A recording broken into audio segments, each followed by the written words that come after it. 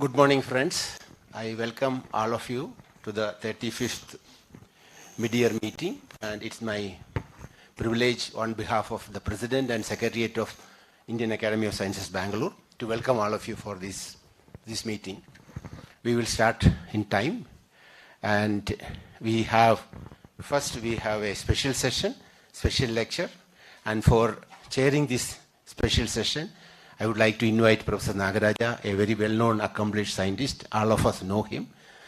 Please, sir.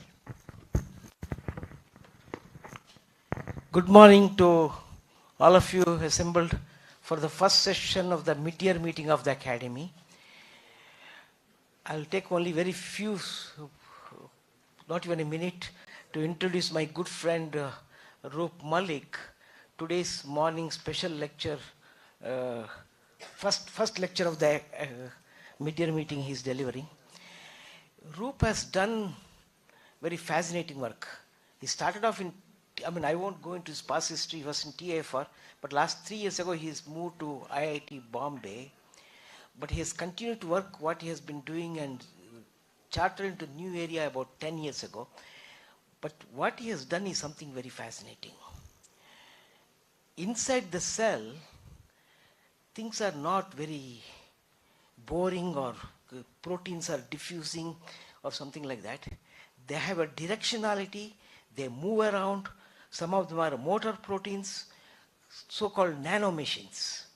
And he has spent his, compared to me, a shorter lifetime, he has done amazing work understanding how these motor proteins function, how they go from one direction to another direction, pull each other or collaborate or fight. And you are going to hear more about the whole thing or part of it in the next 35 minutes from Roop. The floor is yours.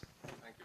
Thank you. Good morning.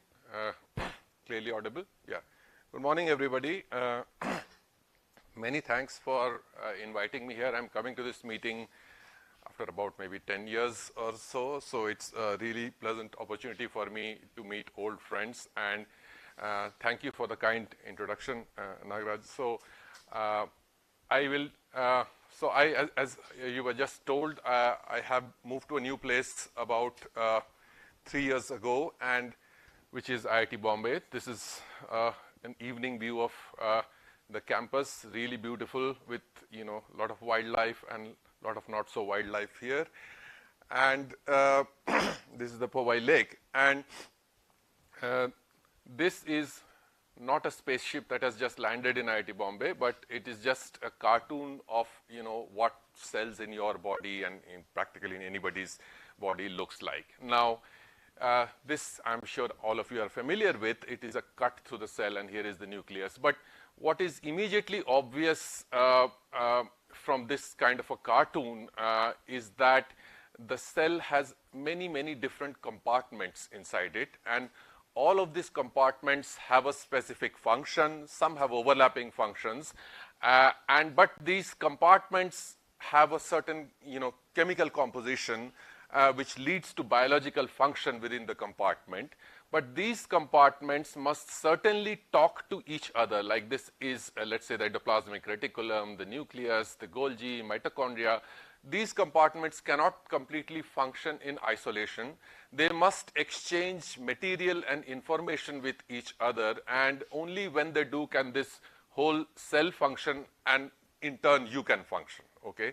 So it is really important to understand how this communication happens. It happens in many different ways. I don't have the time to cover all of it, and I don't know about all of it as well. But one of the very obvious ways is how you came here in the morning. You came from your home or from your office to this place, and you probably used a car or a scooter or a bus to get here. And something pretty much similar to that happens inside this cell. So this is a sort of a flat cartoon of what you saw here. This is a typical, animal cell. There are differences, but this is a sort of a cartoon, so take it in that way. And so these are the boundaries of the cell. You would know about it as a plasma membrane. And many things in the cell are not shown here, but just what is of interest is that, let's say here is the nucleus. So near the nucleus, you have something called a microtubule organizing center. It is a complex of proteins and membranes from which these kinds of filaments come out. These filaments are also, these are very long, as you can see. A typical cell in your body from here to here could be 30, 40 microns, okay? But proteins are of the order of 100 nanometers, 50 nanometers. So inside this filament, you have lots of proteins joined end to end as a polymer, okay? So this is a protein polymer, very long protein polymer. There can be thousands and thousands of the same protein joined end to end. And these polymers are called microtubules. These are not the only kinds of polymers inside cells. There are other kinds of polymers also, but just for the sake of brevity. Now, you will see a plus sign here and a minus sign here. This signifies that these microtubules have an asymmetry. This does not signify electrical charge. This signifies that these microtubules have an asymmetry. One end is different from the others in ways which I will not get into right now. But these microtubules constitute the skeleton of the cell. And like your skeleton helps you stand and walk around, this microtubule cytoskeleton also does the same kind of thing. It gives structure and rigidity to these cells. But that's not the only thing it does.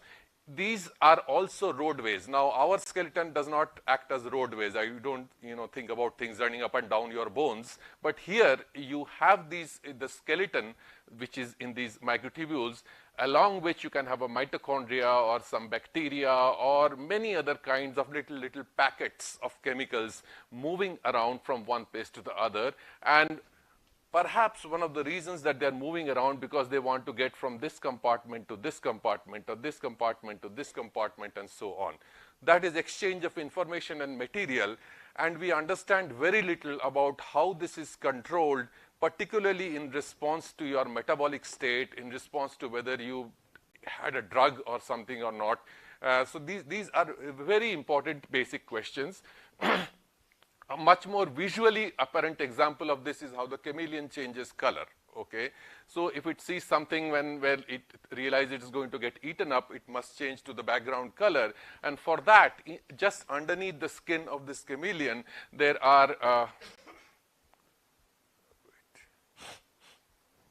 somehow I can't find my, here is the cursor. Yeah, so there are cells in which once it sees something from which it wants to hide, the brain sends hormonal signals to these skin cells, and over a period of a few minutes of these, you can see.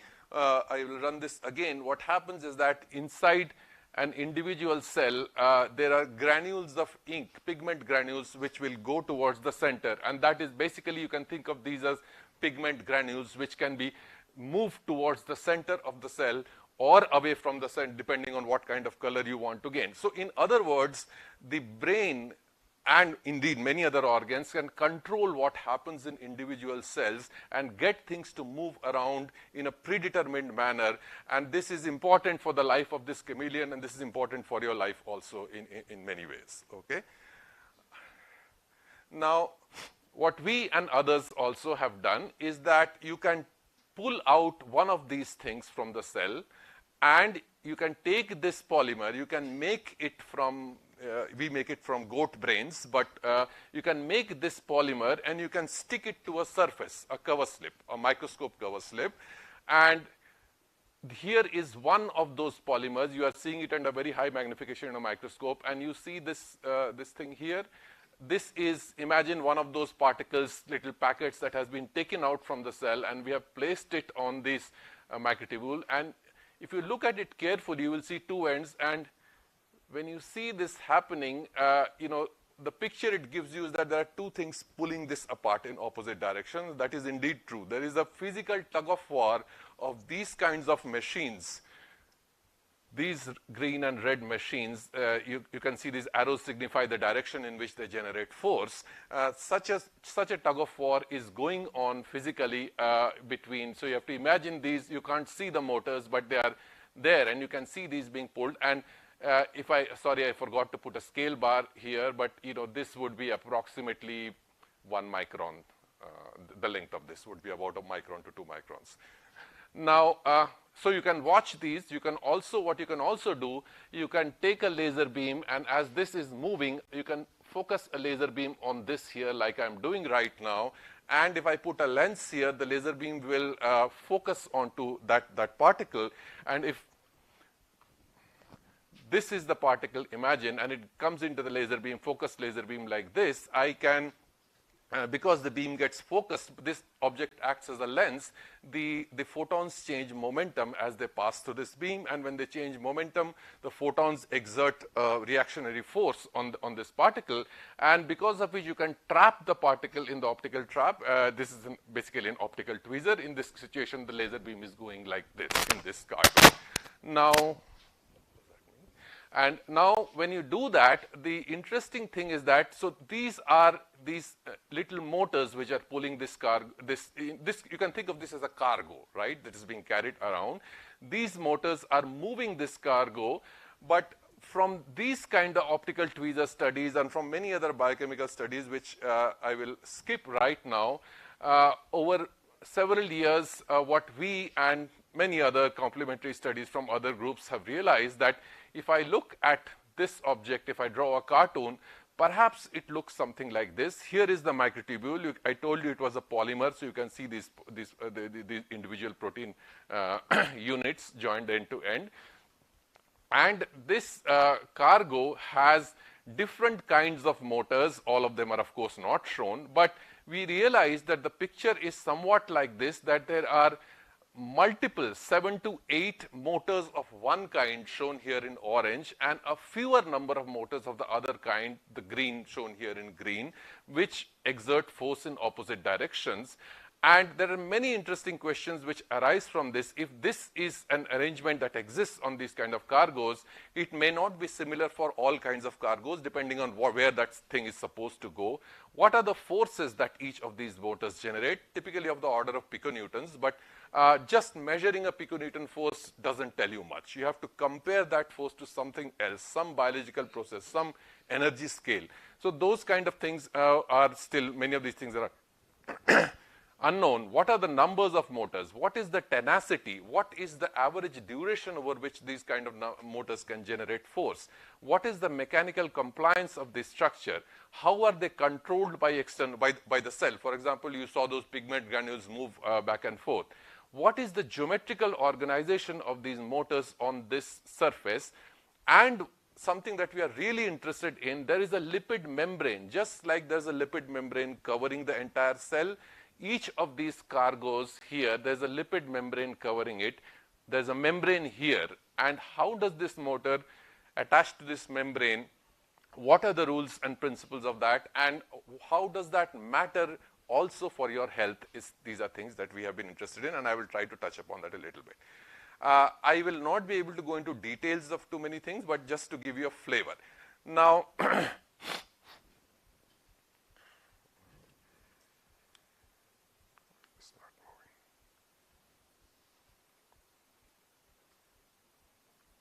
it's stuck for some reason.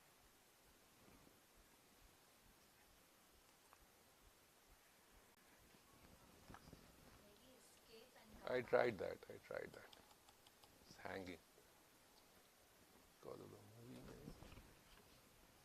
Try. Yeah, maybe detach it.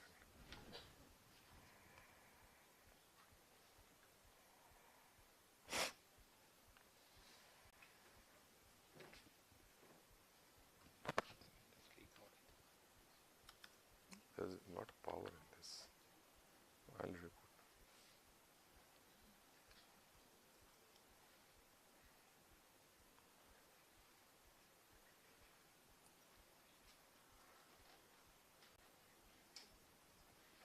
Okay, while it starts, I will just wave my hands and try to explain. So what I told you that if here is an object which is supposed to move, you see these teams of motors, one trying to take you toward this side and one trying to take you to the other side. How is the balance of their activity control to decide where this thing will end up?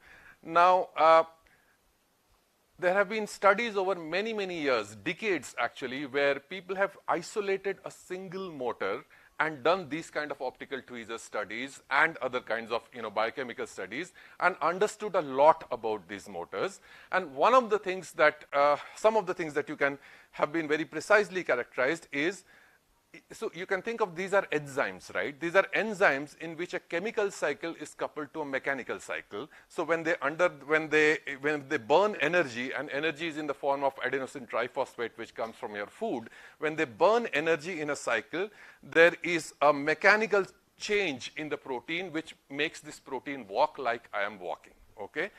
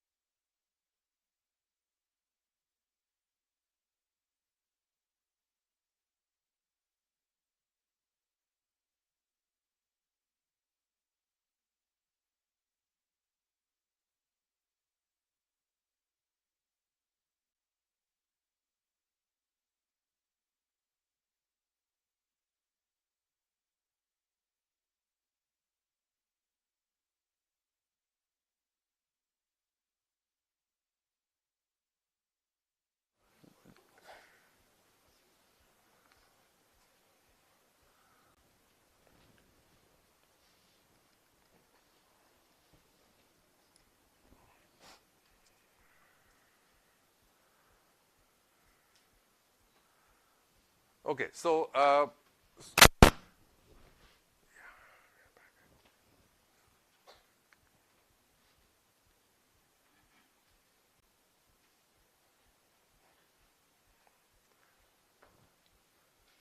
right.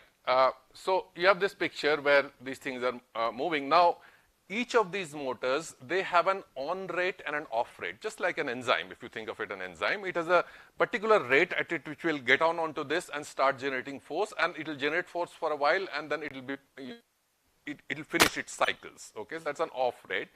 Now, what we do know is that there is an arrangement where there are a few kinesin motors like this and significantly larger number of dynein motors, which you see in this.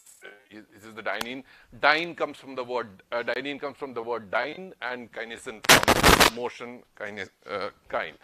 Okay, so now what we realize that given the on rates and the off rates, if you have this kind of an arrangement, you can never get this object to move in this direction, okay? Because there are so many of these motors with a given on rate, one or the other of these will always be attached.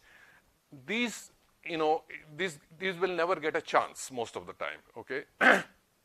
But you do require this asymmetric arrangement where these motors are much weaker. The orange motors generate about 1/5 of the force that these green motors generate.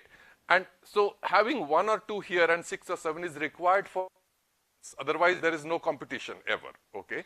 So, but once you have this force balance, these will never let go because any of them can attach and the effective on rate becomes very high, okay? So then what we realize that, as I told you, that these motors pull against each other. So what we realize is that yet it's not that these cargoes always move in this direction. They move in both directions. So how does this green motor ever get a chance is the question. So what we realize is that when this tug of war happens, I showed you this membrane getting stretched, right? So these are pulling against each other. Then this guy, whenever it is attached, it pulls strongly against these. And this dynein motor, which others have also kind of speculated, enters into something called a catch bond-like state. Okay, so basically you can imagine two links which are if they are loose, then if you pull them gradually apart, then you can separate them. But if you pre-stress them like that, then they will bind and you will have a catch bond-like effect here. That is known to happen right here where this dynein meets this microtubule, and there is a catch bond activated when these pull in the other direction. Well, that was known. What we proposed based on our experimental data, where we pulled this optical tweezer with this optical tweezer, is that once the dynein recovers, once the dynein comes out of a catch bond state, it goes into some kind of an off pathway state. There is an energy minimum probably, and it can't get out of this off pathway state for a while. If it can't get out of this off pathway state, it cannot engage with the microtubule, and that is when kinesin gets a chance. Okay, so to show this, I'll just hold this in my hand. The kind of experiments that you can do, imagine this is something else. So,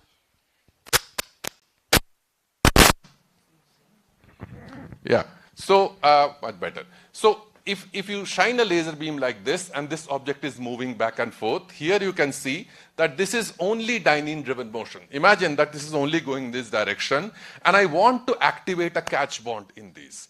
What do I have to do? I have to pull them forcefully. What I simply do is that when dynein is walking like this, it is walking on a cover slip, I pull the cover slip towards the front, and I'm already pulling it with this optical tweezer at the back. So I pull the rug from under dynein. You can think of it like that. So this data is typical of what you get in an optical tweezer. This axis is time. Okay, so as time passes, this cargo tries to move away from the center of the optical trap, and you have to imagine the optical trap as a spring here, okay, that I've tried to show as a cartoon.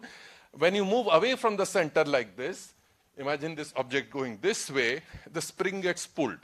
Okay, as the spring gets pulled, the spring pulls back, which is the optical trap pulls back, and somewhere you reach a stall, something like a balance situation, and by measuring this distance, you can calibrate this optical trap, you can measure how much force is being generated of the order of piconewton.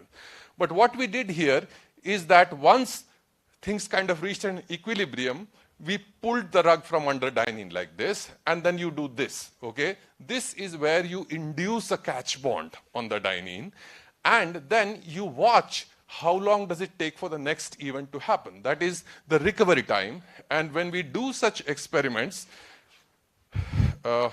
what we find that when these times, the ones shown in blue where you have induced this kind of a state, forceful state, the recovery time is longer, okay?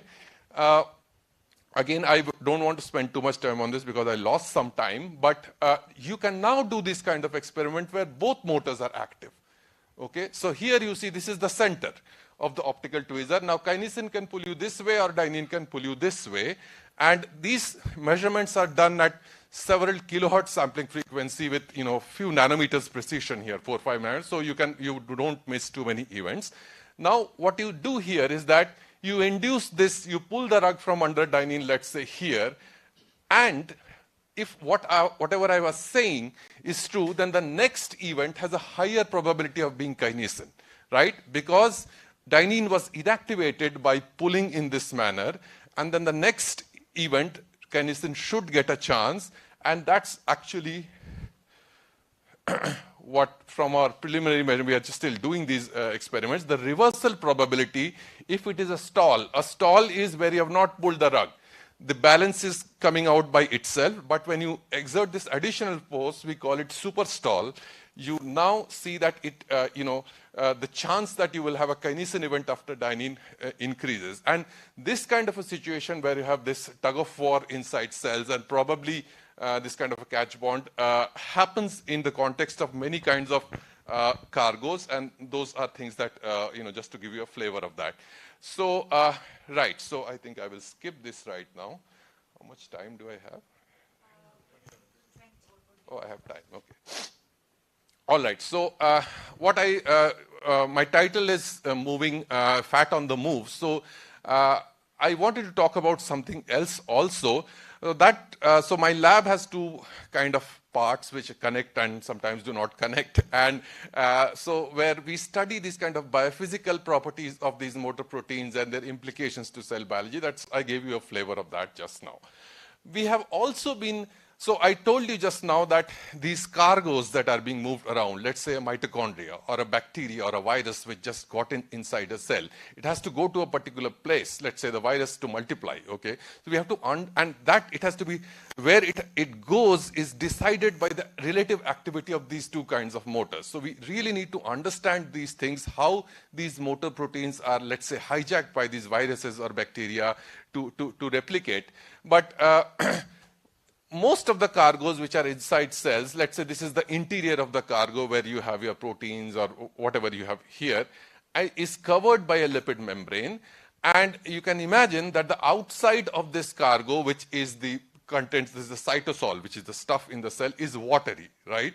And the inside is also watery. So you need to separate this watery compartment from the outside compartment, and that you do by making a membrane around it. And because both sides is water, this membrane must be a bilayer membrane with the hydrophobic parts, fatty acid chains inside, and the polar head groups on the outside on both sides. Otherwise, it will not be stable, okay?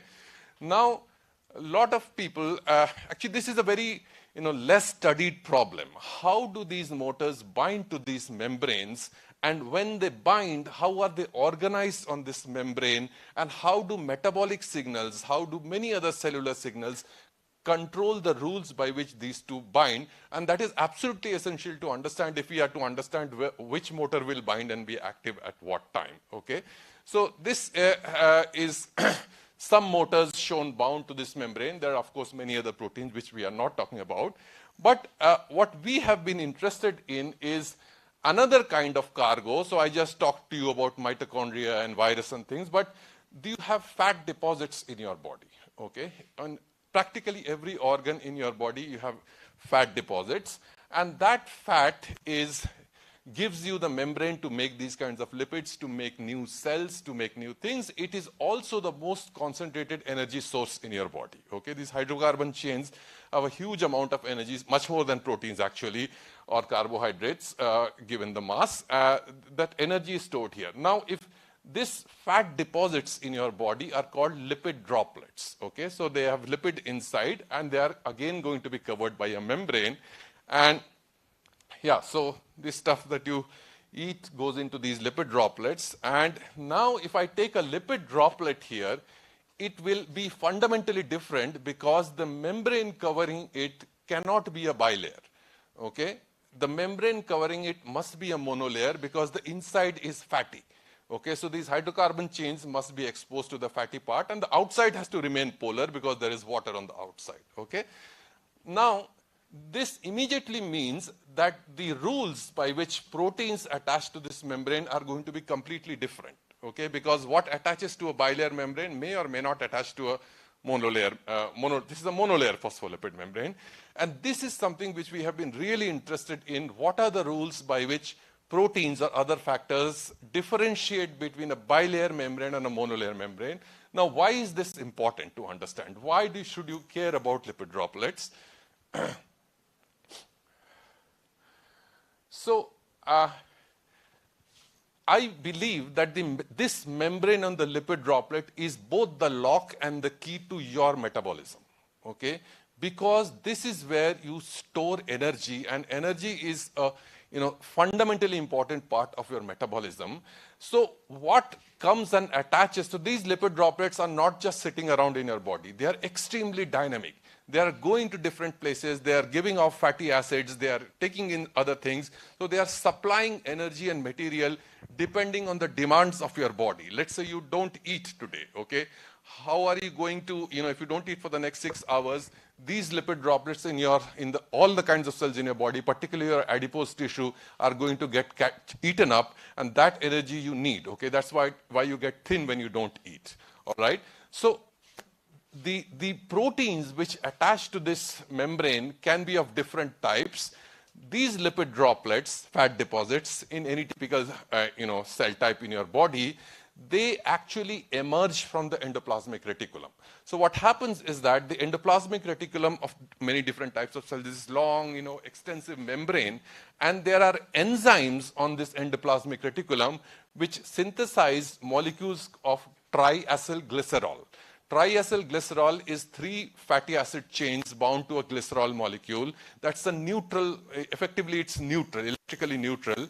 Because it is electrically neutral, you can store large amounts of this material in a small volume. That is the fundamental basis of storage of energy in your body. You cannot store charged particles in a compact manner because they will simply repel each other, okay?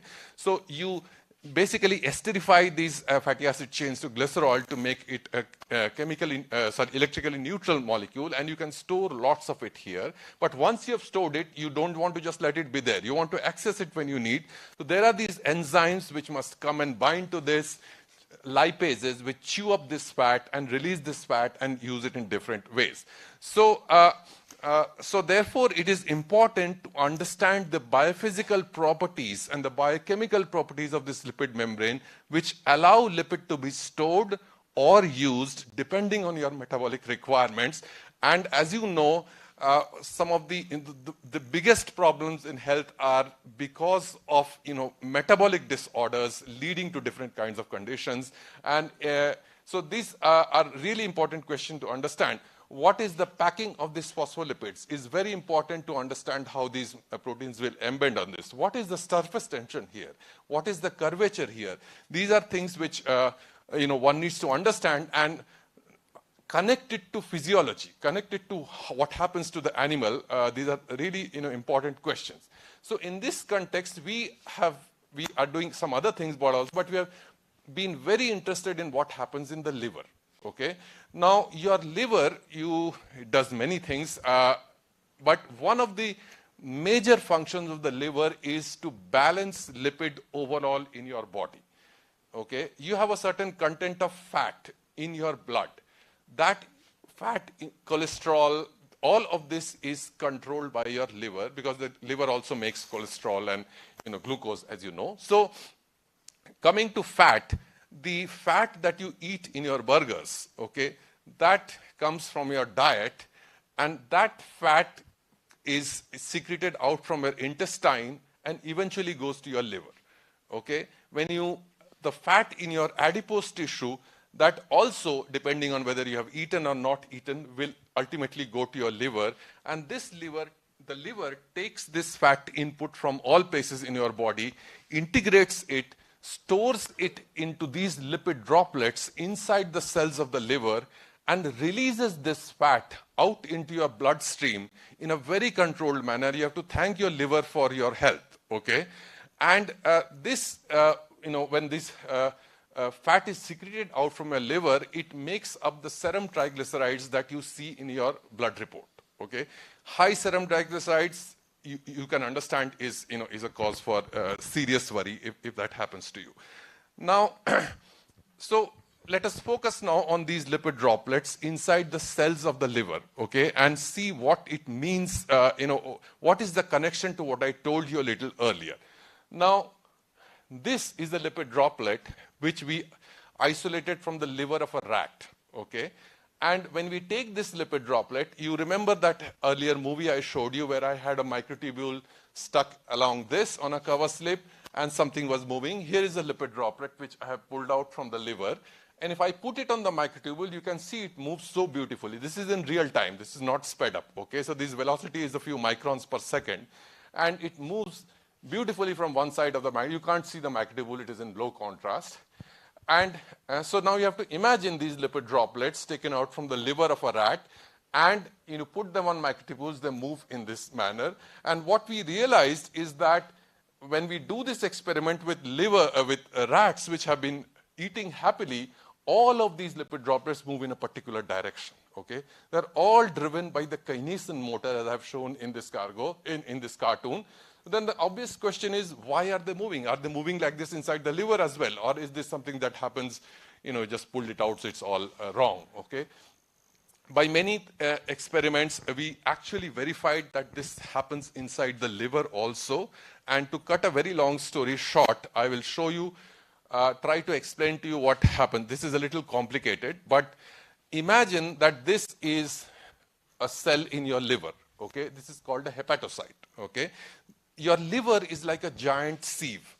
It takes in, drugs or fat, all kinds of things from one side and filters it through these hepatocytes and send it out the other side to circulate in your body, okay? Crudely, you can think of the liver like that. And inside the liver, what is happening is that when you, when your insulin levels are high in your body, okay? That is mean when you are nicely eaten and your insulin levels are high, then this insulin activates a cascade of proteins, which I won't go into right now. And one of those proteins takes the phospholipid on the surface of these lipid droplets and converts it into a different phospholipid. This is phosphatidic acid now. Now, phosphatidic acid, when it is present on this membrane, it has a slightly negative curvature. Means that the head is small, the legs are splayed like this, okay? So once you generate phosphatidic acid in the membrane, it generates a local curvature in that area.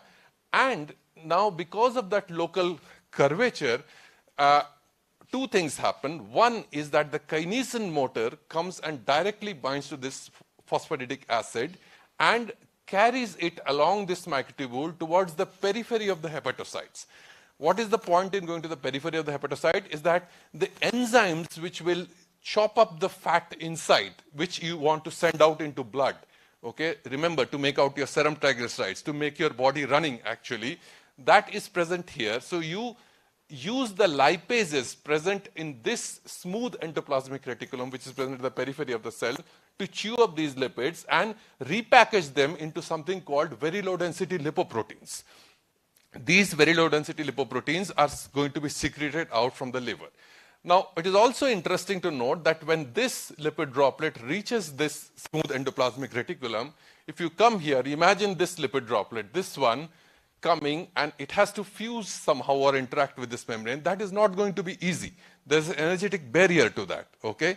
How does that happen? We believe it happens because the phosphatidic acid, which was generated on this, induces a negative curvature here. Okay, so you can form these neck-like regions so that the lipases can go from here to here. And if you block this process, you may have very little, serum triglycerides in your blood, and your energy levels will go down. So these are really interesting questions. Now, once we figured all this out, as you know, there are people with high serum triglycerides. This keeps coming up, which leads to high cholesterol and, these kind of ailments, dyslipidemia in general.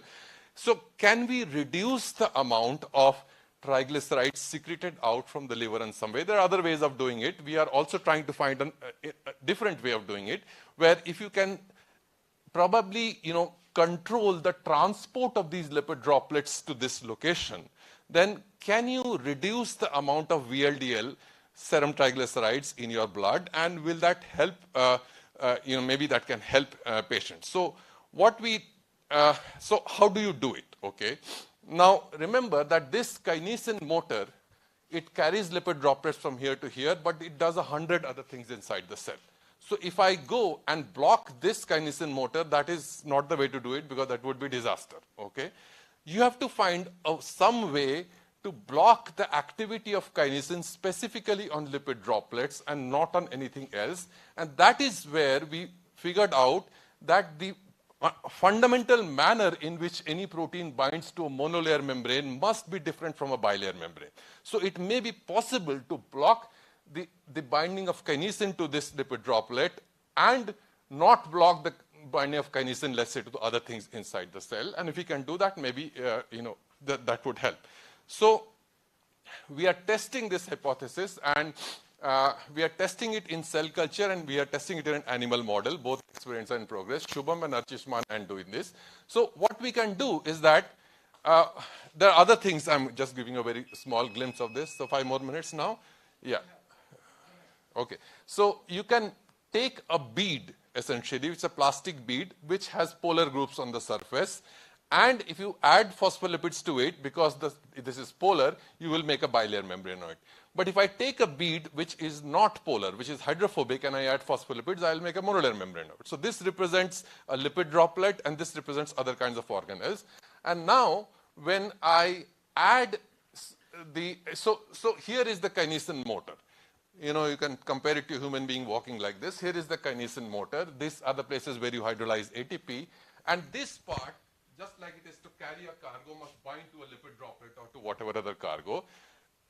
We and others figured out that the mechanism by which the kinesin motor binds to bilayer membranes like this uses different parts of the kinesin.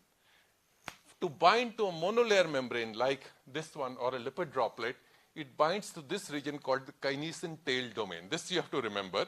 So if I now, so let's say I take this kinesin motor and I make it green.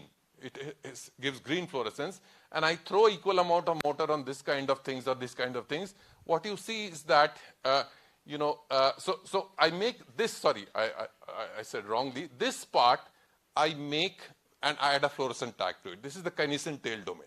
You can see that hardly anything gets onto the bilayer, but the monolayer has so much of the kinesin tail domain. This suggests that this part preferentially binds to a monolayer. So if I now have a proper kinesin motor bound to a cargo and I make lots of these small peptides, okay, and I throw it on this, just by simple mass action, these small in this region will come and bind here, and it should displace the entire motor. And this is one crude way of doing it. We are thinking of other ways also, and it actually works. That if you have the membrane, this is the amount of kinesin, and when I add the kinesin tail domain, there is hardly any kinesin left on the motor, and we have checked this. I will not go too much into this. The most important thing is that would this actually work in an animal?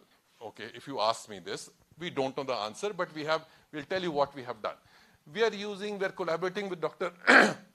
Sheilaja Nair to use zebrafish. Zebrafish are small fish. They're a fantastic model system for microscopy. They are vertebrates, okay? So many of the things that happen to you happen to zebrafish also, including lipid transport, lipid balance, lipid homeostasis.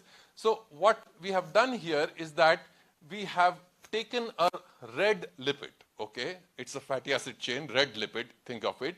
And you simply, this is very interesting, some of you may want to use this, you can buy eggs from the market and you mash up the eggs and you do a centrifugation, you can make liposomes from eggs, okay? So, which has all these phospholipids, everything you have. And now when you make these liposomes, we simply add some of this kinesin tail domain, which I told you, it gets incorporated into the liposomes, okay? Now, when these larvae are swimming around in the water, we feed them the liposomes. The larvae will happily eat the liposomes, okay, because it's energy for them and phospholipids. And in that process, the fatty acid, the fat that you have delivered to these larvae also enters the body. It's a way of delivering this kinesin tail domain peptide. So what we find is that in a normal fish, okay, when you deliver this fatty acid, the red fatty acid, it goes into these parts of the body. What is happening is that the fish is eating it, the red fat is going to the intestine and to the liver. From the liver and the intestine, it is getting secreted out all over the body, and you see that happening. But when I add this kinesin tail domain, you don't see that happening, okay? When I add a mutant version, which is not supposed to work, again, you see recovery. So this is suggesting that the kinesin tail domain is able to block, at least to some extent, fat secretion from the liver into blood, and we have to take this forward. We will test this. We can test this biochemically also on large samples. I will not get into this. I will take 2 minutes just to tell you about something else, 2 different directions. Maybe I'll not use the slides. We are also very interested in what anti-cancer drugs and antidepressants mean for lipid droplet biology. And why these? Because many of the anti-cancer drugs that people have to take, unfortunately, are so-called tyrosine kinase inhibitors. Okay, they inhibit kinases, and these drugs are extremely hydrophobic.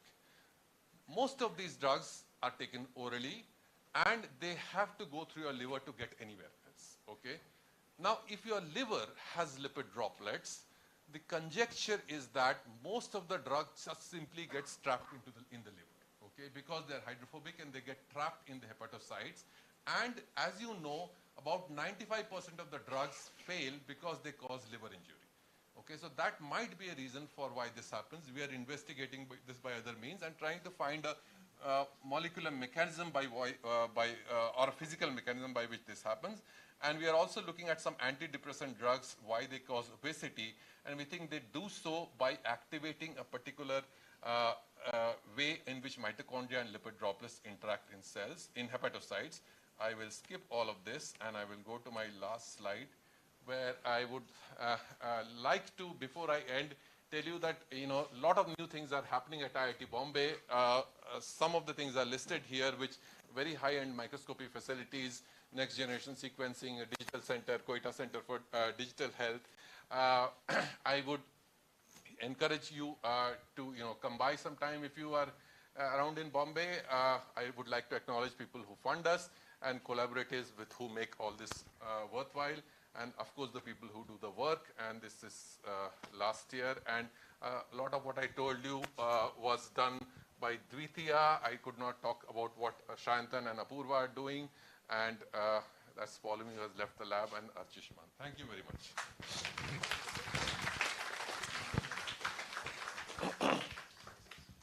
Absolutely fascinating. So we'll take a few questions. One over there. Fascinating talk, as usual. I wanted to know how the rate of movement of the cargo is controlled by dual action of dynein and kinesin. What are they doing to control the rate of the movement? There can be many answers to this, and some of them we know, some of them we don't know. One is, let's say a certain other protein comes and attaches to a kinesin motor and increases its on rate or reduces its off rate. Okay, such proteins are known. If they do so, then you would increase kinesin dependent motion compared to dynein, and it could happen the other way also. That is one way. Another way could be the lipids on the membrane, depending on your metabolic processes, could control the geometrical organization of the kinesins and the dyneins on the surface, because you can imagine that it's a curved surface and there is a straight line underneath it, so only a limited part can access this. So if you change the membrane organization, the density, then you can profoundly affect things. So these are two ways. There are possibly many other ways which I don't know of. Thank you for a very nice talk. So regarding the first part of your talk, where you had this lot more dyneins. Dyneins. Yes, yeah. I'm mixing the kinesin. Yeah. Is there any evidence from your experiments that these motors are in lockstep? The on-off rates are in sync? It's very hard to answer that question. To some extent, yes. So I think what you're trying to say is that do they share load equally? Yeah. So there is evidence that they don't. But in our particular condition, I couldn't go into those details. We believe that the dynein motors are arranged into very tight, small clusters because they assemble on lipid rafts on that membrane.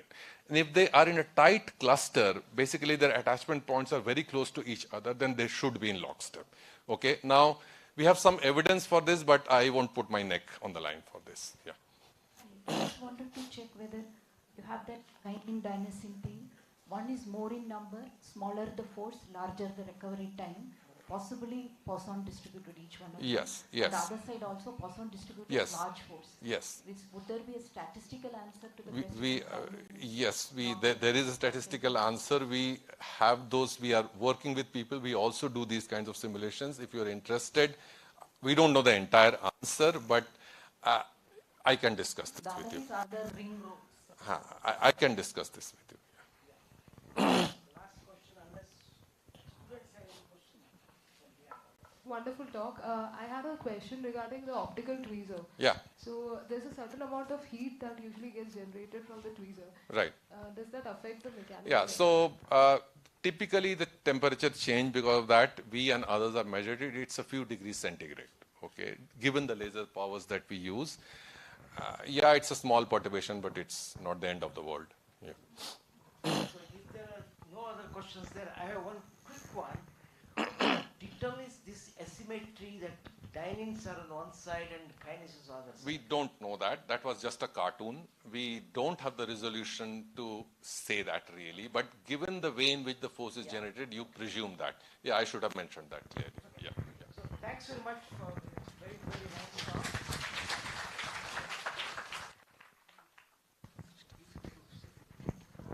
Let us thank Professor Nagaraja for efficiently navigating this session. We now move on to the talk by inaugural lectures by fellows and associates. For chairing this, let me invite one of our distinguished theorists, Professor Kalidas Sen from University of Hyderabad. These are 17 minutes plus 3 minutes. So, good morning and welcome to session 1B, where we heard two fascinating talks by two of the fellows of our academy. The first presentation, I welcome Dr. Amit Agrawal from IIT Bombay, who will be talking on higher order transport equations. Why do we need them? Professor Amit Agrawal, please.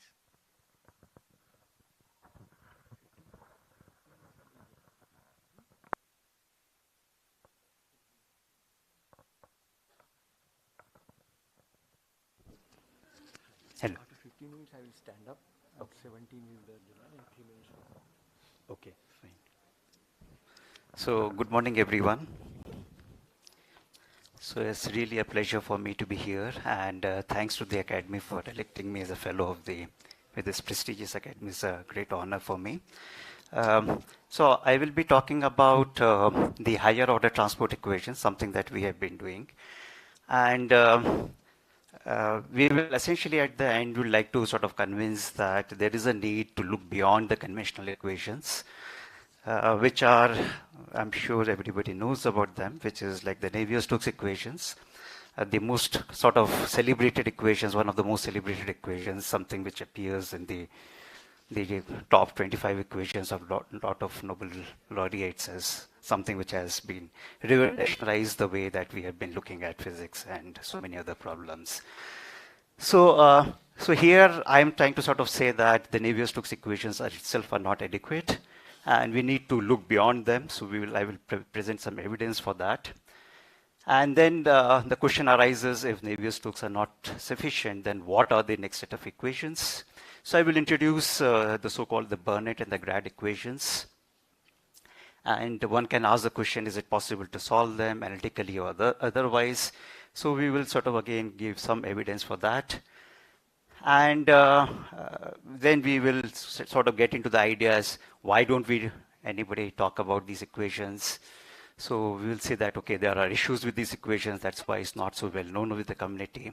So what are the alternatives and what are the more accurate equations? Is it possible to drive them? So that is the type of questions that we will ask. And finally, once we have these equations, how do we know that these are correct? So how do we benchmark them, or what are those benchmark cases and so on? So it's like quite a few points that I would like to sort of get over it. But the basic central thing that I'm trying to emphasize here is that it is these so-called the Navier-Stokes equations, celebrated equations that we have for the last 100 plus years are not the final word as far as the transport goes.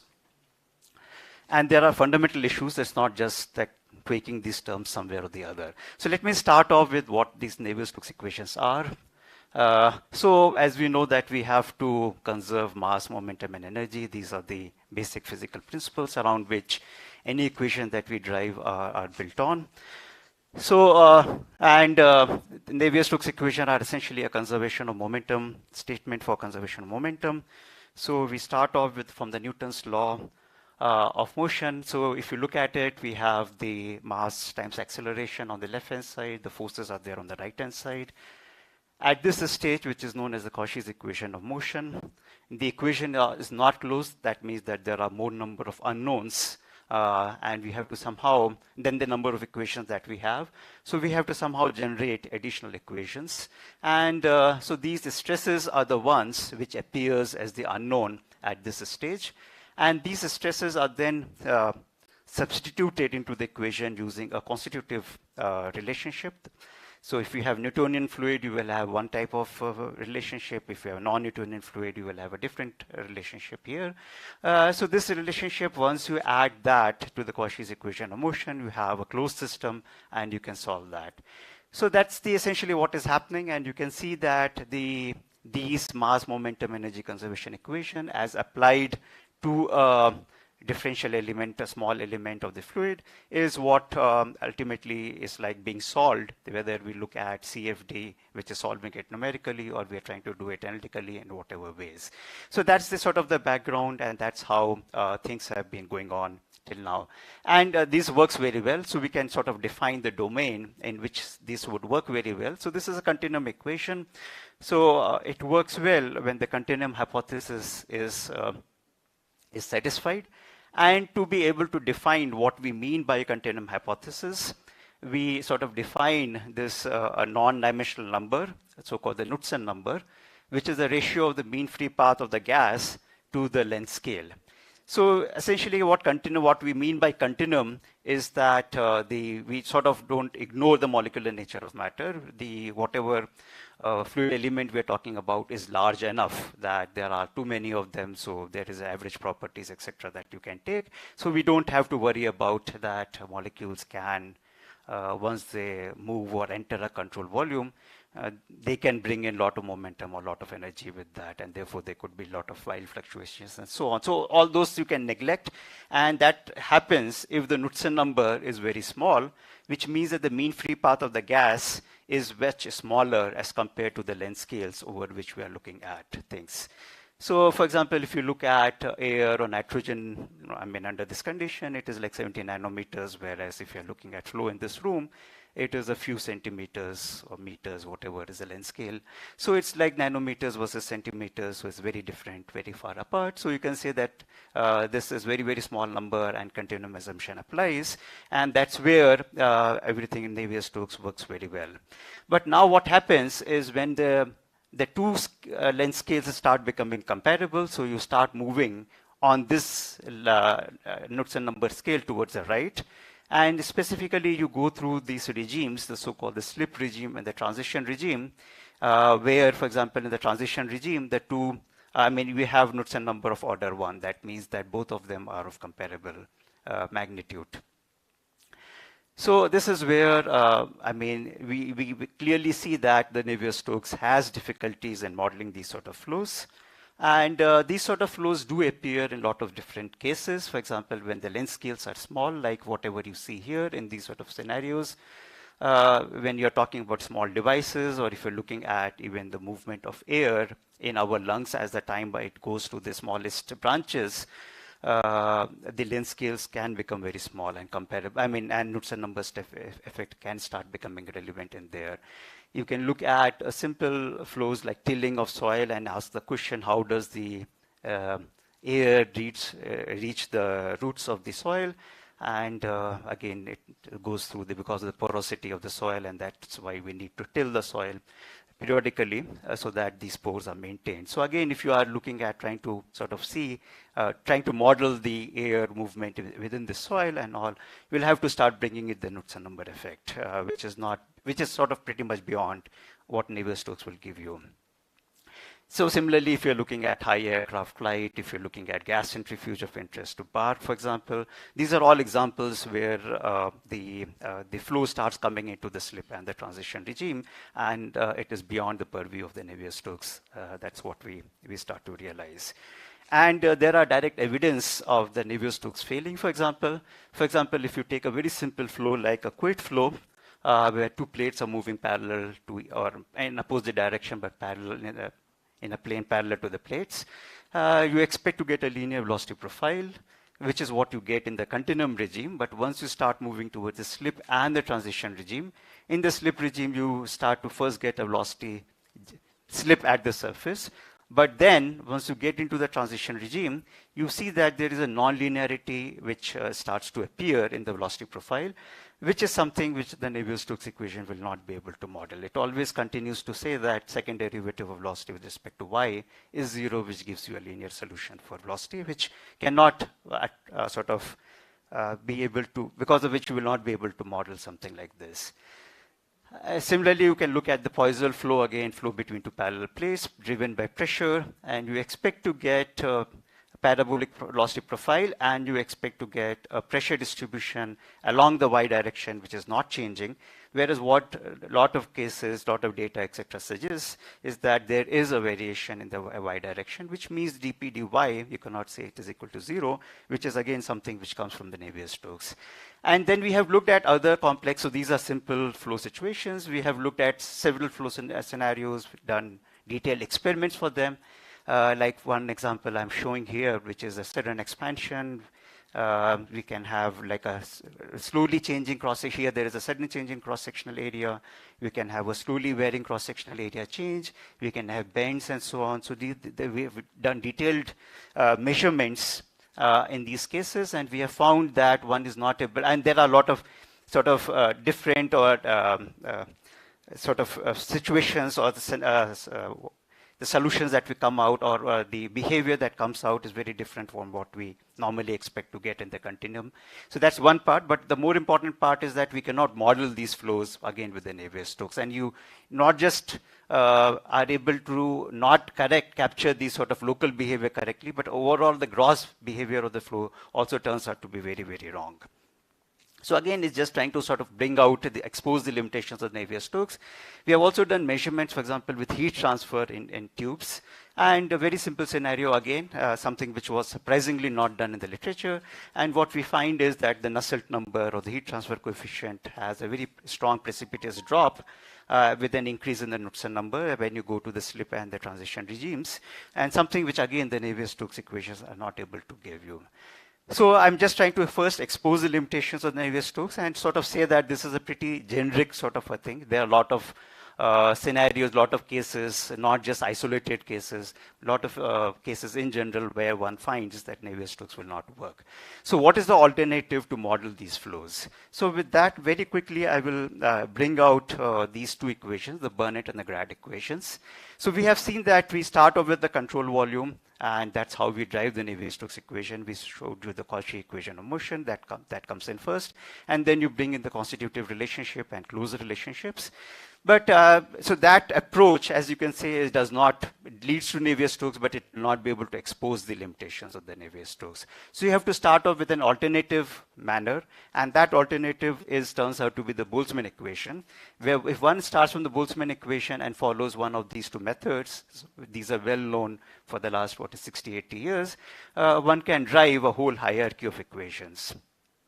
So for example, if I look at the Chapman and Scott method, one tries to drive the stresses that one would have, and depending on what order of stresses I'm getting in terms of Knudsen number, if I stop at Knudsen 0, I will get the Euler equation. If I get Knudsen 1, I will get the Navier-Stokes equation. And then these are well-known equations, and then we can extend this exercise and obtain the so-called the Burnett and the super Burnett equations. So you can see that the Burnett equation would have all the terms that are present in the Navier-Stokes equations and more, and therefore this becomes a superset of the Navier-Stokes equations.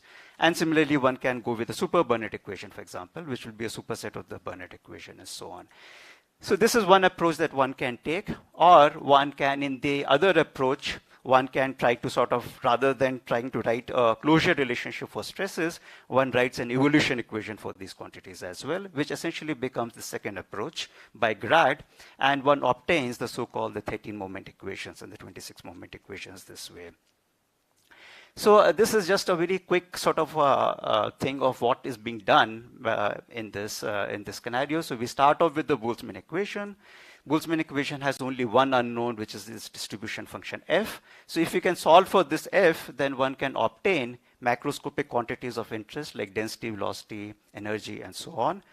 But finding f is not easy, and that's where the two methods that I showed in this slide comes into the picture. So this is how these are methods to give you or estimate an f, and once you have estimated an f, which I will not get into, so again, you use some sort of a perturbation, and you say that, okay, what order am I truncating? And depending on what order of truncation you have for f, you can get stresses of different order or heat flux of different order, which upon substituting to the into the Cauchy equation will give you these hierarchy of equations. So this is essentially what goes on in this method.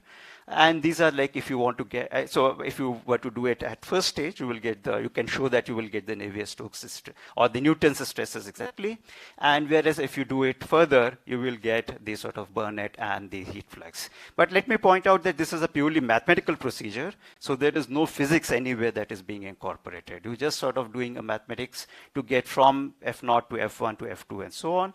And you are trying to construct a procedure that way. And this is where the whole issue lies, that this fails because this does not capture the physics correctly. So there are a lot of limitations of these equations. And how many of us would have heard about these equations? I mean, probably very few have ever heard about the so-called Burnett equations because there are a lot of issues with them. One of the most difficult, I mean, the biggest issues are that they fail to satisfy the laws of physics and they fail to satisfy the thermodynamics requirements. So they are not always entropy generating, for example. So it's a severe sort of issues with them. And that's why you see there are a lot of variants of these equations which exist in the literature. And similarly, one can look at the other approach in the GRAD approach, where, as I said, that we try to write evolution equation for stresses. So we have the mass, momentum, energy equation as before, but then we have add the equation for stresses and equation for heat flux. And so it becomes a much larger set of equations with a lot more number of boundary conditions that needs to be satisfied. And so that is where, that's the alternative approach that we have. But again, even with all this complicated system of equations that we try to solve, we find that the solution does not improve considerably.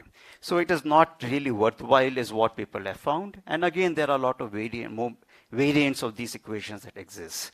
So that begs the question, is it possible to drive higher order or in an alternate way? And maybe where we try to bring in the right physics, and therefore whatever equations that we would get will be better. So this brings us to the third vertical, which is what our contribution has been, where we try to bring in the Onsager principle-based sort of thing. So the idea here is that we try to write the distribution function in terms of forces and fluxes, which is the idea which goes back to Onsager.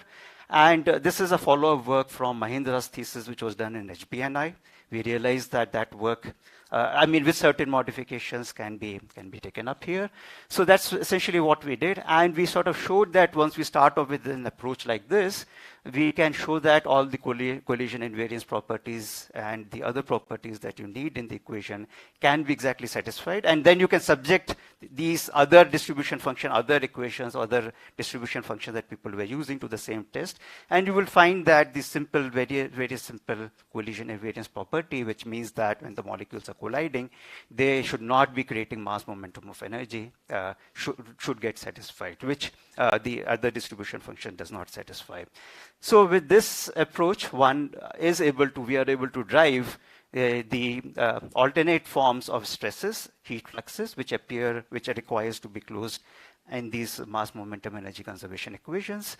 So these are the stress terms, the normal stresses, the shear stresses that we have derived now using our approach. Similarly, the heat flux is here. And so this is just a sort of, so these are a set of equations that we essentially get from our alternative approach. And if we start looking at what are the features of these equations now that we have, okay, so I will just take two more minutes and finish it off. So what we find is that our equations do not require additional boundary conditions. The stress terms do not depend on temperature gradient.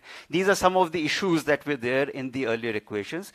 And because we feel that we have started off with a consistent approach, we get equations which are consistent. So none of these issues, including the issue of stability, including the issue of entropy not being positive, entropy generation not being always positive, all these are automatically satisfied without we imposing it at any further stage. In fact, once we choose a distribution function, there is a mathematical procedure that one has to follow, and there is nothing no arbitrary constants or anything that gets introduced with us at any stage.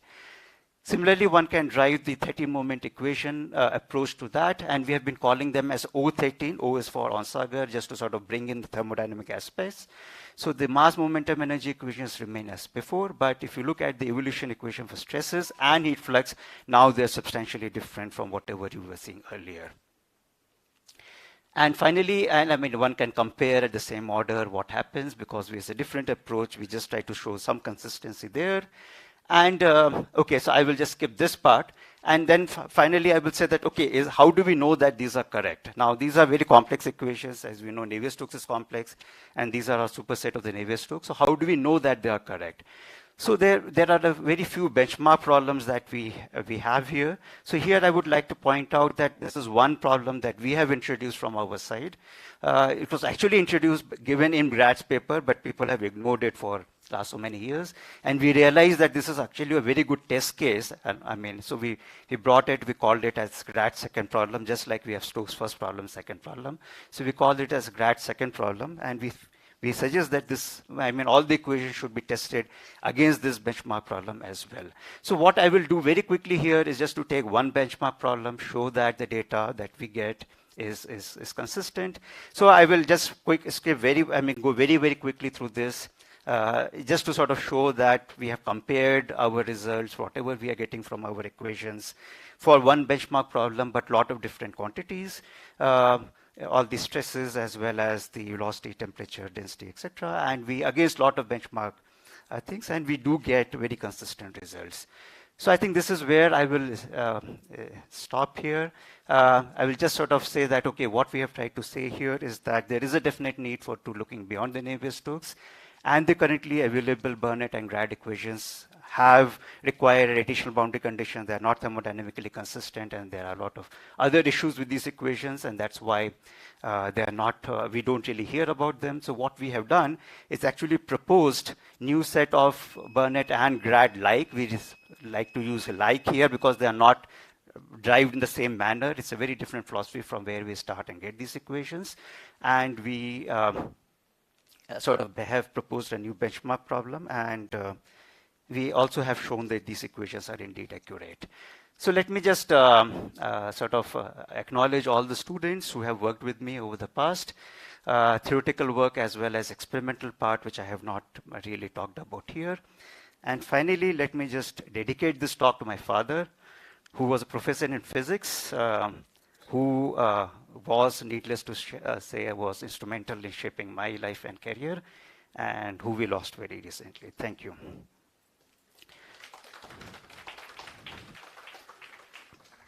The talk is open to questions, queries, and comments. Yeah, please.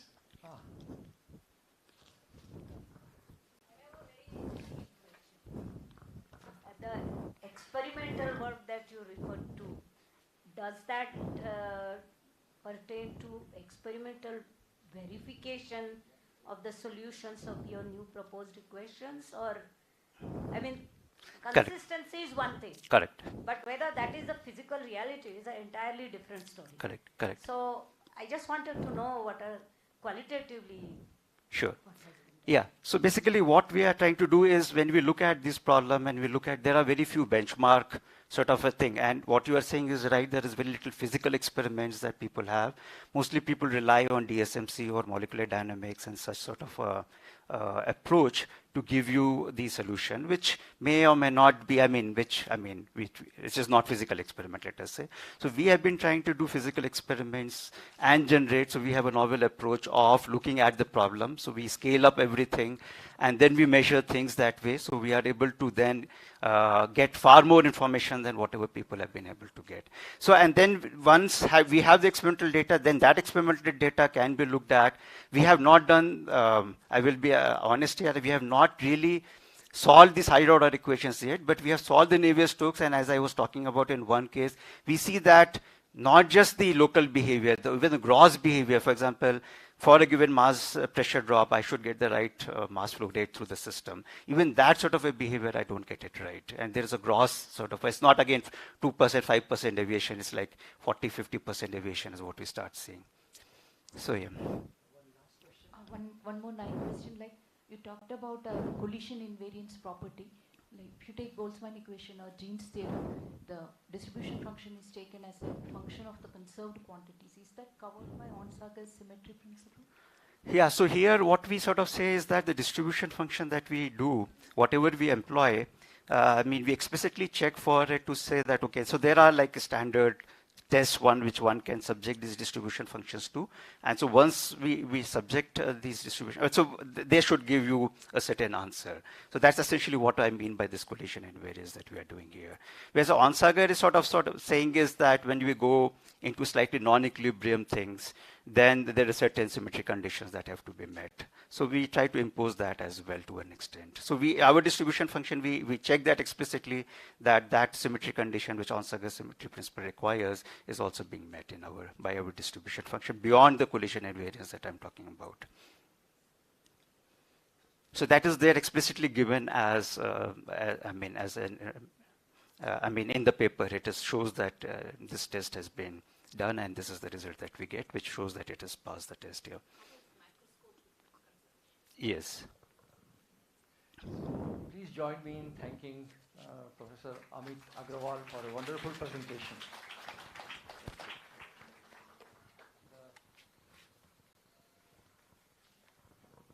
It's a pleasure to invite the next speaker, Dr. Parvati Biswas from University of Delhi, who will be speaking to us on misfolding and intrinsic disorder when a protein fails to fold.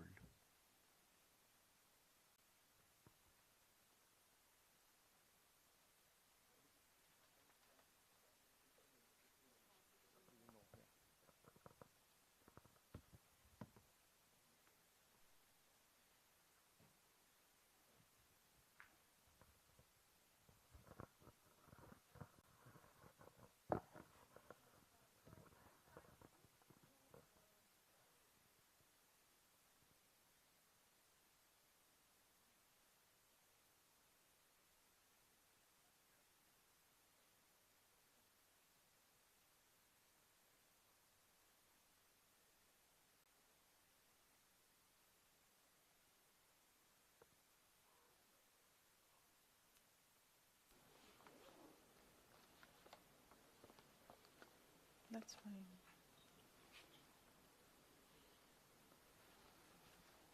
So I thank the Academy to invite me to present my work.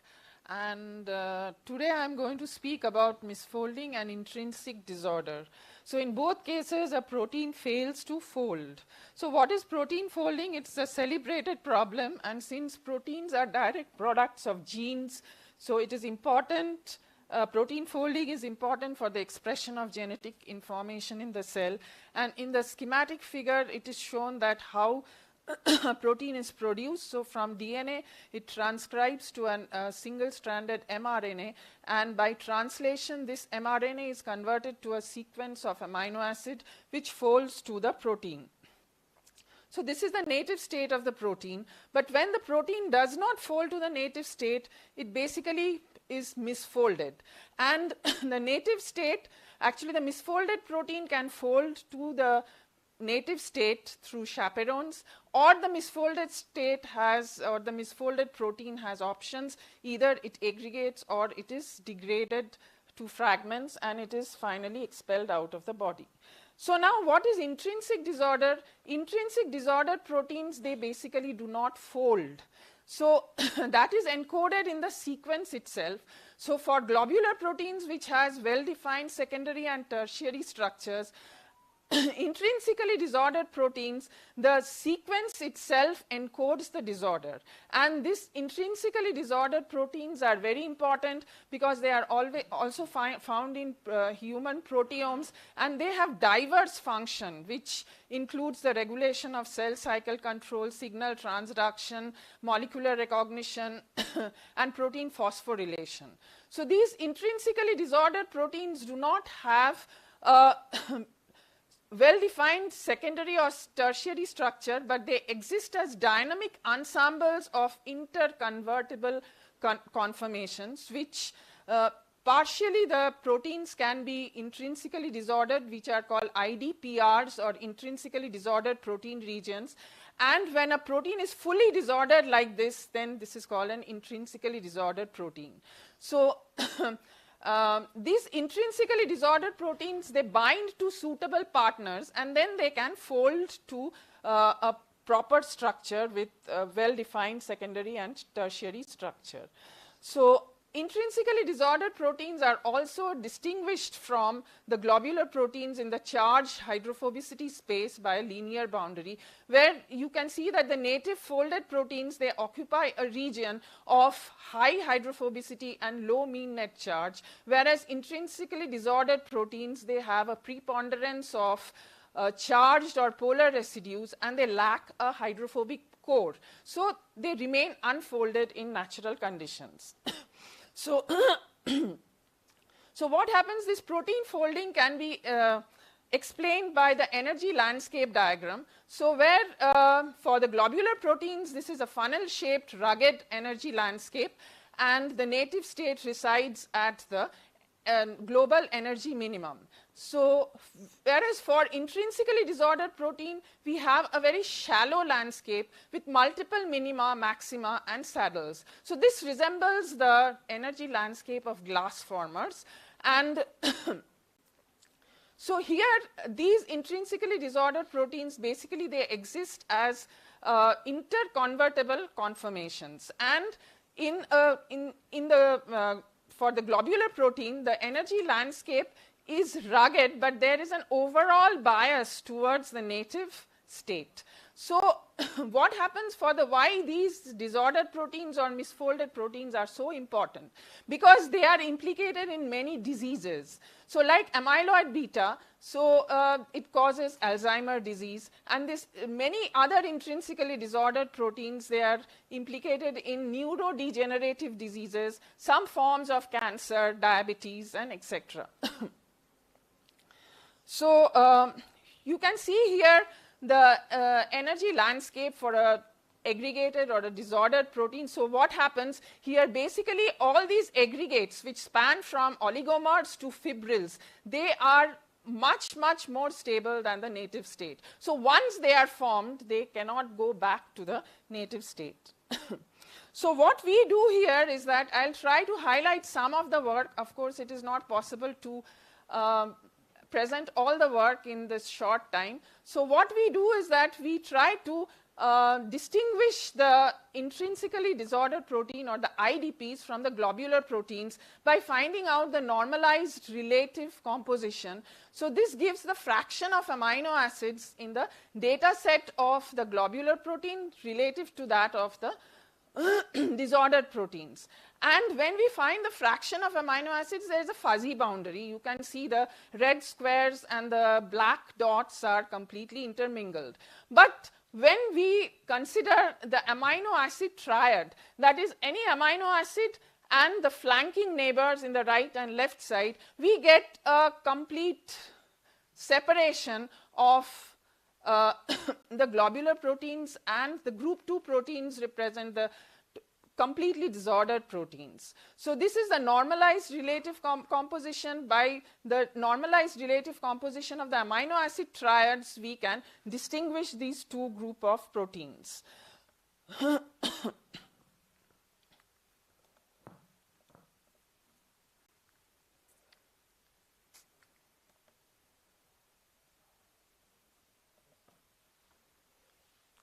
So here also we find the entropy of, we continue with the study of these amino acid triads, and we see that though the disordered proteins lack a structure, so we can find out or we can estimate the conformational entropy of a disordered protein. So whereas a globular protein, it approximately scans half of the phi-psi angle space of the non-redundant database, whereas the disordered protein, it scans the entire phi-psi angle space in the Ramachandran plot. Why? Because the globular protein has a preference for some structure, whether it is a helix or it is a sheet. So it is confined to some region of the phi-psi angle space, whereas disordered protein does not have preference for any structure, so it can scan the entire phi-psi angle space. And we try to explore this protein misfolding and disorder through protein design, which is basically an inverse protein folding problem where multiple sequences fold to a predetermined target structure. So we design a theory for sequence ensemble based on some foldability criteria, which are generally energy based. And what is our contribution is that instead of assuming a single native state, we model the energy of the native state ensemble. So we have a native state ensemble which has the native state as well as some of the energy of the low-lying states which are close to the native state, and we also have the unfolded ensemble where the configurational entropy of the protein is very high. So what we basically do is that we maximize the variational functional of sequence entropy, and we get a set of coupled nonlinear equations which we solve probabilistically, and we get the composition of a sequence in terms of site identity monomer probabilities and monomer pair probabilities. So here we show that basically here we show that if you tune the variance in energy of the native state ensemble, you get 3 complete regions where the sequences are unfolded, they are folded and misfolded. So in the misfolded state, the energy of any other state other than the native state, it is lower than the native state. So here also we design some conformational ensemble with a definite similarity parameter, and we find that when this similarity parameter Q is greater than a certain percentage, we get again these 3 distinct regions in the 3 distinct type of sequences. So why does a protein misfold? Of course, this protein misfolds because of the cellular environment. It is determined by temperature, pH, and mutation in the amino acid sequence. So here we show that lactalbumin basically in acidic and basic pH, this represents a misfolded state or a molten globule, whereas in the neutral pH it retains its function. So we also explored the role of point mutations. What are point mutations? Here we show that if we mutate a sequence, we get a mutated sequence, and in the mutated sequence basically we compute the clashing interactions and the matching interactions. So this computation, it depends upon the residue types and also where the residue is located, whether it is in surface or it is in the core. So we show that the misfolded sequences, they occupy a high clash and low match zone, whereas the folded sequences, they have low clash and high matching interactions. So matching interactions, basically these are favorable interactions for amino acids, and clashing interactions are unfavorable interactions.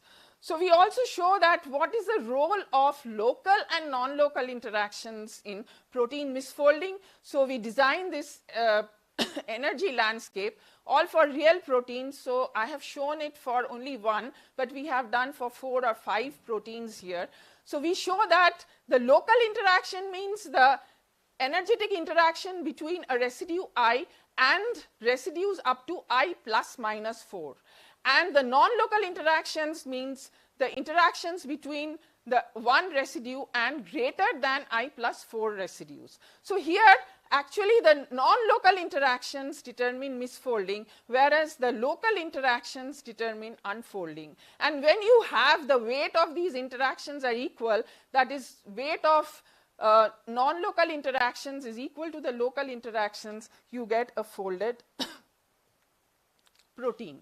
So we also employ the same sequence design in disordered proteins with a different potential, with a coarse grain potential, where we take into account explicitly the hydrophobic interaction, electrostatic interaction, steric interactions, and we show that there is an order-disorder transition at a critical, beyond a critical mean hydrophobicity.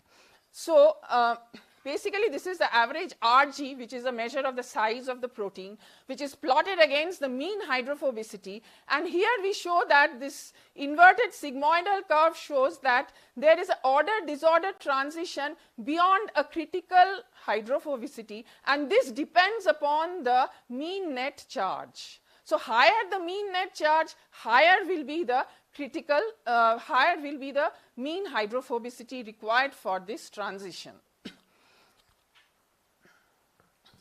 So, and what is the actual, how you measure this, that the proteins aggregate really? So for that we use reference interaction site model along with explicit molecular dynamic simulations. Now, one problem with the molecular dynamic simulations is that it is computationally too expensive. So we resort to this kind of theory, which is an actually it is a statistical mechanical theory based on this Ornstein-Zernike equation, and this basically gives the total correlation function in terms of the direct correlation function and indirect correlation functions. So we use some closure equations in the solvent density enhancement zone and in the density depletion zone to solve this, and basically we get the hydration free energy, which is a measure of the aggregation propensity of the protein. So hydration free energy measures the affinity of a protein towards water. So here it is shown like it is defined as the insertion of this protein from vacuum to a cavity. So first, this is the protein. So we create a cavity here which has a free energy of cavity formation. Then we insert the protein in the cavity and then fill it up with the solvent. So there are several processes which measures this hydration free energy, and this hydration free energy here, what we do is that we take different disordered proteins and a globular protein ACP, and this MVF1CD3 and 1F0R have, these are partially disordered protein with different degrees of disorder, whereas synuclein is a completely disordered protein. And we show that there is a decrease in free energy with increase actually the free energy decreases more, it becomes more and more negative with an increase in the structural disorder. So synuclein is a completely disordered protein, and here we decompose this hydration free energy into the electrostatic and non-electrostatic components, where we show that this hydration free energy of disordered proteins is mainly governed by the electrostatic component. So we also do this for amyloid beta and its familial Alzheimer disease mutants.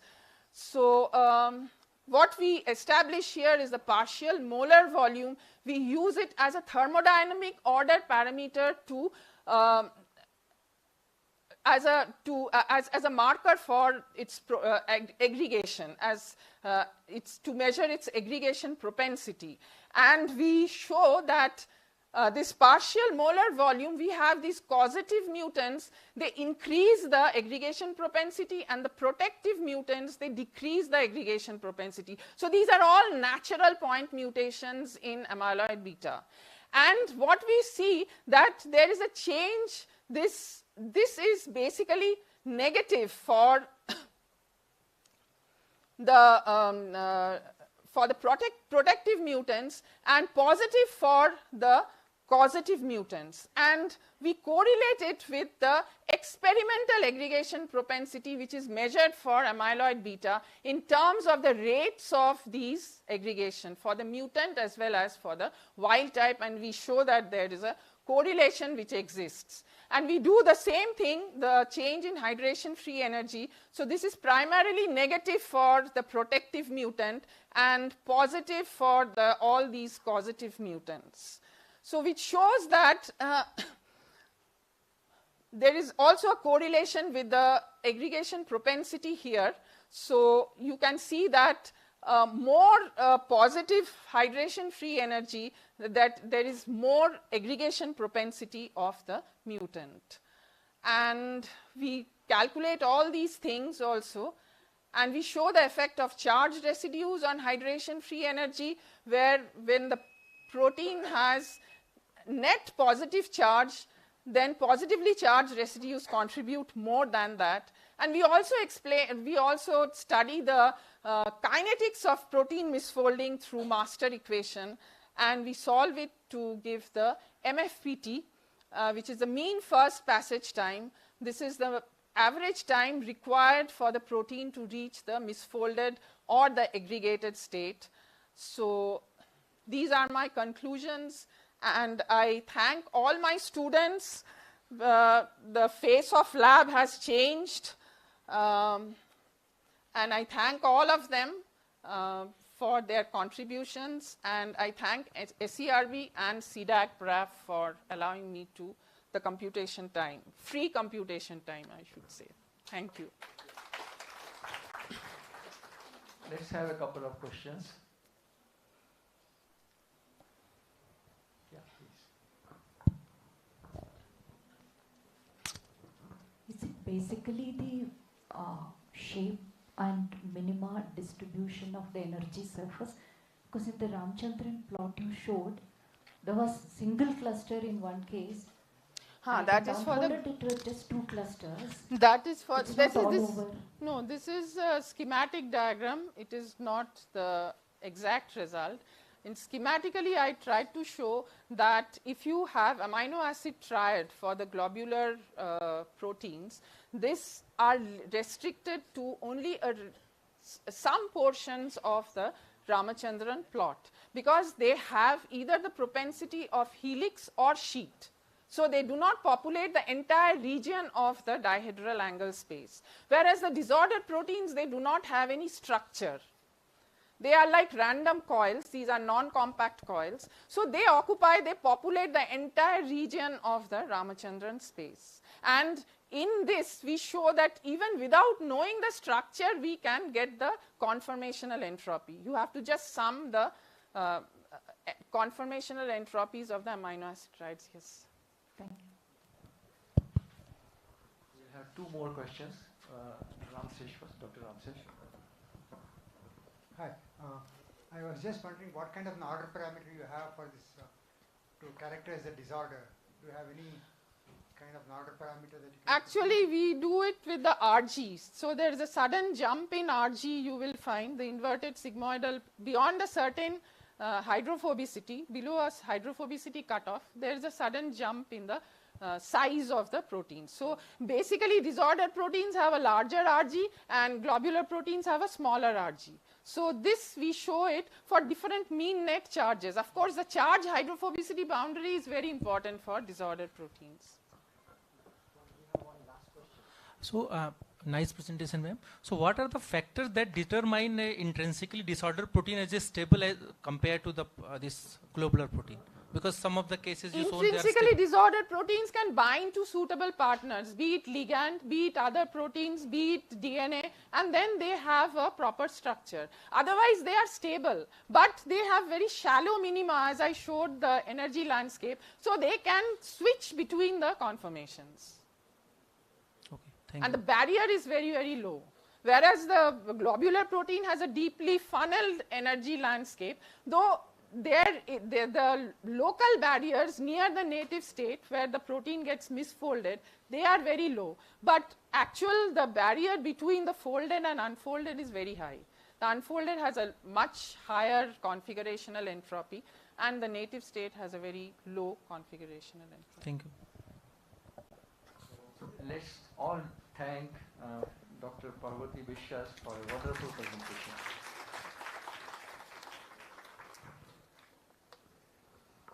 Let us also thank Professor Sen for chairing this session. And then now we will break for tea.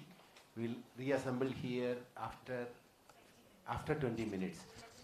Yeah, 11:25, but not according to those clocks.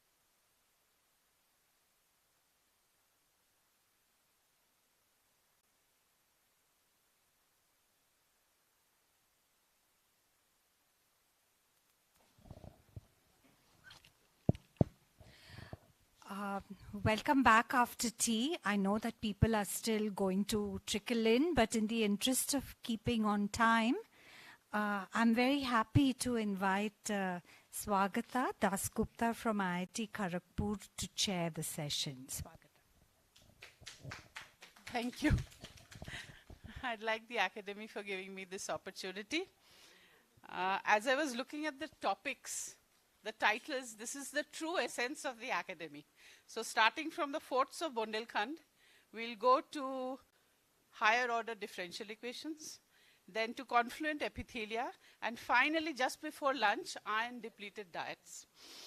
So I request Shayandeep Banerjee of BHU Varanasi to start his talk. Please stick to the time. You heard about the bell that will be there. Okay.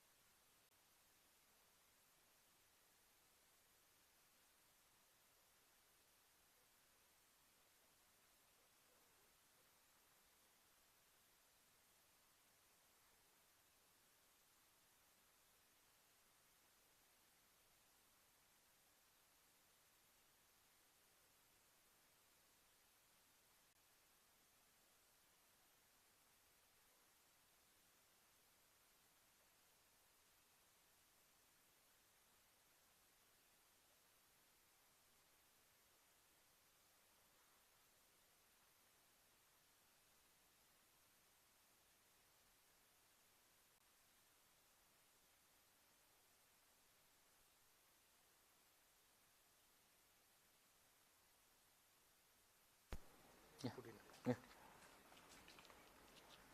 Am I audible? Yeah. Yes, point I have.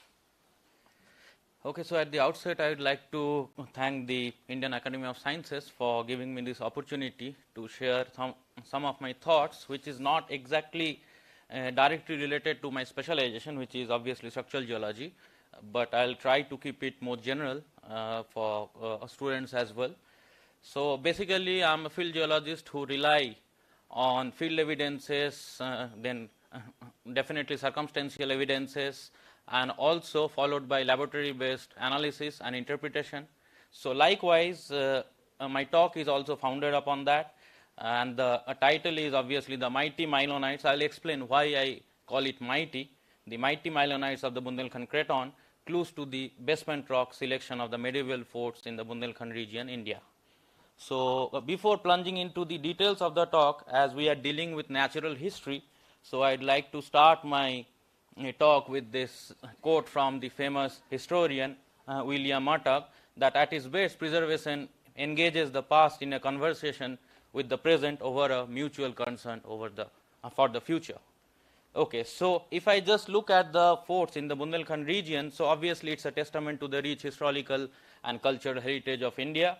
And these are obviously the centers of local legends and obviously the cultural richness of the Bundelkhand region. And often these scenic landscapes are attractive for both history and nature lovers. But specifically, what I would like to highlight is that strategically these forts are located on hilltops, providing vantage points for defense and control over the surrounding regions. And it is obviously likely that most of the forts in India, they are actually strategically located at some specific regions, but we'll see that why it is a little bit different from what we see in other parts of the country, and what is exciting about this part of the country, that is the Bundelkhand region. So simply if I look at the locations of the medieval forts of the Bundelkhand region in the mainly in parts of Uttar Pradesh and Madhya Pradesh, so these are the different locations that we can see here, here, here, and these are some of the forts which are quite famous, and just to name a few, the Karera Fort, Dakia Fort, Jhansi, and Garkunda. So we'll be mainly looking at a few forts here, and also we'll try to understand that why they are built upon such locations, and what was the driving, you can say, the reasons that were operating in the minds of our ancestors. So if I again come back to geology in specific, if I look at the map of the Bundelkhand Craton as a whole, I have been mapping this area for last 9 years, and we have been able to identify different rock types as well as different large-scale crustal shear zones, discontinuity zones in the area. So broadly there are 6 lithologies, but I will be mainly concentrating on this one because these are the granitic rocks or the granitoids that are almost covering the 90% of the overall cratonic area. And also talking about the specifically structures, there are different kinds of structures, but again we will be mainly focusing on the ductile shear zones, and also again especially the Raksha shear zone that is also present in this part of the Bundelkhand Craton. So now if I go and again if I now simply impose the location of the medieval forts in the craton itself, then we can see that these are the location of the forts, and there are some other forts near Tikamgarh and Lalitpur as well, and what we can see that they might look a little bit sporadic or they are dispersed in space, but if I now plot the locations of the shear zones, then obviously there is some order. So it is not as random as we thought it was. So there is some kind of order that the forts are actually founded upon these specifically the shear zones that we have mapped in due course of time. So specifically again we will be looking at the Raksha shear zone, which is present in the northern part of the Craton, and I will be focusing mainly on the 2 forts, this Karera one and Garkundar, because Jhansi fort is also there, but we couldn't get samples from the basement rocks of the Jhansi fort due to some restrictions because it is now a military barrack. Okay, so again talking about the geological linkage, if I now look at the bounding walls of the Karera fort in particularly, then we can see that there are obviously rocks which are myelonitic, we will be discussing about that. And here we can see that there are foliations like this which are myelonitic in nature, and the walls are specifically built parallel to this. So this is quite exciting that how our ancestors also did this. Definitely we now know with the technological evolution, we now know that how these rocks work or what is the character of these rocks, but at that time also they have maintained this kind of parallelism with the myelonitic foliations. So definitely the most of the basement rock that we see, be it in Karera fort, Jhansi fort or in the Garkundar fort, they are actually myelonitic in nature. Now if I again look at the frontal view of the Karera fort, these rocks, whatever rocks that are present here, they are strictly myelonitic in nature, and I will be also talking about the strength of the rocks later on. So mainly we are focusing on the Karera and the Garkundar forts which are situated along the Raksha shear zone, and obviously these are built on high standing ultramyelonitic granitic rocks, and these are built obviously the rocks, the myelonitic granitoids as well as sandstones from the surrounding Vindhyan and group of rocks, they have been also used to build this kind of forts. Now if I look at specifically at the Karera fort, again it was built by Punyapal Parman in 1200 AD, and this is the basement rock. So this is the base of the fort where it is founded upon the basement rock, which if I look in close view, then it is strictly myelonitic in nature. It is not granite, it's a deformed granite that we are looking at the basement. So here are the myelonitic foliation. Also if I look at this rock particularly under the microscope, we can see there is very well developed fabric. I will not use intricate geological terms, but there is a very distinct fabric or foliation that is present here, which is also referred to as the myelonitic foliation. Similar is also applicable to the Garkundar fort, where again you can see the basement rock is this, and again alongside this fort, if I concentrate on the outcrops, they are giving typical folds that are characteristic of shear zones, and also under microscope they are also giving similar fabric as like that of the basement rock of the Karera fort. Now, so this is again why I have kept it here. So this is the basement, or you can say the floor of the Garkundar fort, but now also I can see there are higher hillocks, these giant quartz reefs like structures, they are also present. But the question remains that why these higher elevated outcrops are not used, why they have used this granite which is at much lower elevation. So what was the main reason behind that? So again, so if I pose this question, that obviously why the giant quartz reefs were not selected as basement, and again why the surrounding granitoid hillocks, which are generally means you can say higher at higher elevation with respect to this Garkundar Fort or Karera Fort. So here I would also like to quote an example that there are also examples like your Chittorgarh Fort in Rajasthan, which was actually built on the large quartz reef, but that is not the case here. Here the case is little different. Though there are higher elevated mounds and hillocks, still it means I can say our ancestors have chosen this particular region, like we have seen also in this case, be it this one, you have higher elevated mounds on these two sides as well, but they have not chosen those quartz reefs or higher elevated places. So in search of this answer, I have adopted this methodology that I have simply used the Smith-Hammer apparatus, which is obviously a geotechnical apparatus which is used to identify the strength of rocks, followed by I have also conducted uniaxial compressive test of the rock samples with this apparatus, and also I have looked, I was showing as well, I have also looked into the microstructures, that how at micro scale what is the rock type and what is the fabric it is having, and why they have chosen this kind of a particular rock. So now if I look at the data, then I have plotted in such a way that you can simply acknowledge this, that obviously if the rock is having a strength of 0 to 10, it is soft rock, it is having a strength of 20 to 40, it is strong, but if it goes beyond 50, it is very strong, obviously. So now if I look at the data as well, then these are the rock strengths 60, 62, 52 that we have got in the basement rocks in the Karera Fort and the Garkundar Fort. But if I look at the surrounding rock strengths, be it the quartz reefs, be it the surrounding granite hillocks, they are having relatively lesser rock strength in the Smith-Hammer test, as well as in case of the uniaxial compressive strength, we have also got higher compressive strength of the rock with respect to the surrounding values like 41, 45, which are relatively less strong in comparison to the basement rock of the Garkundar and the Karera Fort. So here I can say that without the presence or without the present technological advancement as well, they were scientific enough, our ancestors, that they have strategically chosen the myelonitic granite over the higher elevated quartz reefs or higher elevated other granitic surrounding bodies. So there was a scientific acumen definitely they possess. Again, looking at the microstructure, if I look at this one, so this part is the myelonitic granite from a sample that is taken from the transition from the myelonitic granitic zone to the host rock. So this is the host rock which have different sets of fractures in it, and this part is actually strain hardened.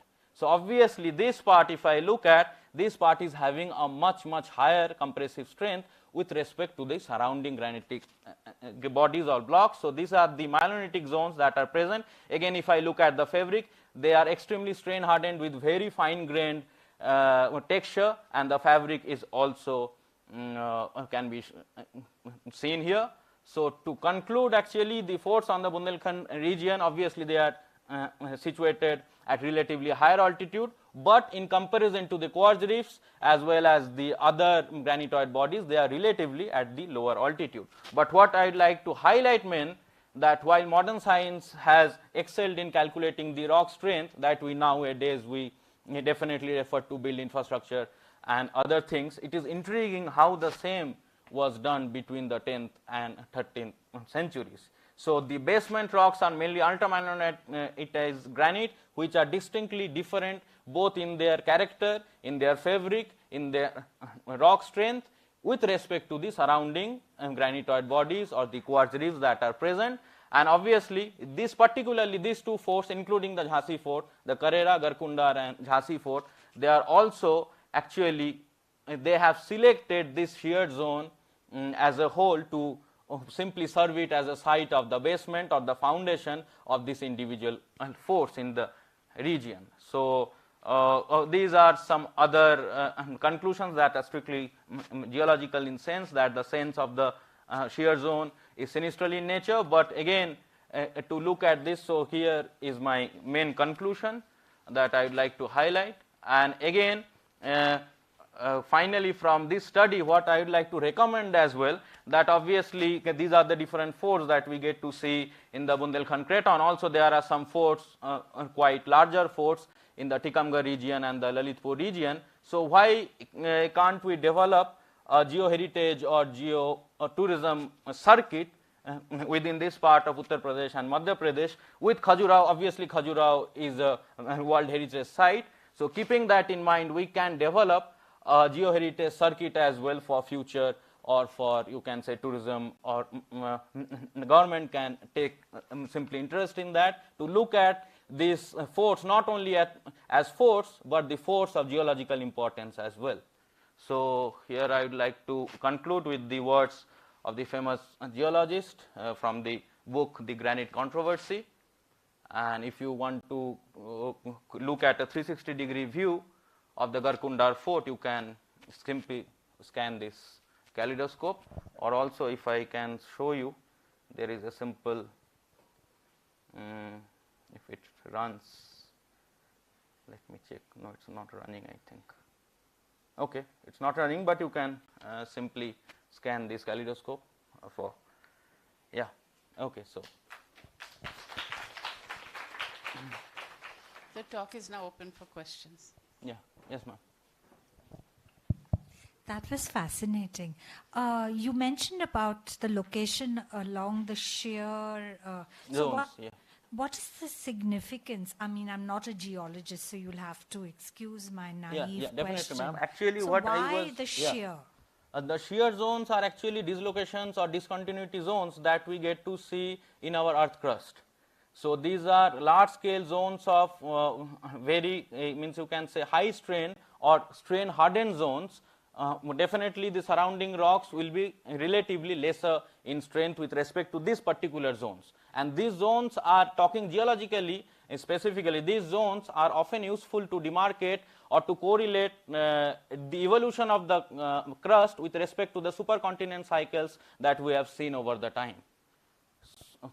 So that's why these zones, the mapping and demarcation of these zones are extremely essential. Right, so if I can just continue, so the Craton is what India took along with it when... Right. So that's the Craton, that's right? the Craton, yeah. Okay, thank you. Yes, sir. So now you have said that these are very tough for weathering, but in terms of seismicity, how are these shear zones? Sir, actually these are Archean or means you can say specifically Paleoproterozoic shear zones. So presently these are not seismically active, but at that some point of time or during the assembly of the Urs supercontinent, possibly they were active seismically as well. There are a couple of temples also in Bundelkhand. So the temples also, the kings use the same material or different material? Sir, in two temples I have seen they have specifically used Mainonetic granite to build the walls of the temples and to build the foundation. So this was the main driving, you can say, the reason that why I took up this problem apart from my main focus area. Any similar rocks used in some other structures across? Sir, like in Uttarakhand, I've seen a couple of temples where people have used granites. Granites, yes sir. And yes, gneissic granites. Right, sir. Right, but sir. Any such magnetized granites in that? Sir, I have seen one in the Tungnath temple, that the basement is again actually the walls or the main structure of the Tungnath temple is not granitic, but the basement is actually malonitized granite. So they have taken, might be near the MCT zone, they have collected the basement rock, they have kept it and then founded upon that.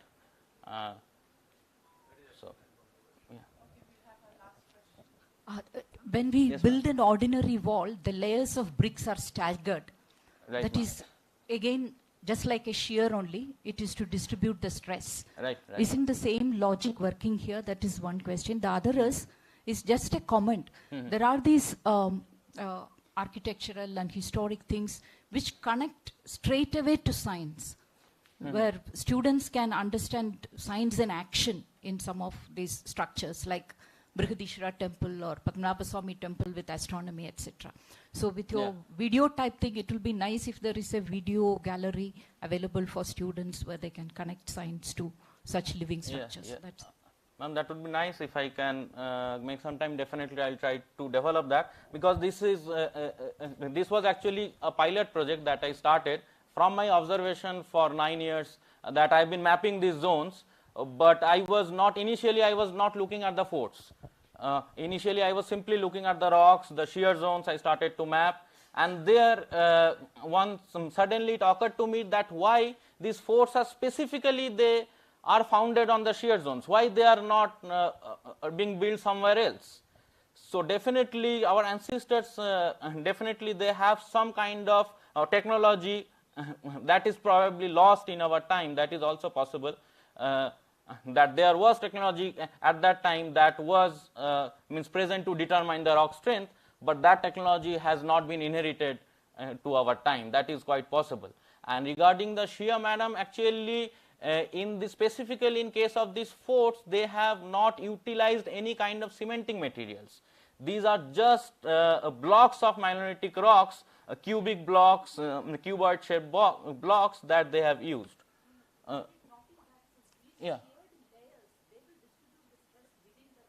Yeah, definitely, ma'am, definitely, yeah. Okay, please join me in thanking Shayandeep for a wonderful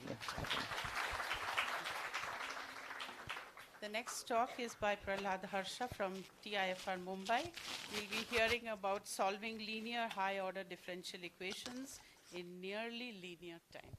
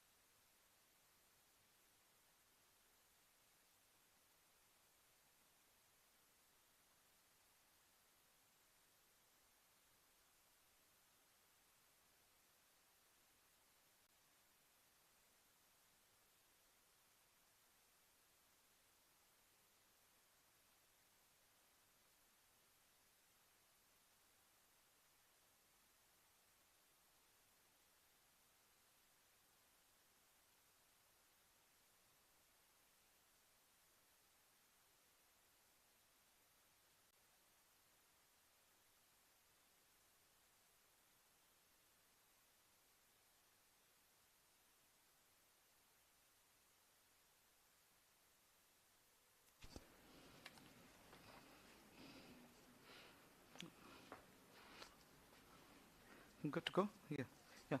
Thank you. I thank the Academy for giving me an opportunity to talk. I'm Prahlad Harsha, a faculty at the School of Technology and Computer Science at TIFR Bombay. I work primarily in theoretical computer science and mathematics. I'll be talking today on a fairly recent work done with some of my co-authors, Rohan Goyal, who's a undergrad at the Chennai Mathematical Institute, Mrinal Kumar, who's a colleague of mine at TIFR, and Ashutosh Shankar, my PhD student at TIFR. To start off with, I must confess, I am not an expert on differential equations. This is not my area of study. It so happened that a particular project which we were working on, we had to use differential equations, and in process we had to come up on some problems related to differential equations, which we solved. And I thought this will be a good place, the Academy meeting, to talk about if there are other venues where our solutions could help. So, though this particular talk, I'm going to focus on the solving differential equations part of it. The work was actually a part of a larger project related to error correcting codes. We were trying to do some problem related to fast decoding of univariate multiplicity codes. This is recent work which is going to appear in a conference later this year. So for the purpose of this talk, we can ignore all of this. So let's focus on this specific smaller problem of differential equations.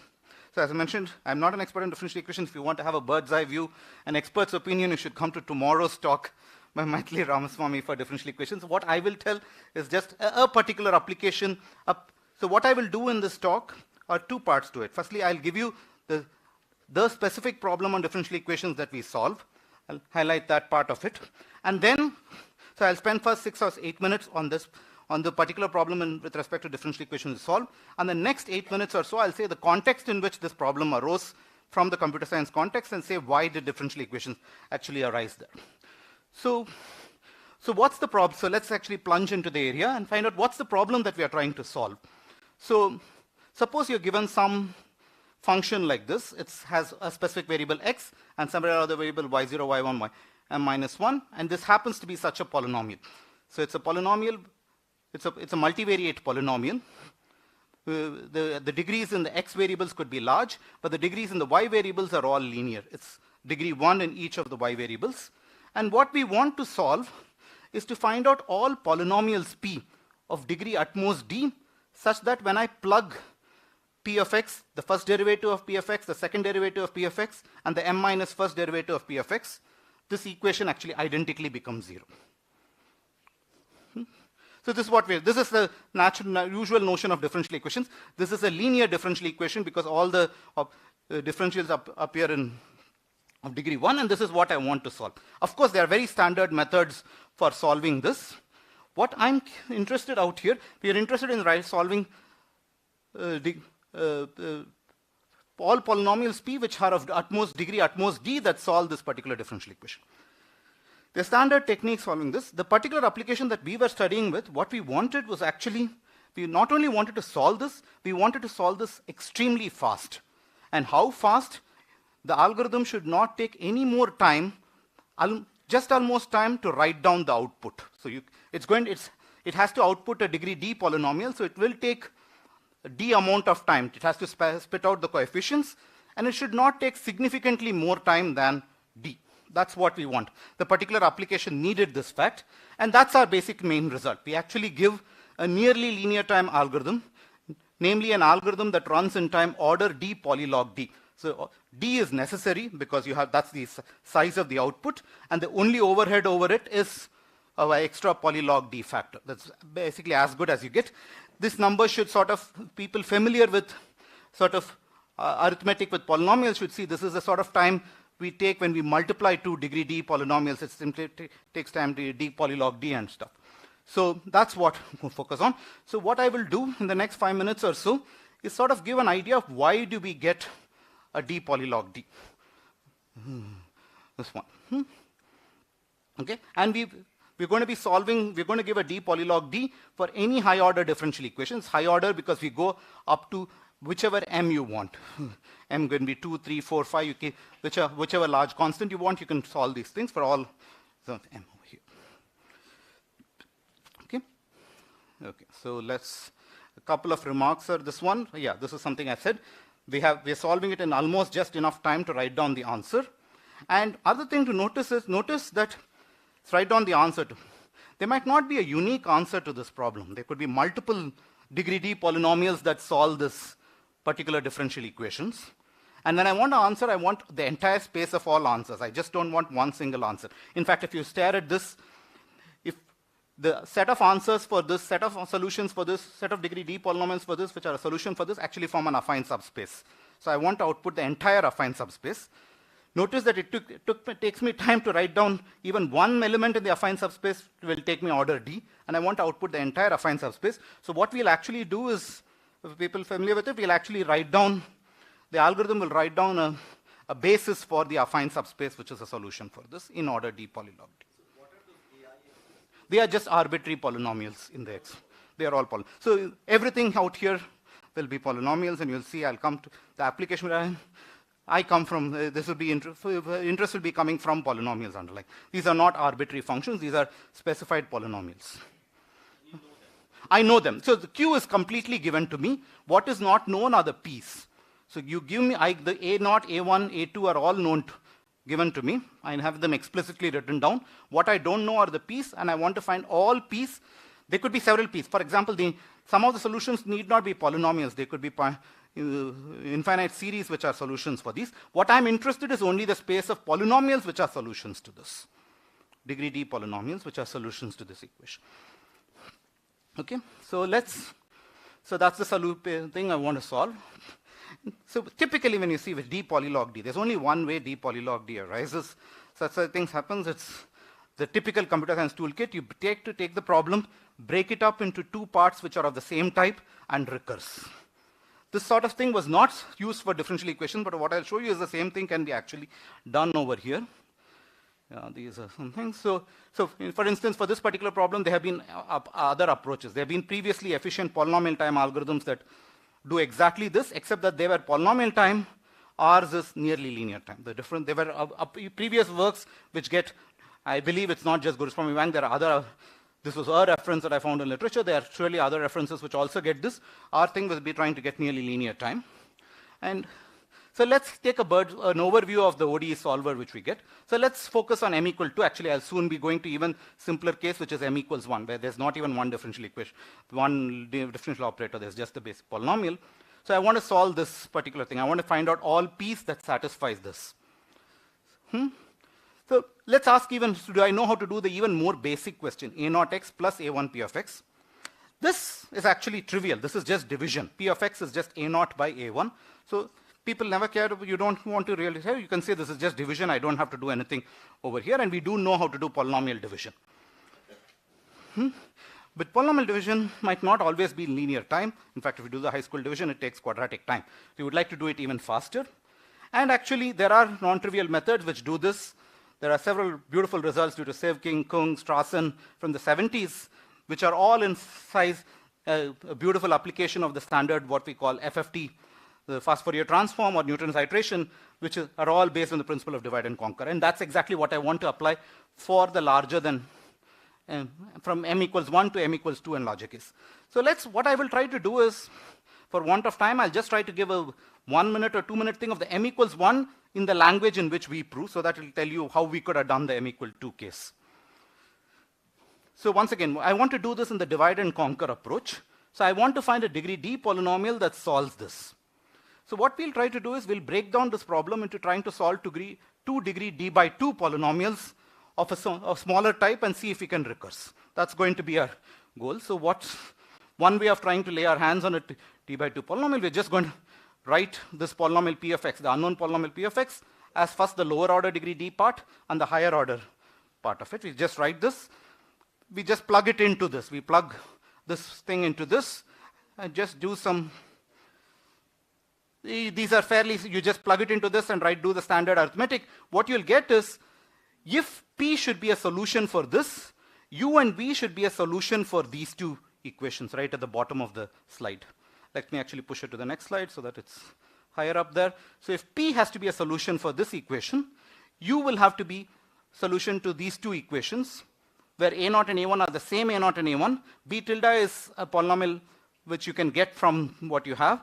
So what does this say? That is basically says once you have a polynomial of one type, I want to solve a degree d polynomial that resolves to solving 2 degree d by 2 polynomials, and you can now recurse. And this is basically the same central idea that goes in fast Fourier transform, and that's basically, we have reduced our one problem to sub-problems about half the size, together with some minimal pre and post processing, and hence the whole algorithm will run in nearly linear time using a FFT-like approach. And almost we do exactly the same thing for m equals 2. You sort of take the same approach which we said. There are some complications because the solution is not unique. The solution is an affine subspace. And these are things which are non-trivial to solve, and we do manage to solve them. So eventually, our ODE solver for higher order, this is for m equals 0. So this is for m equals 1, for even larger ones, will essentially go along this route, but be able to solve this. Yeah, so recurse and none. Okay, so much for the ODE. Now, why did I even stumble upon this ODE?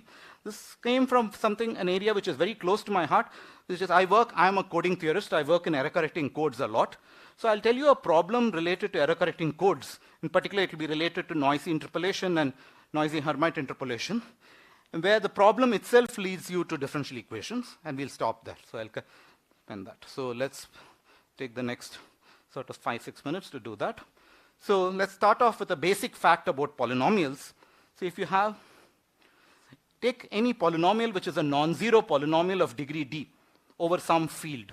This could be the field of rationals, the field of complexes, a finite field, whichever. A basic fact about this is it can have at most d zeros. It cannot have more than d zeros. This is true because of the fact it's a field. If this were not a field, this is no longer true. Something we all take for granted, but it has some amazing properties. What are some properties of this? In other words, if you work with some field and p and q are two different polynomials, say p is not equal to q, from the field, both of them from the ring of polynomials, and both of them are of degree at most d, then the number of places where p and q can agree with each other is at most d. Because then p minus q is a non-zero polynomial. It can have at most d zeros, and the zeros exactly correspond to the locations of agreement between the two polynomials. So this is a very basic fact about polynomials. Why is this a useful fact? A consequence of this states that, suppose I give you some function from a set S to the field. I give you some function from the set S to the field.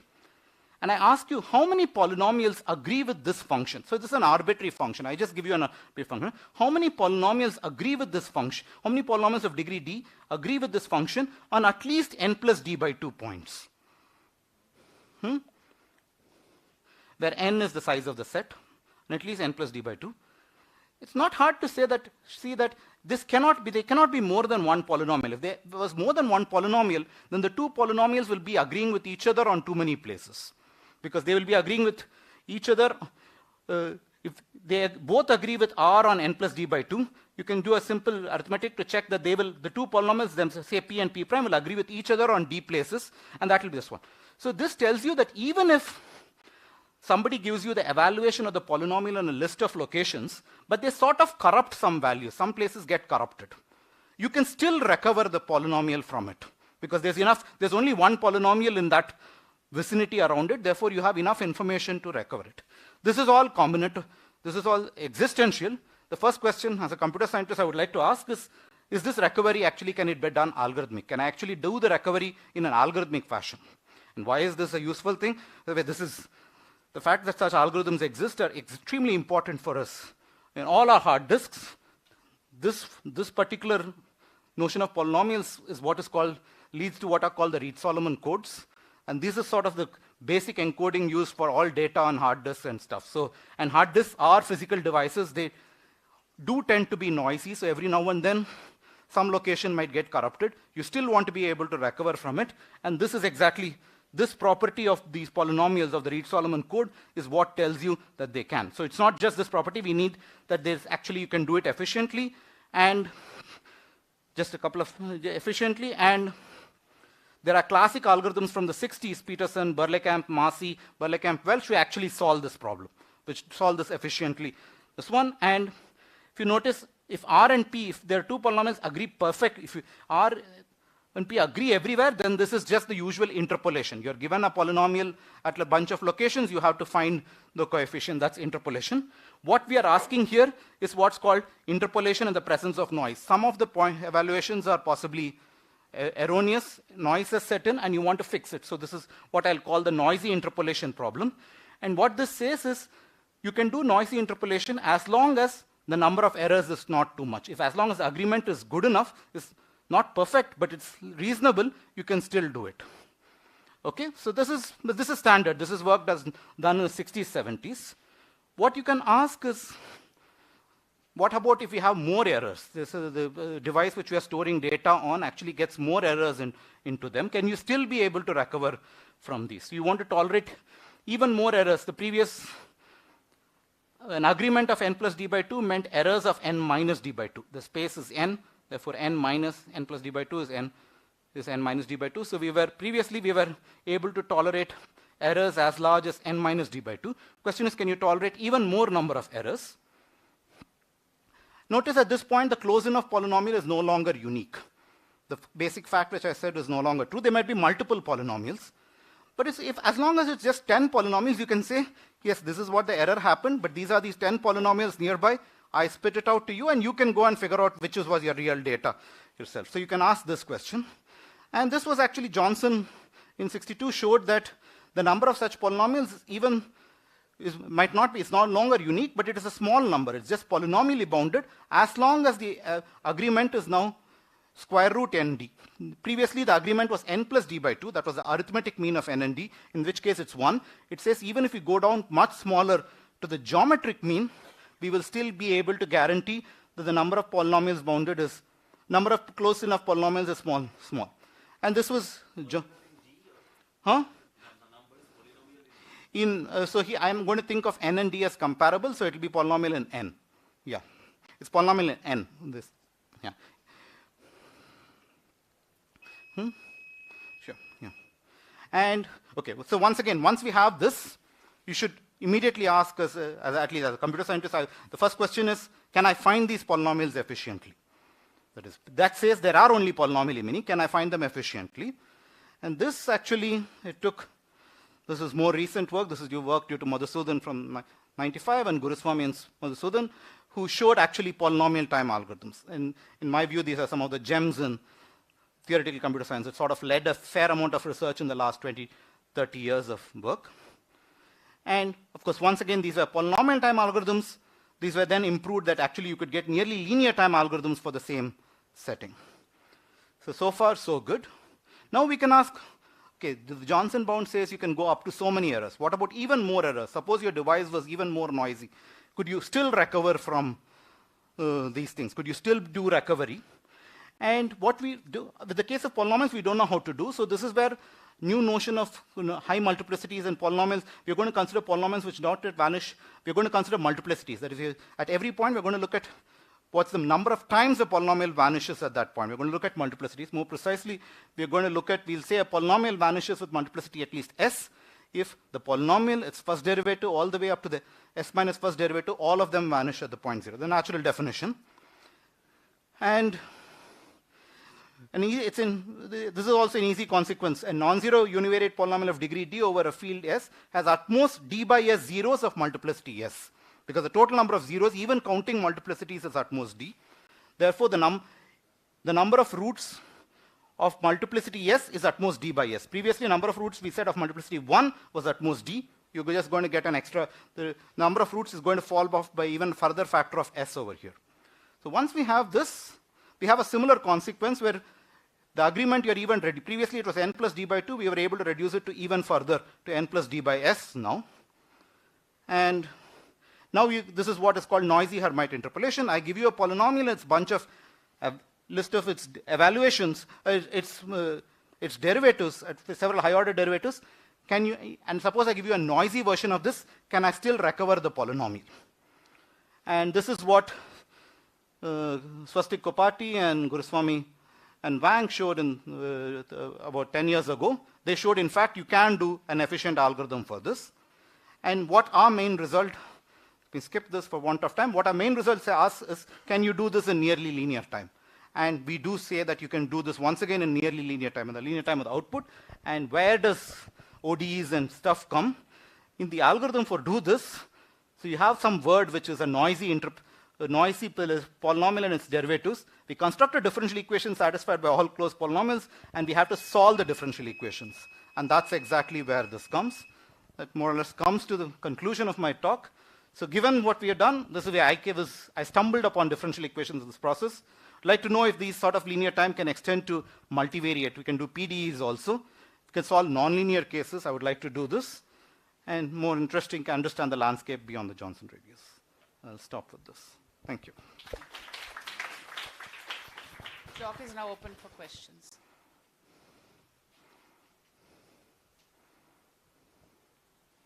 Do we have any questions? Yes. Yeah. The error correcting codes, yeah. Are they actually implemented in the standard? Oh, the Reed-Solomon codes are what? And all your hard disks, that's what's implemented. Disk Doctor does that, is it? Huh? I mean, there are programs like Disk Doctor. So there's this one. There is error correcting codes, Reed-Solomon codes, and their unique decoding algorithms are implemented all the time. Each time you read your hard disk, this is what is done in practice. In those cases, we don't expect so many errors because the devices are, so the physics of devices, as we understand them, they're not that noisy as before. The noise comes in places where the data is going to be very, very noisy. So you have, not in these locations, but in other places. one. There are places, for example, one place where this has been studied, you send laser beams to the moon and come back. There's going to be heavy amount of noise that sets in, but you still want to be able to recover the signal. And there you use these less decoding algorithms out there. In fact, this was one actually implemented in practice.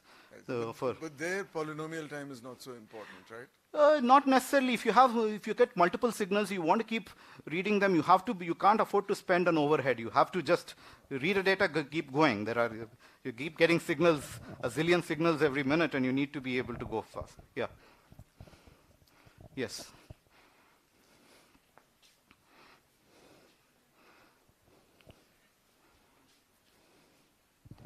Just a curiosity question. You said you can go to PDEs. Yeah. No, that was something I would like to do. Okay. Those are, I don't know yet how to do any them. type of PDEs, intersecting characteristics, I would like to. characteristics. At this point, we don't have an application for it, but given that I've done this, I would like to know are there applications which need linear time PDEs? If there are, I would like to see the nature of this. So we were working with a very specific case of linear ODEs. That was this one. So it was what the case, because that was necessitated by our application. It would be interesting if these techniques also hold to other cases. I don't know at this point of time. Thank you. If there are no more questions, please join me in thanking. Thank you. Our next speaker is Rajesh Ganapathy from JNCSR, a minimal synthetic model of confluent epithelia.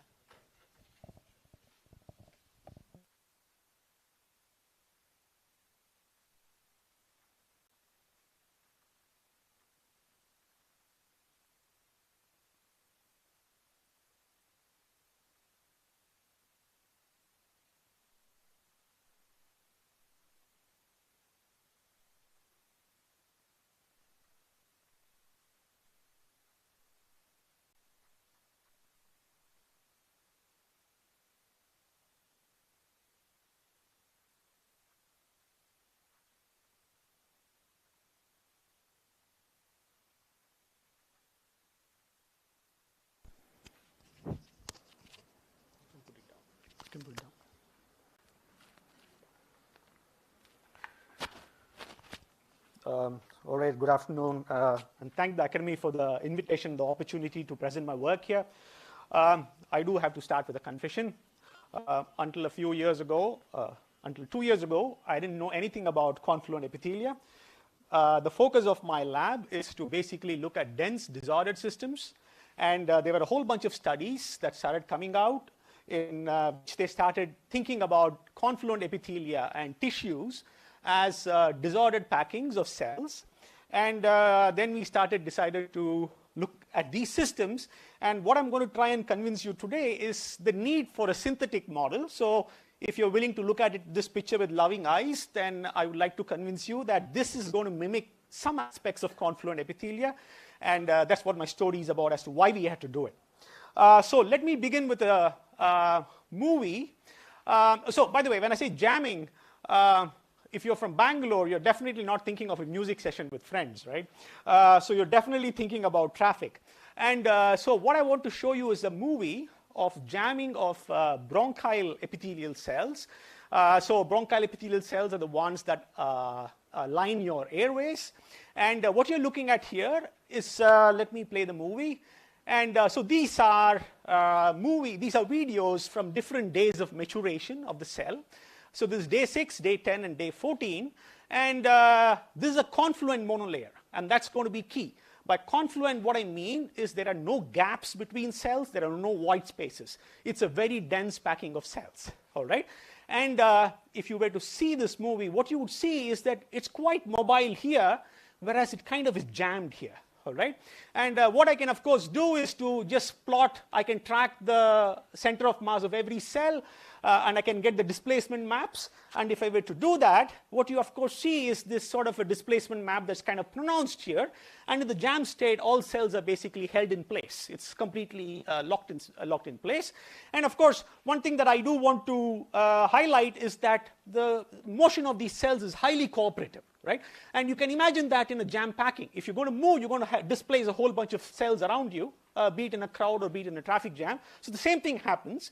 But the key thing is that this jamming transition is completely independent of density, right? Because I started with a packing that's completely confluent, no void spaces.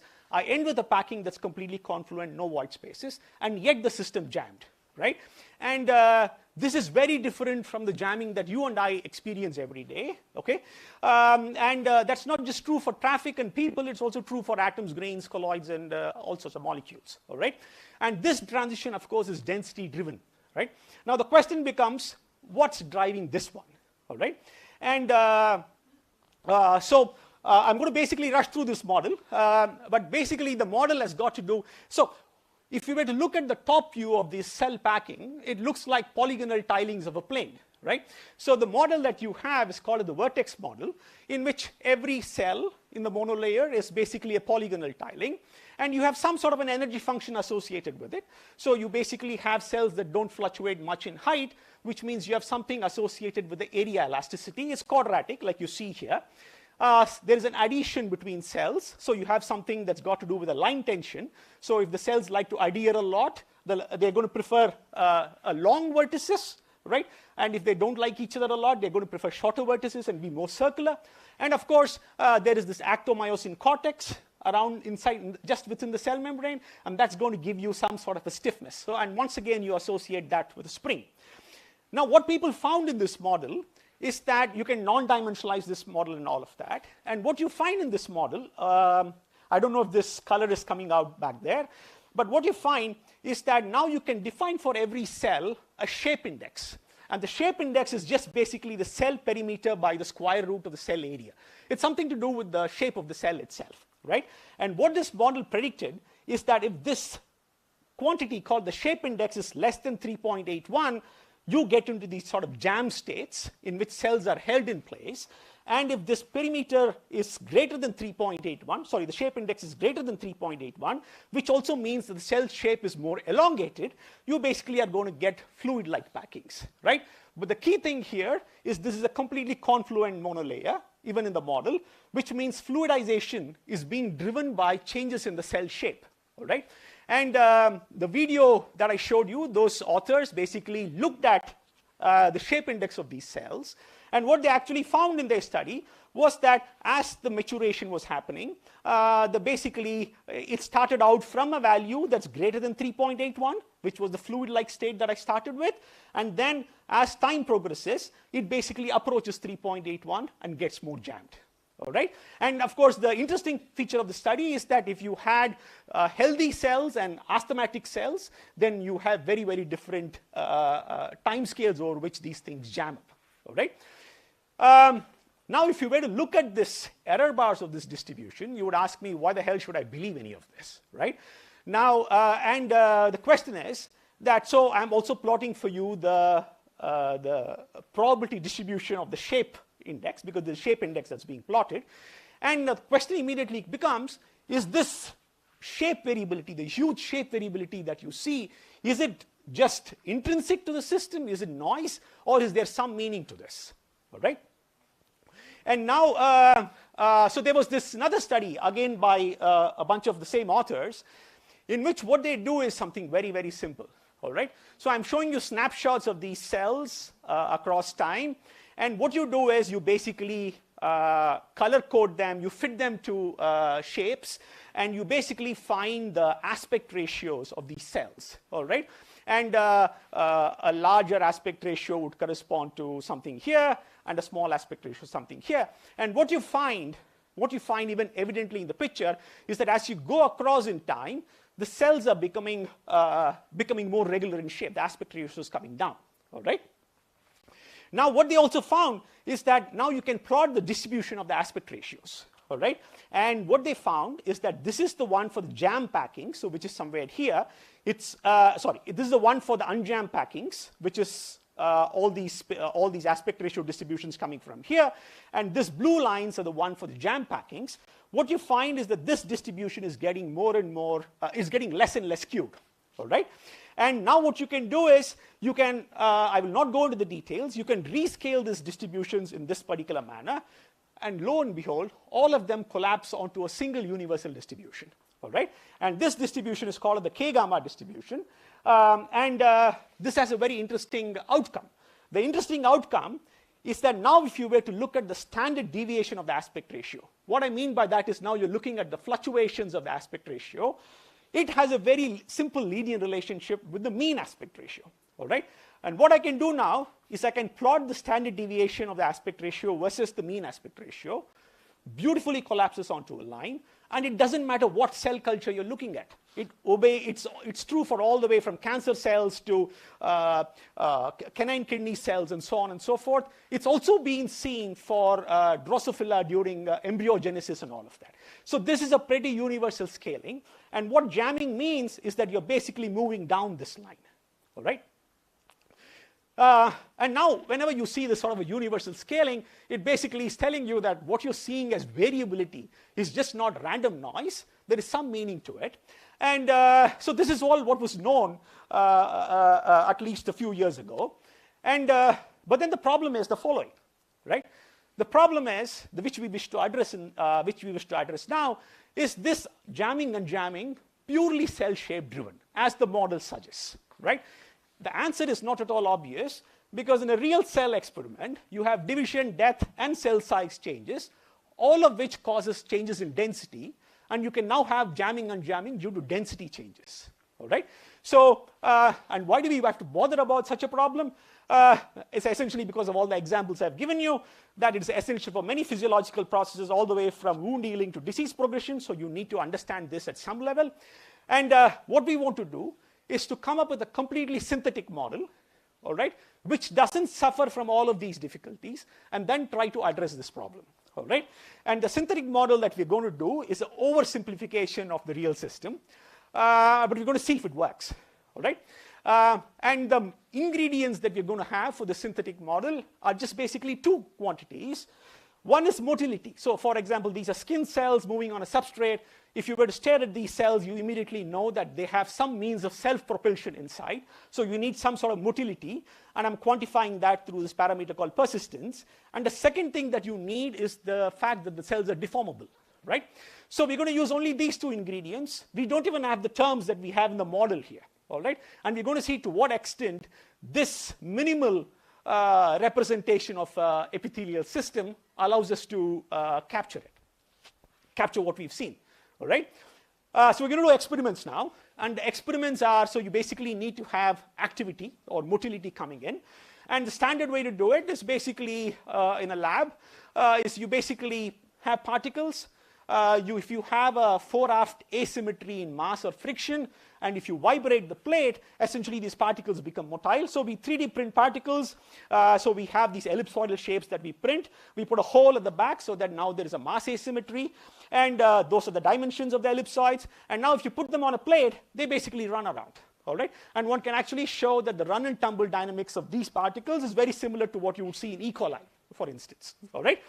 But these are still hard particles, right? So what we're going to do now is to basically take these particles and put them within paper rings. And that's what I meant by an oversimplification of what epithelia are, right? So if I put them inside paper rings, what you find is basically these particles are active. They just go pile up at the boundaries.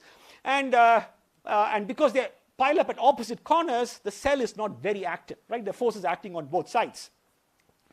And the piling up happens simply because of the fact that active particles have what you have. So the fact is that they have persistence, which means they have some sort of an engine inside, which is pushing them in a given direction, which means if they encounter a wall, until the engine decides to reorient its direction, it's going to stay stuck to the wall. And that's precisely what's happening here, right? So you have load net motility if you do this approach, and you also have a non-uniform stiffness because your particles coating on just one side. Here the membrane is not of the same stiffness because the particles are not here, right? So what you need essentially is you need particles to come to the boundary, and then you need to have a torque acting on them so that they basically align parallel to the wall, right? So what it means is that we start with this particle, except now we move the hole laterally to the left or the right. And what these particles do is they end up going in circles because now there is a torque and a force acting on these particles, right? And now what it means is because there are torques acting, if you take particles which like to take left-handed turns, they will basically embrace a left wall. And if you have particles that take right-handed turn, they'll basically embrace the right wall. All right?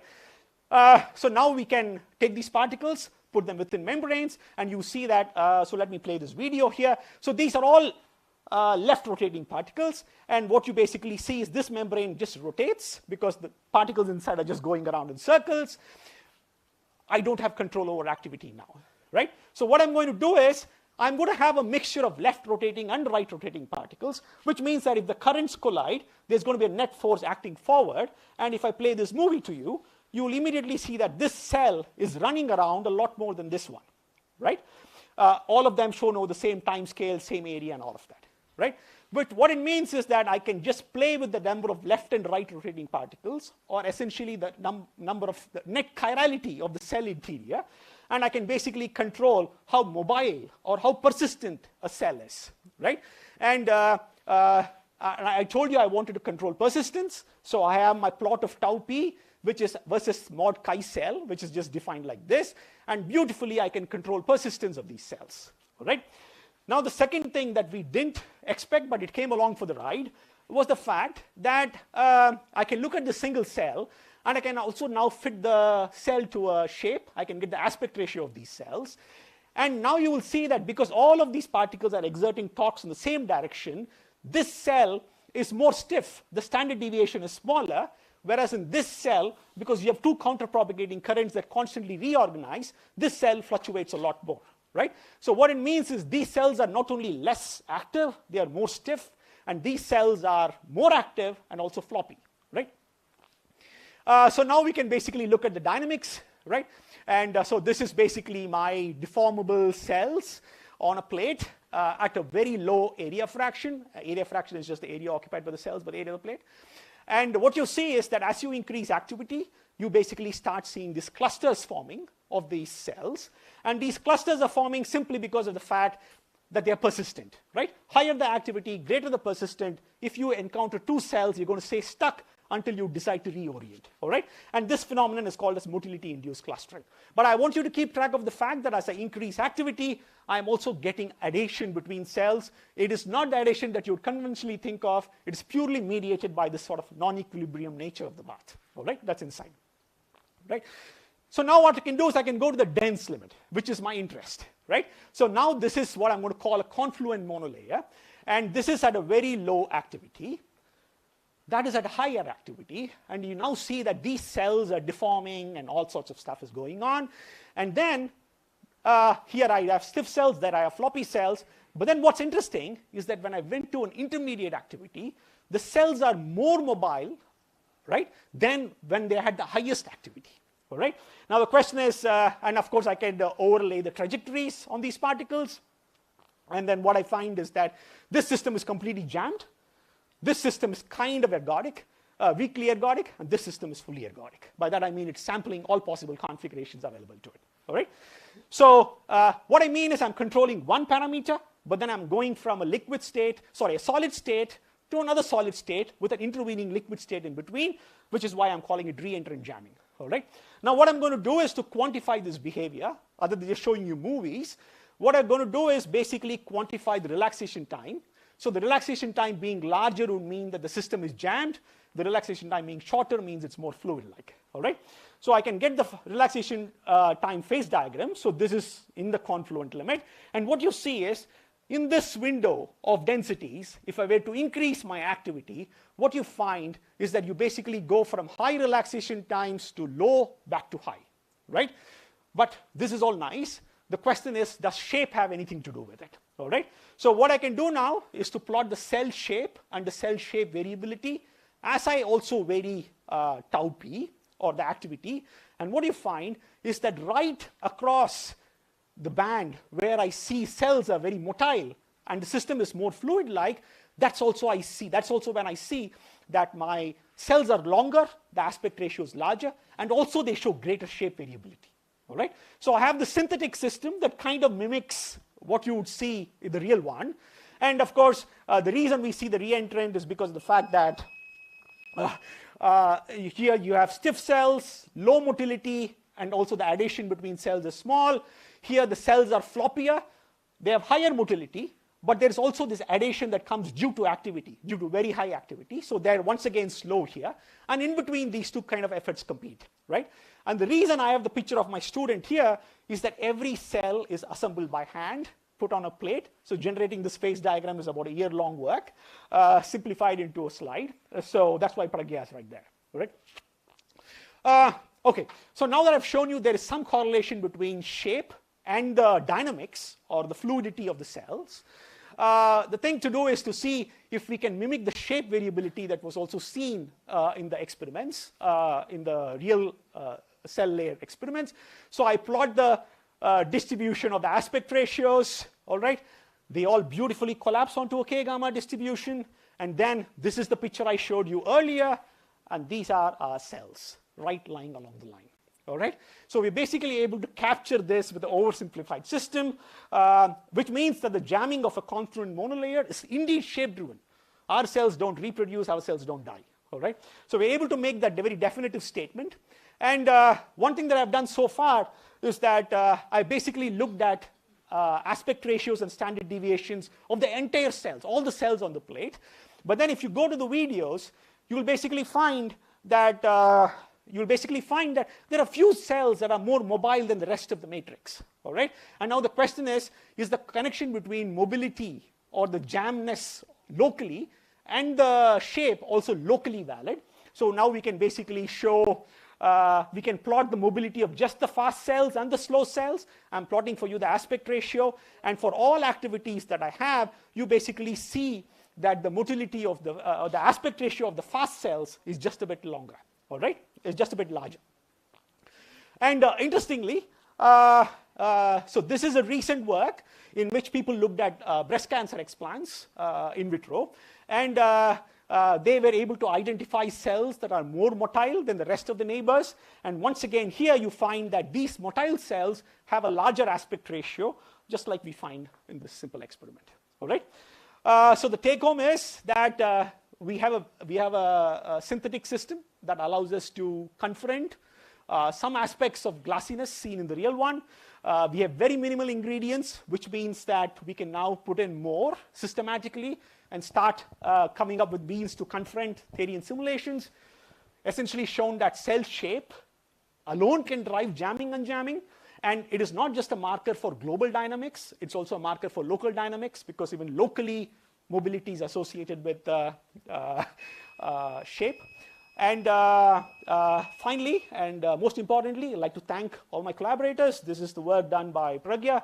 I really didn't get to talk to you about the simulations work of Souvik and Saroj, and funding from DST. Thank you.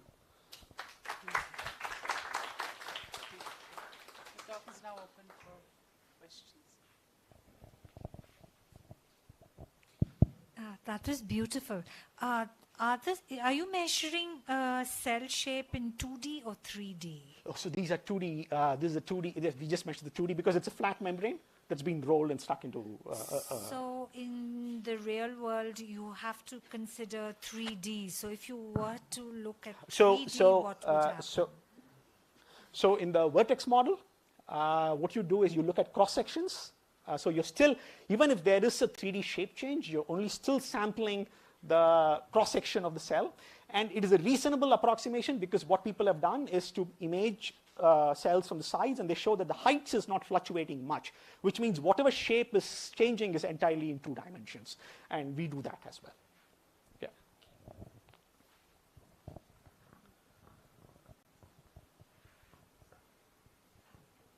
Just a curiosity question. Is there an effect of the wall? Because in your picture, there seemed to be a color gradient from center out. Oh, you mean here? No, there. Those pictures, all center was darker than Oh, that's an imaging artifact. We correct for it while we process the data. It's a very large plate, so we don't get to have very uniform illumination. Yeah. Any other questions? Well, if not, let us join me in please thanking the dynamic lecture. The last talk of this session is by Jogendra Singh from Aizawl Mohali. He will be talking to us about iron-depleted diet and how that enhances the lifespan of C. elegans.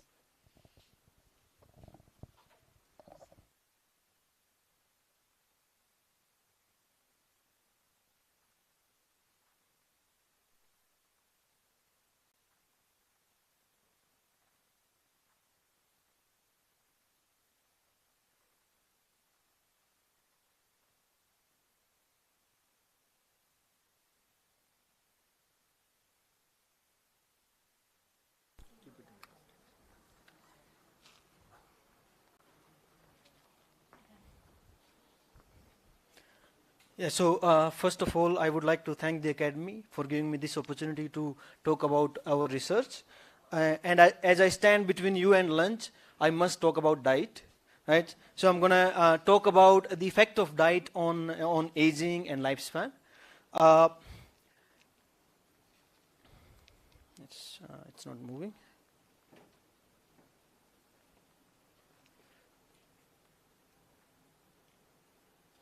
Okay, thanks. Yeah, so humans have a desire to live forever, right? Humans want to acquire immortality, and that is evident in several mythologies. For example, here you are seeing this white hare from the Chinese mythology who's brewing the elixir of life, or a potion, which can impart immortality. In Indian mythologies, obviously you would have heard about Amrit, and if you drink it, so you'll get immortality. But the fact is that humans have not been able to acquire immortality. The only certainty that is there in life is that everybody is going to get old, age, and die. Right? That sounds like a very sad start to my talk, but I'm sure things will get better from here on. So because we cannot acquire immortality, at least what we can try to do is, can we slow down the process of aging? Can we increase lifespan?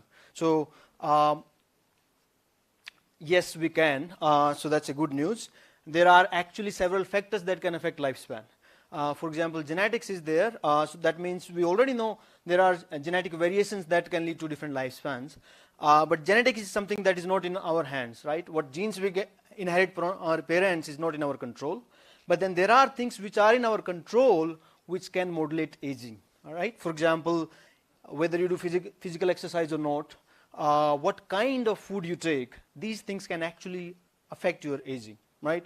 And what I'm going to talk about today is diet, role of diet in affecting lifespan, right? So the question that we are chasing is, can we identify diet components that enhance lifespan and eventually try to understand how they are doing so. Before I dive into this question, obviously you must understand that while we are trying to solve problems for humans, we can't actually do research on humans, right? For several reasons, and especially in our case, if I want to study lifespan of humans or how to modulate it, I will consume my lifespan in studying that, for just one person. For that reason, we use model organisms to understand the basic biological principles. And this is a list of some very commonly used model organisms. Obviously, a model organism means a well-characterized organism which has a lot of tools available for research. Some examples are, of course, different kind of bacteria such as E. coli, nematode or C. elegans in our case that I'm going to talk about. There is yeast, there are fruit flies, and so on. And of course, this list by no means is an exhaustive list. We already heard about zebrafish in the morning, and there are so many other model organisms. The model organism that we use for our studies is actually C. elegans or nematode. I'm going to just briefly describe what this is. So it's a free-living nematode. Free-living means it's not a parasite, right? So these are about 1 millimeter long worms, which have typically they are self-fertilizing hermaphrodites. That means they produce both gametes within one organism and produce their progeny. So the important point for us is that they have short lifespan of about 3 weeks, right? Because we are interested in studying lifespan, this helps us a lot because the lifespan is short. And they feed on bacteria, because bacteria is their diet. That also gives us an opportunity to modulate their diet and to study the effect on lifespan. The nice thing about biology is that a lot of basic principles are actually conserved. What happens in, let's say, C. elegans also happens in our body, right? So we can basically derive whatever information that we have and maybe apply to other organisms, including humans. Right, so how do we study the effect of diet on C. elegans lifespan, right? As I already told you, for C. elegans, bacteria is the diet, right? And so it feeds on bacteria. What we have to now do is we have to, if we want to study effect of diet, we have to obviously change the diet. And how do we change the diet? Because it's bacteria, we can actually make mutations in bacteria. What we can do is we can knock out a single gene at a time, which will basically modulate the bacterial composition a little bit. We do that for all the genes, one gene at a time.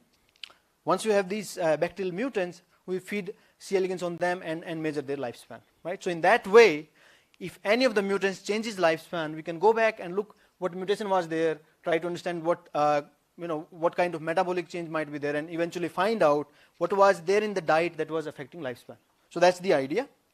And the nice thing is that we already have a single gene knockout library of E. coli, where all the non-essential genes are knocked out one at a time, which basically gives about 4,000 mutants of E. coli, right? So now we have these 4,000 E. coli mutants, which we can use, feed C. elegans on them, measure its lifespan, and see which of those are affecting lifespan. But it's not a straightforward job, because doing lifespan requires still about 3 to 4 weeks, and for each mutant we actually take more than 100 worms. So it's actually a very tedious job. So it's impractical to actually do lifespan on all the 4,000 E. coli mutants. What we instead need is we need some proxy to lifespan, which can be used to basically find mutants which may affect lifespan quickly, and then you study whether they can affect lifespan. And that proxy in this case is basically lipid metabolism. Roop already talked about fatty acids in the morning. So basically these are long hydrocarbon chain with one acidic group at the end. We obviously have saturated fatty acids as well as unsaturated fatty acids. In this case, I'm talking about monounsaturated fatty acids. It's already shown that monounsaturated fatty acids can actually increase lifespan. Saturated fatty acids we normally obtain from animal sources, dairy products such as cheese or butter. Monounsaturated fatty acids we obtain from plant or vegetable oils. But inside our body, we can actually convert saturated fats into monounsaturated fats. And the enzyme that is involved in this process in C. elegans is called FAT7. So it was already shown the activity of FAT7, because FAT7 can modulate the level of monounsaturated fatty acid, is actually linked with lifespan.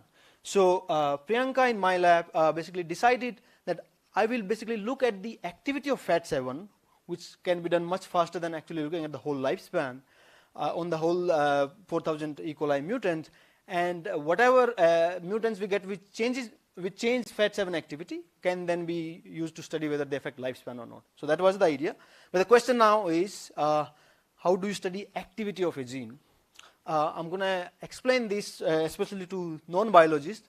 So the expression of a gene, the expression basically means formation of RNA from DNA. The expression is actually driven by the promoter region, right? So the promoter region is a region which itself does not make RNA, but it actually tells when and how much RNA should be made, which is downstream of it. Because what really matters is the promoter and not the gene itself, the sequence of gene itself. What one could do is replace the gene sequence with something that you can visualize. In this case, it's a fluorescent protein, which is a green fluorescent protein, or GFP.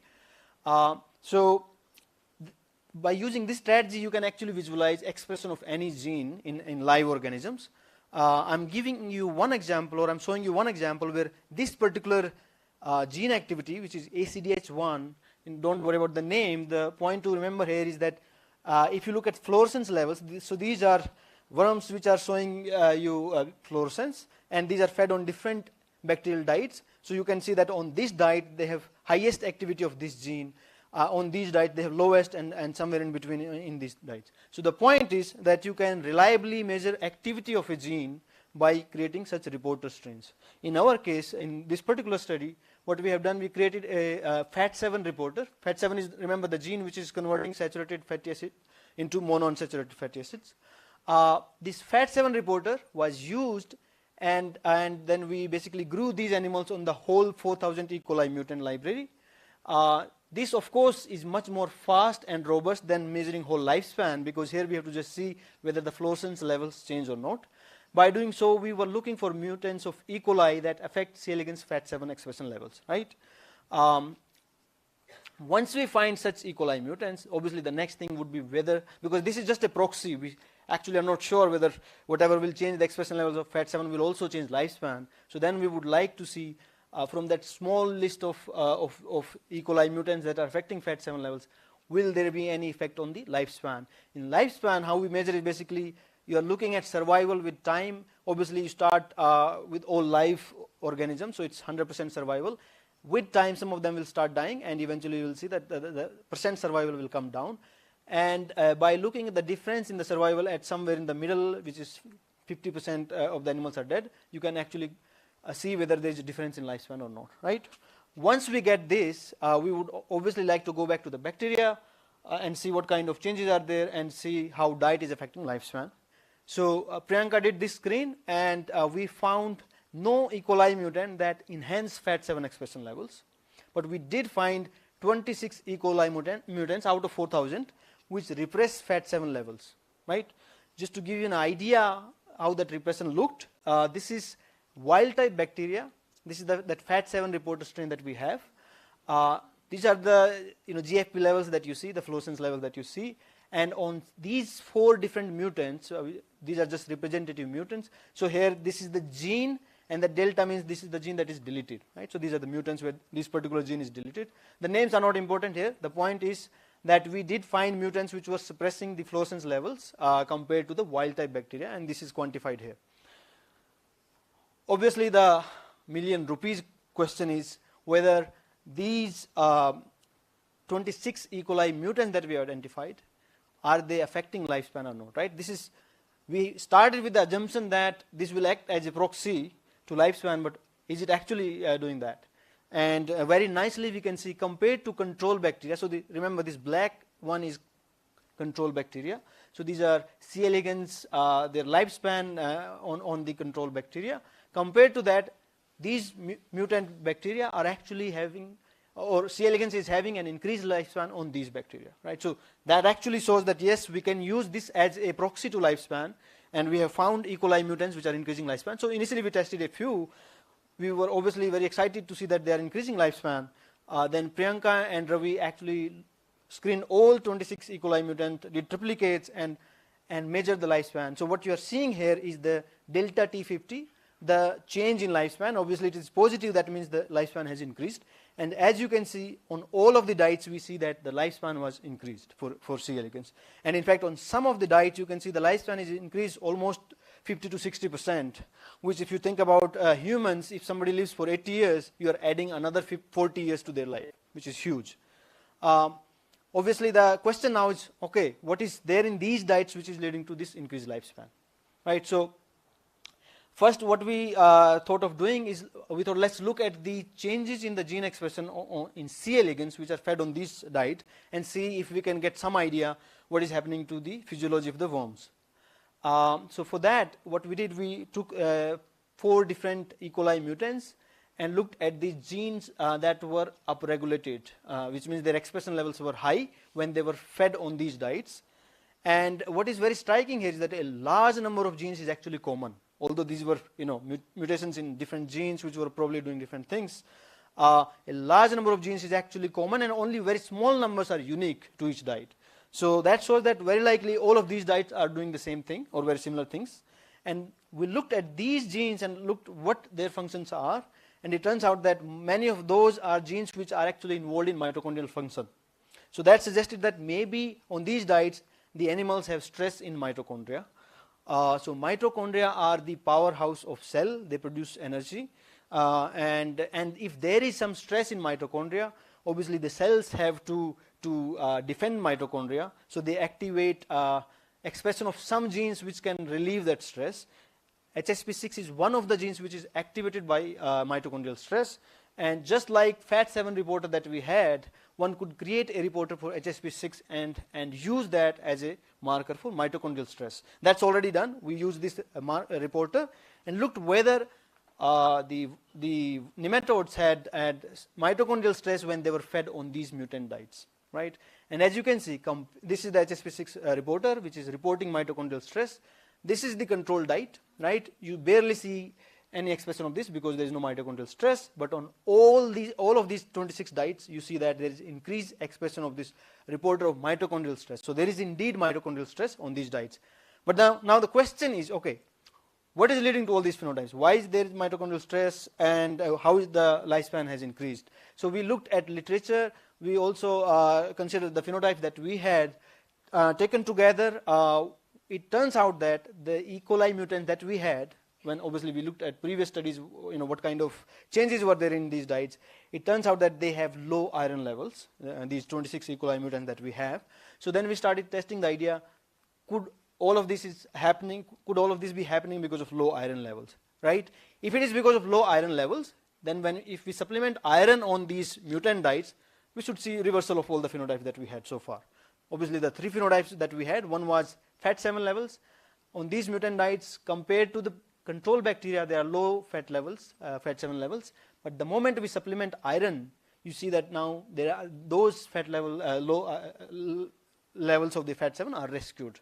Likewise, when we use the mitochondrial stress reporter HSP6, again in absence of any iron supplementation, on these diets there was mitochondrial stress compared to the wild type bacteria, but the moment we supplement iron, all those differences disappear, right? More importantly, when we look at lifespan, remember this is in absence of any iron supplementation. What you can just focus on instead of worrying about this, just look at the delta T50, which just tells you that there is 30% increase in lifespan on these diets. The moment we supplement iron, again just focus on this plot, which is derived from this plot, you barely see any change in lifespan in these diets. So that means iron is able to actually rescue the phenotype that we were seeing. And if it's really iron limitation that is leading to all these phenotypes, we should be able to create the same phenotypes in wild type bacteria if we are able to limit iron in wild type bacteria. So for that we used an iron chelator. So this iron chelator will basically limit iron levels even in wild type bacteria. So now we are looking at wild type bacteria in absence of iron chelator and in presence of iron chelator. You can see that the FAT7 levels indeed go down. This is the mitochondrial stress reporter. It goes up, so there is mitochondrial stress, and most importantly, there is an increase in lifespan when we limit iron even in wild type bacteria. So all of this shows that indeed limiting iron levels in the diet are increasing lifespan of C. elegans.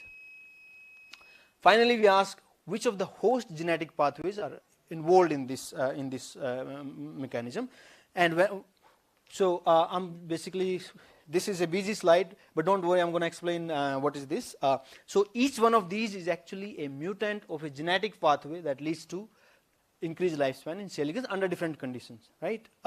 Here what we are seeing, we are checking whether a given pathway is actually required for increased lifespan. You can think of this as if, let's say, in whatever hotel you are staying, you had to come to IISc and there are 3 roads, right? If I block a particular road, I want to know whether you came through that road or some other road. So if you don't reach IISc, I know you were trying to come through that road, which is already blocked. But if you still came to IISc, that means you came through some other road, not the road I am thinking about. So this is the same thing. We are just blocking this pathway by having these mutants. If these pathways were required, you will not see any change in lifespan. But as you can see, compared to the wild type bacteria, the mutant bacteria increase lifespan of these mutants, and these mutants. Don't worry what these pathways are for now. But in these 2 specific cases, you see there is absolutely no change. That means these were actually required. So what are these 2 pathways? This is a pathway that is involved in response to starvation. So whenever there is starvation, this pathway gets activated and try to defend against that starvation. This pathway is involved in energy sensing, so sensing energy levels, right? Both of these are actually related to diet. So that's very exciting to see, because we were all talking about diet and iron levels. So to conclude, what we have seen is that iron depleted diet can enhance C. elegans lifespan, and this happens through pathways that are involved in sensing starvation as well as energy levels. What we would like to do next is because so far we have seen only iron is regulating all these phenotypes, we want to know whether there are any other metabolomic changes in these E. coli mutants which can also affect lifespan. That is one thing. And of course, we would also like to see if the same thing happen in other models, right? So with that, I would like to thank my lab. Priyanka is the one who has done most of this work, and Ravi helped her. And I would also like to thank funding sources. And thank you for your patience. Yeah. Talk is now open.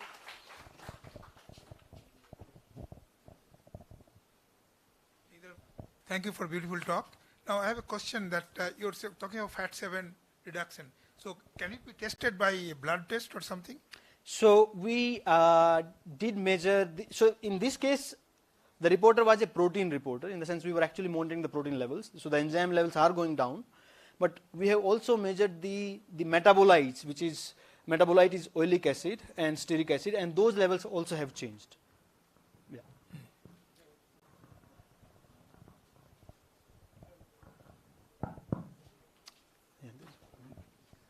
No, just a second here. Yes. Excuse me. Yeah. What does your study, is it complementary to Cynthia Kenyon's kind of work on the extension of lifespan of nematodes and also possibly of humans by restricting the amount of diet? You know, I mean, I couldn't quite see because you didn't mention any of her earlier work. I was just wondering, what does that have to do with this?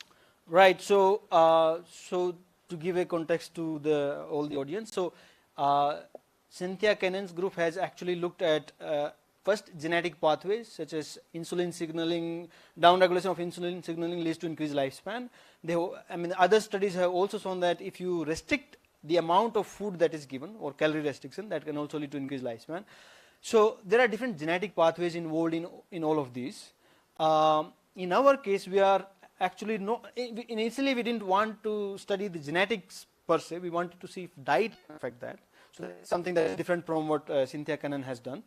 And secondly, you know, I would also not call it a calorie restriction because iron probably won't really provide any calorie as such. So it's also different from calorie restriction in the sense that we are limiting iron. It certainly seems very complementary, right? I mean, you're finding definite pathways that are extending lifespan. Right. And these are metabolically controlled, right? Right. Yeah, so I mean, at genetic level, as I said, there are multiple pathways involved. So there are specific pathways which are required for iron-mediated increase in lifespan, which are different from insulin signaling, for instance. The HLS30 pathway is actually common between dietary restriction and iron starvation.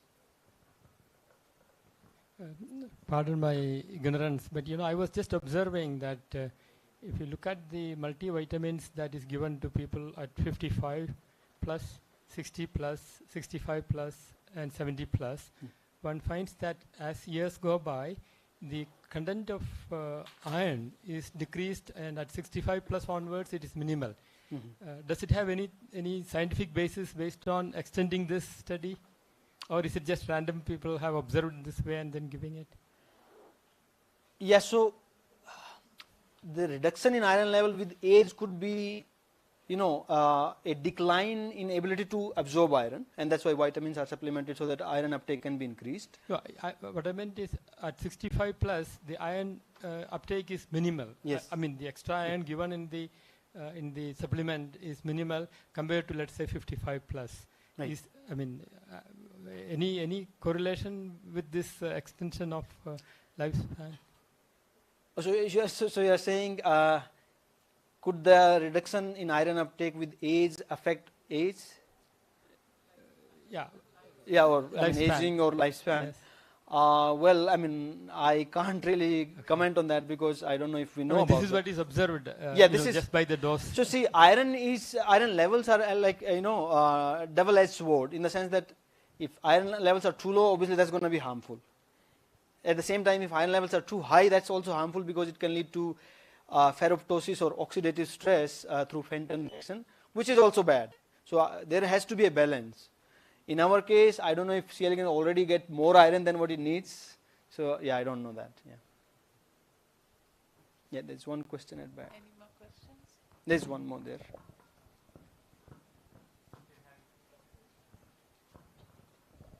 Hello, sir. Nice So have you compared with other bacteria which are present in the microgut of?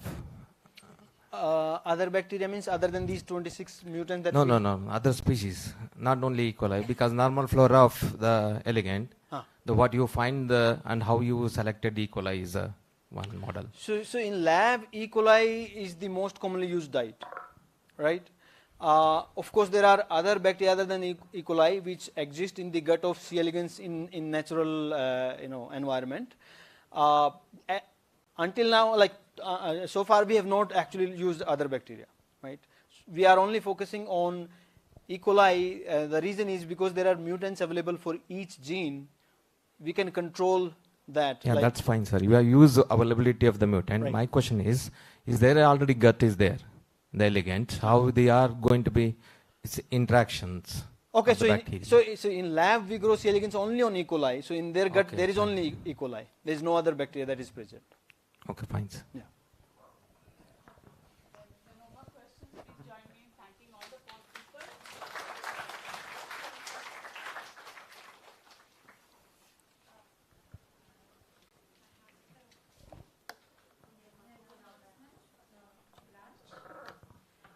Okay, so I think everybody's ready for lunch, and we pay for lunch.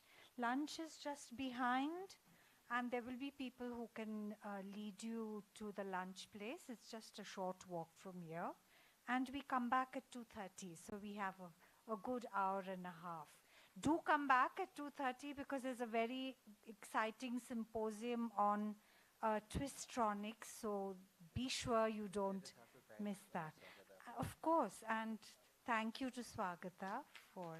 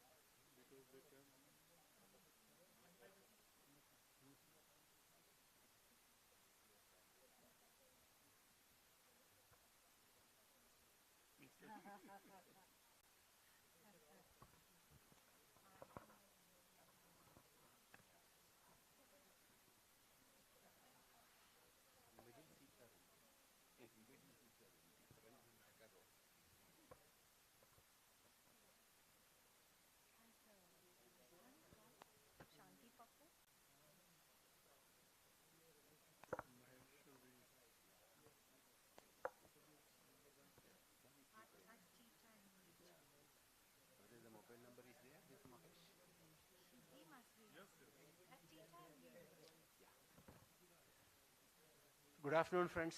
I hope you all had a nice lunch. We are going to have a special theme symposium. This is on twistronics, a upcoming area with a lot of intriguing questions.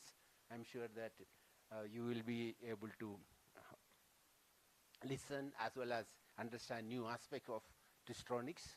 So we have a very eminently suitable convener for this symposia, Professor Manish Jain from IISc Bangalore. I invite Manish to start the symposia.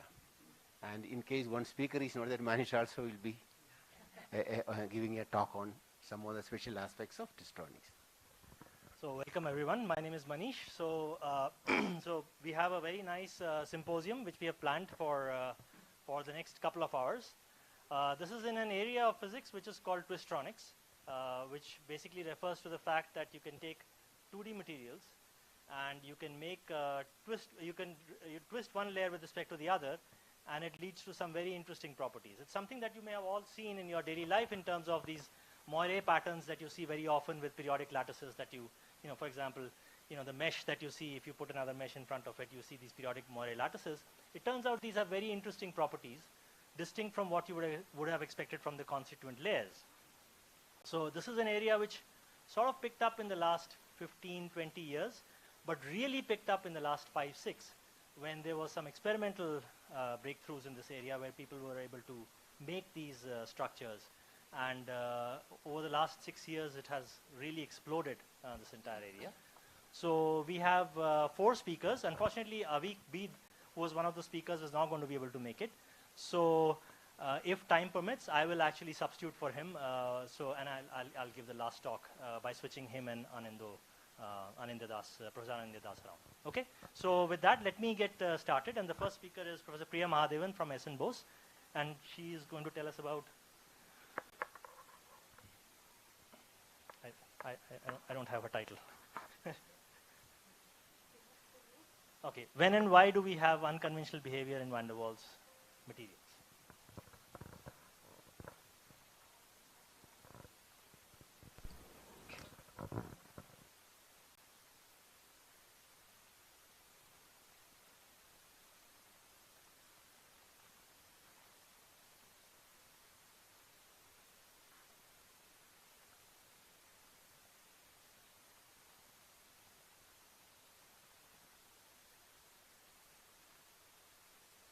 Thanks.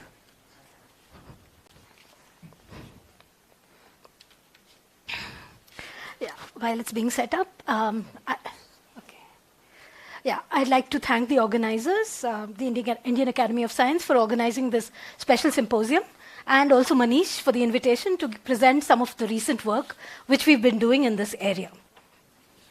So what I'm going to talk about are these unconventional behavior in van der Waals bilayers. And so let me try to take you through what exactly I mean by that. So the van der Waals bilayers that I'm going to be focusing on are the transition metal dichalcogenides. So to give you a glimpse of what exactly these structures involve, I'm going to take an example of molybdenum diselenide. And if I look at it from the top, what I have is a hexagonal lattice which has these molybdenum atoms, which are purple over here, as well as the selenium atoms arranged like this. And if I take a side view, which I show over here, what I see is that you have a center. It's not exactly a flat surface that I have over here in these materials. I have a central molybdenum layer and a layer of these anions, which is selenium over here, and a layer of the anions, selenium below. So this is what comprises of one monolayer. And within this layer, the interactions are very strong. However, what one has is, if you look at these structures, when you have one more layer, the interaction is very weak and is van der Waals type. So what happens is you can just take a piece of Scotch tape and put it on this layer, on these layers, pull it out, and you can pull out one or more layers at a time. So if I can manage to pull out one layer every time, what I can do is make my own Lego structures, and I can construct these heterostructures. And the interest is that what people have done is that, you've taken let's stick to 2 layers for the moment. And so you have the first layer, and you rotate the second layer with respect to the the bottom layer by an angle of theta. Okay? And now the question is, well, you have these very weakly coupled objects, and suddenly the question everyone is asking in the community is, why are we seeing very new physics in these materials when the coupling between them is so weak? So what exactly is happening over here? To give you a glimpse of some of the experiments which have really driven the field. So for instance, this is another of from this same category of materials. So what you see is you have this material is a semiconductor, and you just think of it that you're moving your Fermi level into the valence band. And that's what you're doing over here. You're doping holes, so you're moving your Fermi level, which was like, so earlier, without doping, you had it as a semiconductor. Moving it into the valence band, you have metallic behavior, and suddenly it again becomes insulating. Okay? And at some angles also, you see superconductivity, which was recently seen by this group, Ken Fai-Mark's group at Cornell. And the question is, why are these boring semiconductors, which we've known for a very long time, showing all these exotic properties? So before we try to, let's try to put this together, and let's try to see what we know already about these materials. So this is what I showed you earlier. So each of these molybdenum atoms over here has these 6 selenium atoms around it, and these selenium atoms form a particular crystal field which actually lifts the degeneracy of the d orbitals. So instead of your 5 d orbitals being degenerate, what you have is this particular ordering of the d orbitals in this compound. So what happens is, now if you just did a formal high school valency count, you can see that molybdenum should have 2 d electrons associated with it. And so these 2 d electrons are believed to occupy this level. These levels are unoccupied. And so what you have is a semiconductor by this very naive ideas. However, all along we've known them to be semiconductors. We believe this to be the picture of why they are semiconducting. However, you just look at the character, do some simple analysis, which is what we've done. So essentially what I'm showing you over here are the energies, and I've plotted it in a different way. For some of you, you may not have seen plots like this. It's just different. So what you need to follow, these are just the bands along various symmetry directions in my unit cell. And this is my highest, these are my highest occupied bands, and these are my lowest unoccupied bands. Indeed, I do get a semiconductor. But we've done something additional. What we've done is we've color-coded the contribution of these eigenfunctions to these bands, just taking only these 2 contributions, dz squared and dx squared minus y squared. And you see that it's not such a simple picture that's been believed so far. And it's very interesting because you have, over here you have the dz squared lower and the dx squared minus y squared higher, whereas you have an exact reversal, and yet you have the semiconducting nature. Anyway, so let's first stick to the semiconducting nature and try to find out what exactly is happening in these systems. And going back to another set of experiments, this is from the group of Abhay Pashupati. What he saw was, this is the picture based on which the phase diagram, which I showed earlier, was constructed, which is that if you had a particular, this bilayer that we find naturally occurring, what you would have is you would have the semiconducting behavior. So what's shown over here is the resistivity as a function of hole concentration. So when your Fermi level is in my gap, you have the semiconducting nature. And as I'm doping carriers into my valence band, I have the metallic nature. However, at these different twist angles, which is all the way from 5.1 to 4 that they've done, you see you have this peak, you have this insulating semiconducting character, you have this metallic nature, and suddenly there's a blip and there's an increase in the resistivity, which they associate with again a transition from a metallic into a semiconducting region. So why do these materials show such unusual behavior? Because naively, I'm moving my Fermi level into my valence band, and I wouldn't expect anything except, in these materials, I'd expect only metallic transport. Another thing, the way this has been, so one viewpoint that has existed so far is that, well, now if I'm twisting this, what I have is I have very large unit cells realized, okay? And so as a result, what I would have is that the Brillouin zone or the Fourier space would be very, very small. And so what one belief that has existed is that essentially, because the Brillouin zone sizes are very small, I would have very dispersionless levels, and that is responsible for the unusual behavior which I see over here. But, well, we do know that they are, the coupling is very weak, and we can, use a Scotch tape and remove layer by layer. And so if there's a very weak interaction between the layers, that should also reflect itself in the electronic structure. So looking at that, what we did was, we just said, okay, let's take a monolayer, and the energy bands for the monolayer are shown by these red dashed lines. And for a bilayer, which is without all these rotations, in a regular type of stacking, which I showed at the beginning, the band structure is shown, the energy bands are shown over here in the black lines. And what you can see is, indeed, it's what we expect. There is hardly any perturbation of the, in some regions there's strong perturbation, whereas mostly there is hardly any changes in the energy bands with respect to the monolayer. So this indeed is exactly what we expect. So why are we seeing such different behavior? Okay.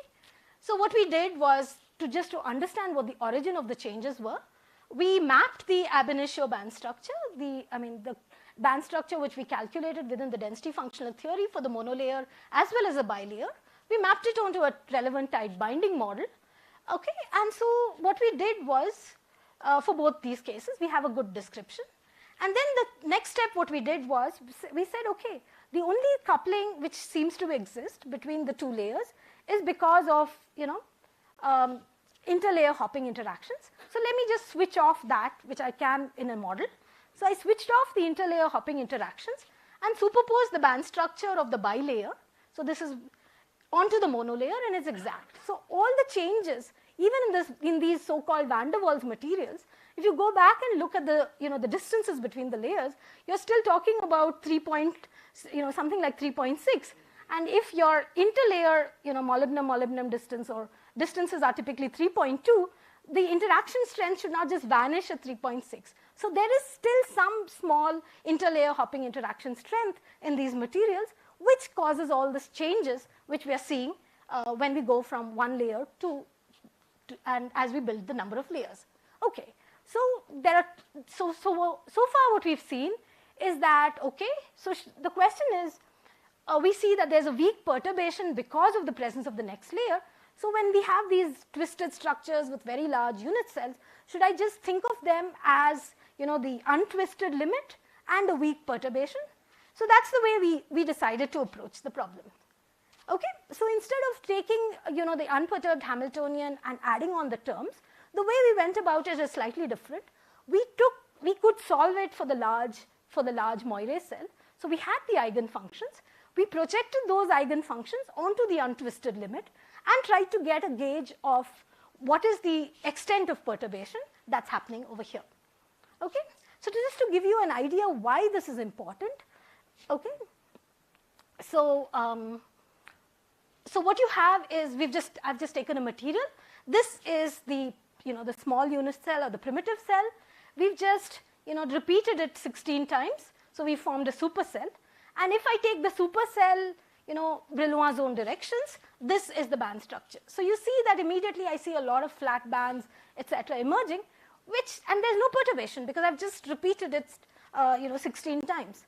And so essentially by projecting these eigenfunctions onto this onto the primitive cell, we recover this. So essentially what I want to emphasize is, of course, for a primitive supercell, you'll recover the entire band structure of, when you repeat it, you'll recover the entire band structure when you're doing a perfect supercell.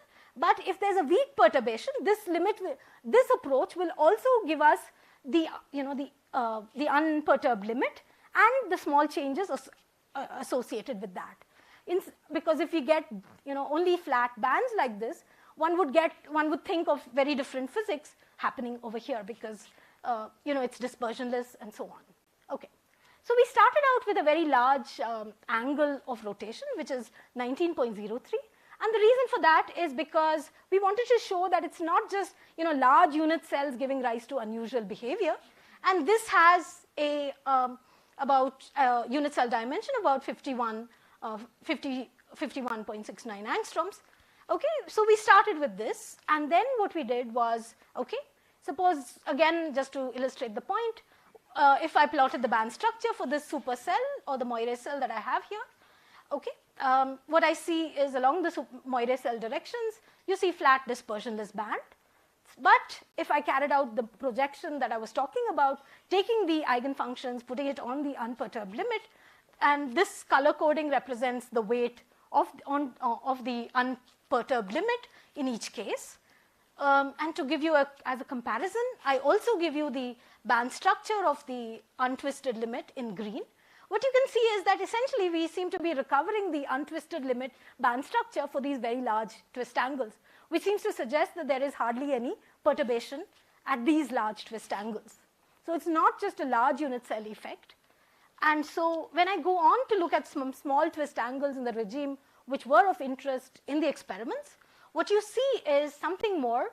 When you look at this structure, what you see is that you seem to be seeing different types of stackings. Here it seems to be a staggered type of stacking of the second layer on the first, whereas here it seems to be an atom-on-atom type of stacking. And so if I, it's just to give you an idea of what types, how the second layer could, there are various ways you could have the second layer sit on the first to have these very small unit cells associated with it.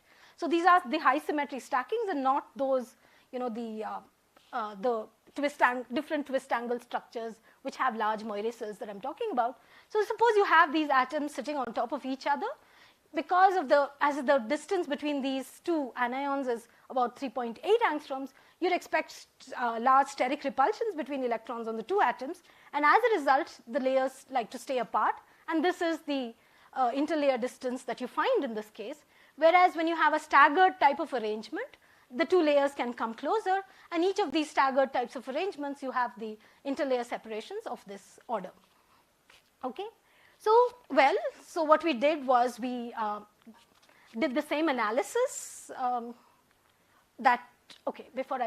even in this, so when we took this Moiré cell of 3.48 and of twist angle 3.48 and did a relaxation, what you see is in these regions where you have a staggered type of stacking, the interlayer distances are smaller. It's about 3.2 angstroms, whereas in this case where it's an atom-on-atom stacking, the interlayer distance is large.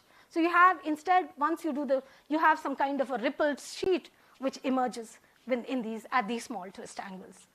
Okay. Again, we did the same analysis. The convention is the same. You have these dispersing bands over here, but you have something else coming here, which is that you have a flat band, almost dispersionless, emerging above this highest occupied band at gamma. Okay? So this now explains why we have the unusual physics in this regime, because now you dope into this band and you have a very flat band and you can have all the correlation physics existing in these materials. And that is, we believe, is what is happening at this regime, giving rise to the unusual physics over here. Okay? Why exactly do we have a flat band? If I just kept the interlayer separation fixed, even then I do have a flat band emerging. And so what is the origin of it? So essentially the interlayer hopping interactions scale with the distance. And so if I looked at a profile of the interlayer distances, I see that at 19.03 and at 3.48, fixed interlayer separation, which I just showed you, I seem to have a very similar profile. Okay, so that means that it's not just the profile of this histogram profile of the interlayer distances which seems to be mattering. There seems to be something more. So what we did was we took a Lirel space profile of all the distances which are less than, say, about 3.8 angstroms, where we expect in the interlayer coupling to be large. And you see at 19.03, the profile gives us a very random, a random distribution. Whereas at 3.48, you have regions where the interlayer couplings are stronger with more number of neighbors, which seems to suggest that what happens because of this, those patches forming, is that you have regions where the interlayer coupling is very strong and the perturbation is much stronger in those regions.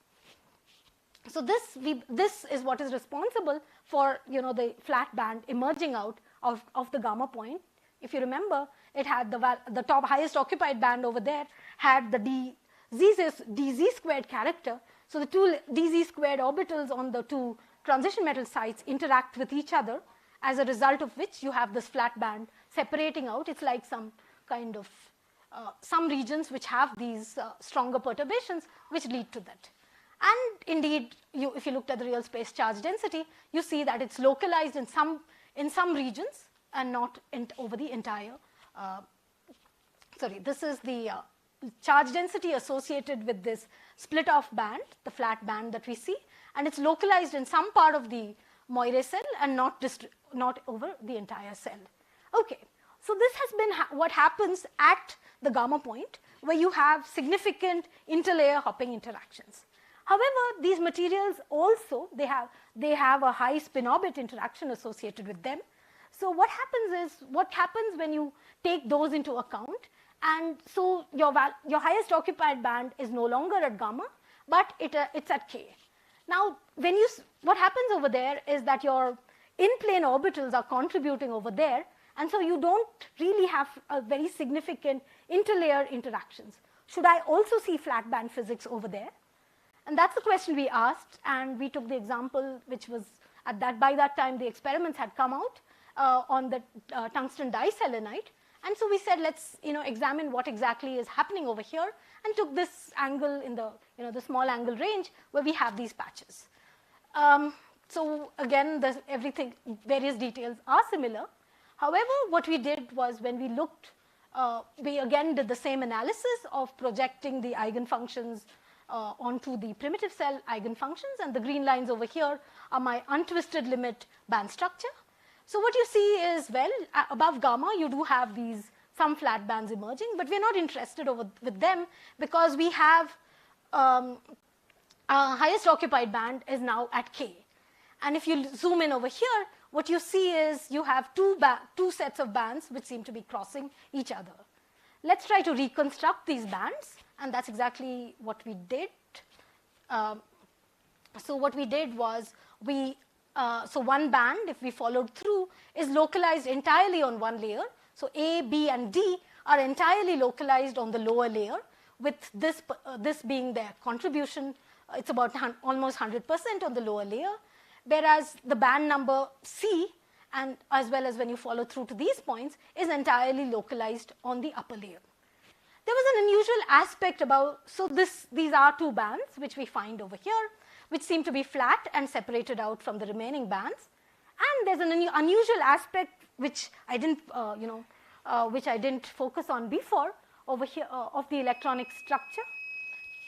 Okay, which is that this was carried out at a twist angle of about 5.1 degrees, and this is the phase diagram that I showed you, which is that as your doping holes, you have these low resistive states, and then you have an insulator, and then again low resistive states. But all this peak was prominent only in the presence of an electric field, which meant that the electronic structure was very strongly tunable by the electric field. So using the same magnitude of the electric field, we've used, this is volts per nanometer, we've used volts per angstrom, so 0.04 volts per angstrom. So you can see that now why the electronic structure is so tunable. There's no coupling between the layers. Think of a 2 by 2 tight binding Hamiltonian, and the electric field is just introducing a staggered potential, and your coupling between the layers is 0.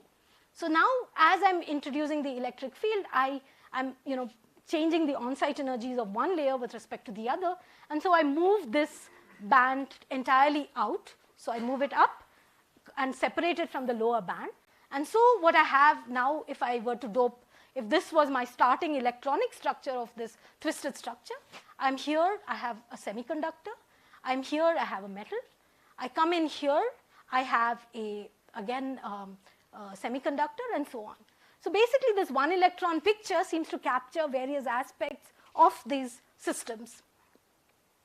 Now going to the other large angle, which is 19.03, what I find over here is that there is no interesting physics over here. There's no flat band formation, and your electronic structure is very similar to the untwisted limit electronic structure. Okay? So then the question is, all that spin-orbit did over here was, suppose you had a set of degenerate levels, it split that degeneracy. Then if both these systems at both these angles have the similar sized Moiré cell, okay, and there's no coupling between the two layers, what exactly is responsible for the flat band formation? And the reason is that it's actually because the two layers, when you have these two layers, the Moiré potential they encounter is very different. There is a the atoms which are sitting on top are different, and they lead to a different Moiré potential in this case. So we would expect the scattering at the Brillouin zone boundaries to be similar because they have very similar unit cell sizes. However, when we did the analysis, we found that the scattering is happening not at the Moiré cell boundaries, but at the primitive cell boundaries. The Fourier components are largest for those, and therefore we need to consider only a scattering at the Brillouin zone boundaries of the primitive cell. To emphasize what I mean, I just have 2 minutes, so I should be finishing in time. So at 19.03, you can think of these points. These are some of the energies which we have, and this black line over here is the Brillouin zone of the lower layer, and the red line is the Brillouin zone of the rotated. Both are for the primitive case. And so what happens is that they are far away from the perturbation is due to the zone boundary scattering happening at these corners, and since these points are far away, they experience a very weak perturbation. However, at 3 and so the band structure is similar. However, at 3.48, what you see is that all these points are very close. You can think of these points as close to the zone boundary over here, and so they get strongly scattered, and as a result of this, we have the flat band formation. So with that, I would like to conclude, okay, and I'd just like to add that although what this paper said was it's happening at half filling, that's what they conjectured. What happens is because of the zone boundaries scattering, the degeneracy is reduced to 1, okay, of the valence band maxima at K, and therefore this is actually, so there's only one band in this case. Okay. So essentially, one electron physics, effective field physics, seems to be capturing what's happening in these systems. And with that, I'd like to leave you with the conclusions, which is that it's essentially concentrated regions of enhanced perturbations, which lead to your flat band formation in twisted bilayers of MoAc2. And in twisted tungsten diselenide, we find that it's actually the zone boundary scattering which is responsible for the flat band formation. All this was work done by my former graduate student, Sumanti Patra, and was a part of her thesis, and these are some of our published references. Thank you for your attention. Exactly on time. So, questions?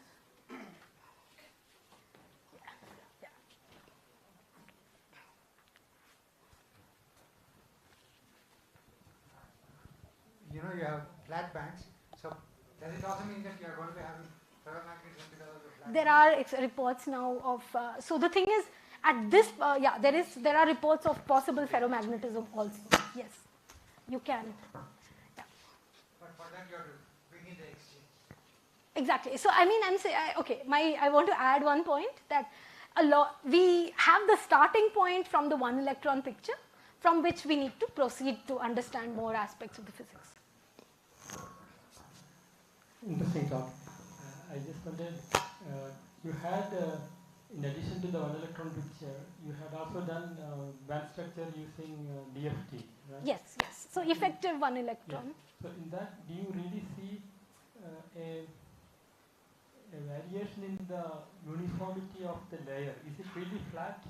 No. So these are optimized within DFT calculations, and you do see the layers coming closer. So whereas you have a staggered type of stacking, you do see the layers coming closer there. We do find it in DFT.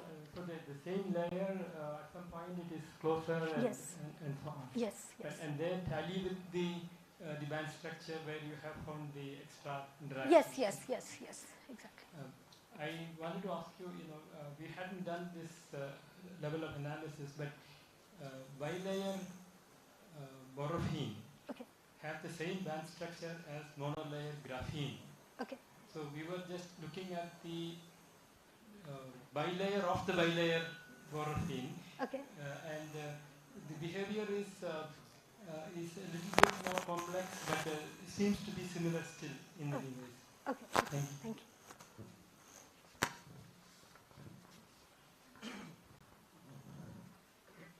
Further questions?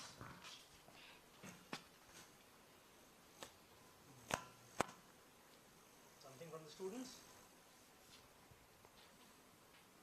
No? Okay. If not, let's thank the speaker once again.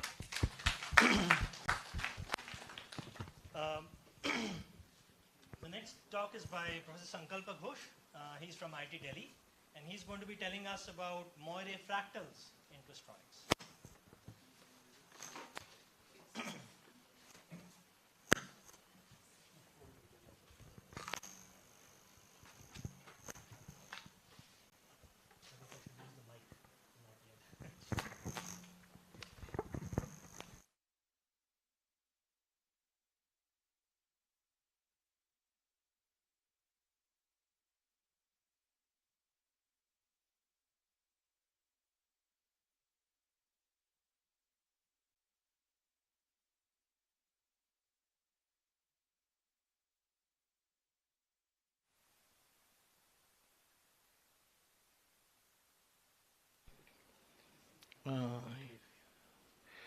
Okay.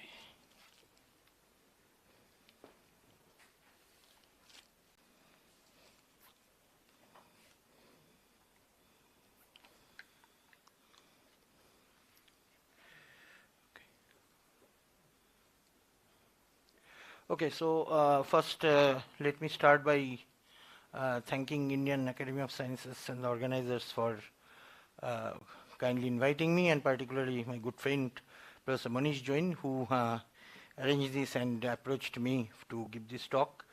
And so it's a great opportunity to share this interesting results, which is mostly the work of my PhD student Dipanshu Agarwal, who will be soon submitting his thesis, and the co-supervisor Professor Rohit Narula, who is my colleague in the physics department of IIT Delhi. And this is the talk will be primarily based on the first paper and also the initial part where I am going to provide some background that will be on a review article which we have authored in the last year. So with this brief introduction, let me start. So what is this? I think this is long. No, this is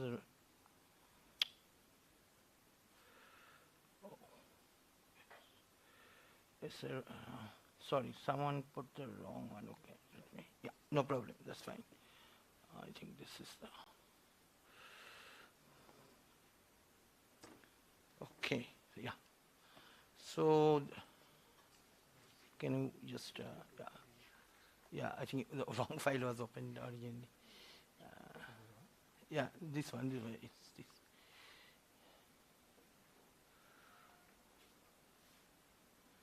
Yeah. Yeah. Okay. So this is my group in IIT Delhi. We are taking some ice creams in some local shop, and this is Dipanshu, who is the main architect of this work, and some of my other students who are also working on the various aspects of quantum condensed matter theory. And these are the. So there are some more works by another student, Disha Arora, which I am not going to discuss in this particular symposium. And these are the funding agencies, including the IIT Delhi, who keeps us going. So I will start from something very simple, given the very cross-disciplinary nature of the audience. So this is what we first start with in a solid-state physics book. We study about the band structure, which is a consequence of the famous Bloch theorem, where we consider the motion of a quantum mechanical particle in a periodic potential, and this gives us the energy bands, and this essentially tells us why material exists in the three different forms as far as their conduction property exists: metal, insulator, and semiconductor. So by this band theory, essentially all solid-state materials are quantum materials, because nowadays we use this term very often for sometimes for slightly different purposes. But from the transport angle, all materials are essentially quantum material, because without quantum mechanics, you cannot even distinguish between the various things like metal, insulator, and the semiconductor. And but this very nice and simple physics at the single particle quantum mechanical level that becomes very murky when you actually look at the real solid state material. And here this very interesting term which is called the dirty solid state material. So for a long period of time, experimentalists were trying to develop a sort of model system where the ideal behavior of such single particle level solid state material can be seen. And one of the places where one can realize, so this has started in the 90s and then proceeded onwards, that in the ultra cold atomic system where we put neutral atoms in the presence of the laser light, which creates some artificial crystalline structure of the light, and you consider the motion of these ultra cold atoms at nano-Kelvin temperature. So it's a purely quantum material, and you can see this particular band structure, for example. Okay, but this is something like hijacking the solid state physics agenda from the solid state physics itself. So there is a very big discovery in 2006. So these two gentlemen, Andrei Geim and Kostya Novoselov, and also almost at the same time Philip Kim in the University of Columbia, they basically discovered the graphene. And this is a very remarkable discovery in the field of the material science, because if you look at this graphite, which has a layered structure, and that has been studied for a very long period of time, but taking out one single layer was really a mother of all discovery in the material science, and that sort of leads to a huge amount of work subsequently in the domain of the science, technology, and the engineering. And the thing which we are going to talk about in this current presentation, that is a consequence of that. So we already know that two dimension is very interesting, because in 1979, Linus and Meerheim told us that this the quantum statistics which we learn at the fundamental level quantum mechanics course, that becomes very unique when you go to from the 3-dimension to the 2-dimension. And in that particular line, various things came. So these people got their Nobel Prize, von Klitzing for the discovery of the integer quantum Hall effect, and Stormer, Sui, and Bob Laughlin for explaining this fractional quantum Hall effect. And around almost at the same time, slightly before the discovery of the quantum Hall effect, Douglas Hofstadter told us very unique feature of the energy spectrum when you combine this property of electrons in a magnetic field and electron in a lattice potential. They give a very interesting spectrum which is called Hofstadter butterfly, which has self-similar fractal structure. And there are a lot of research both in mathematics, physics with that. And that was also almost, in the last 1 decade, that was experimentally realized. So we already know very interesting properties which happens in the 2 dimensions. So what Geim and Novoselov does, they actually provide us an ideal 2-dimensional system in a layer form. And once they provide that, you already know the pathways from there.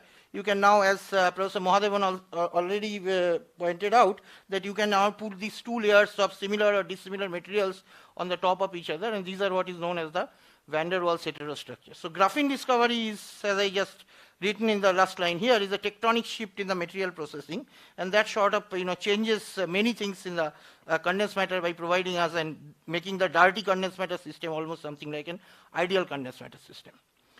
And in that line, the Moiré pattern comes, and this is a very simple demonstration of the Moiré patterns. As the previous speaker pointed out, you can see it everywhere.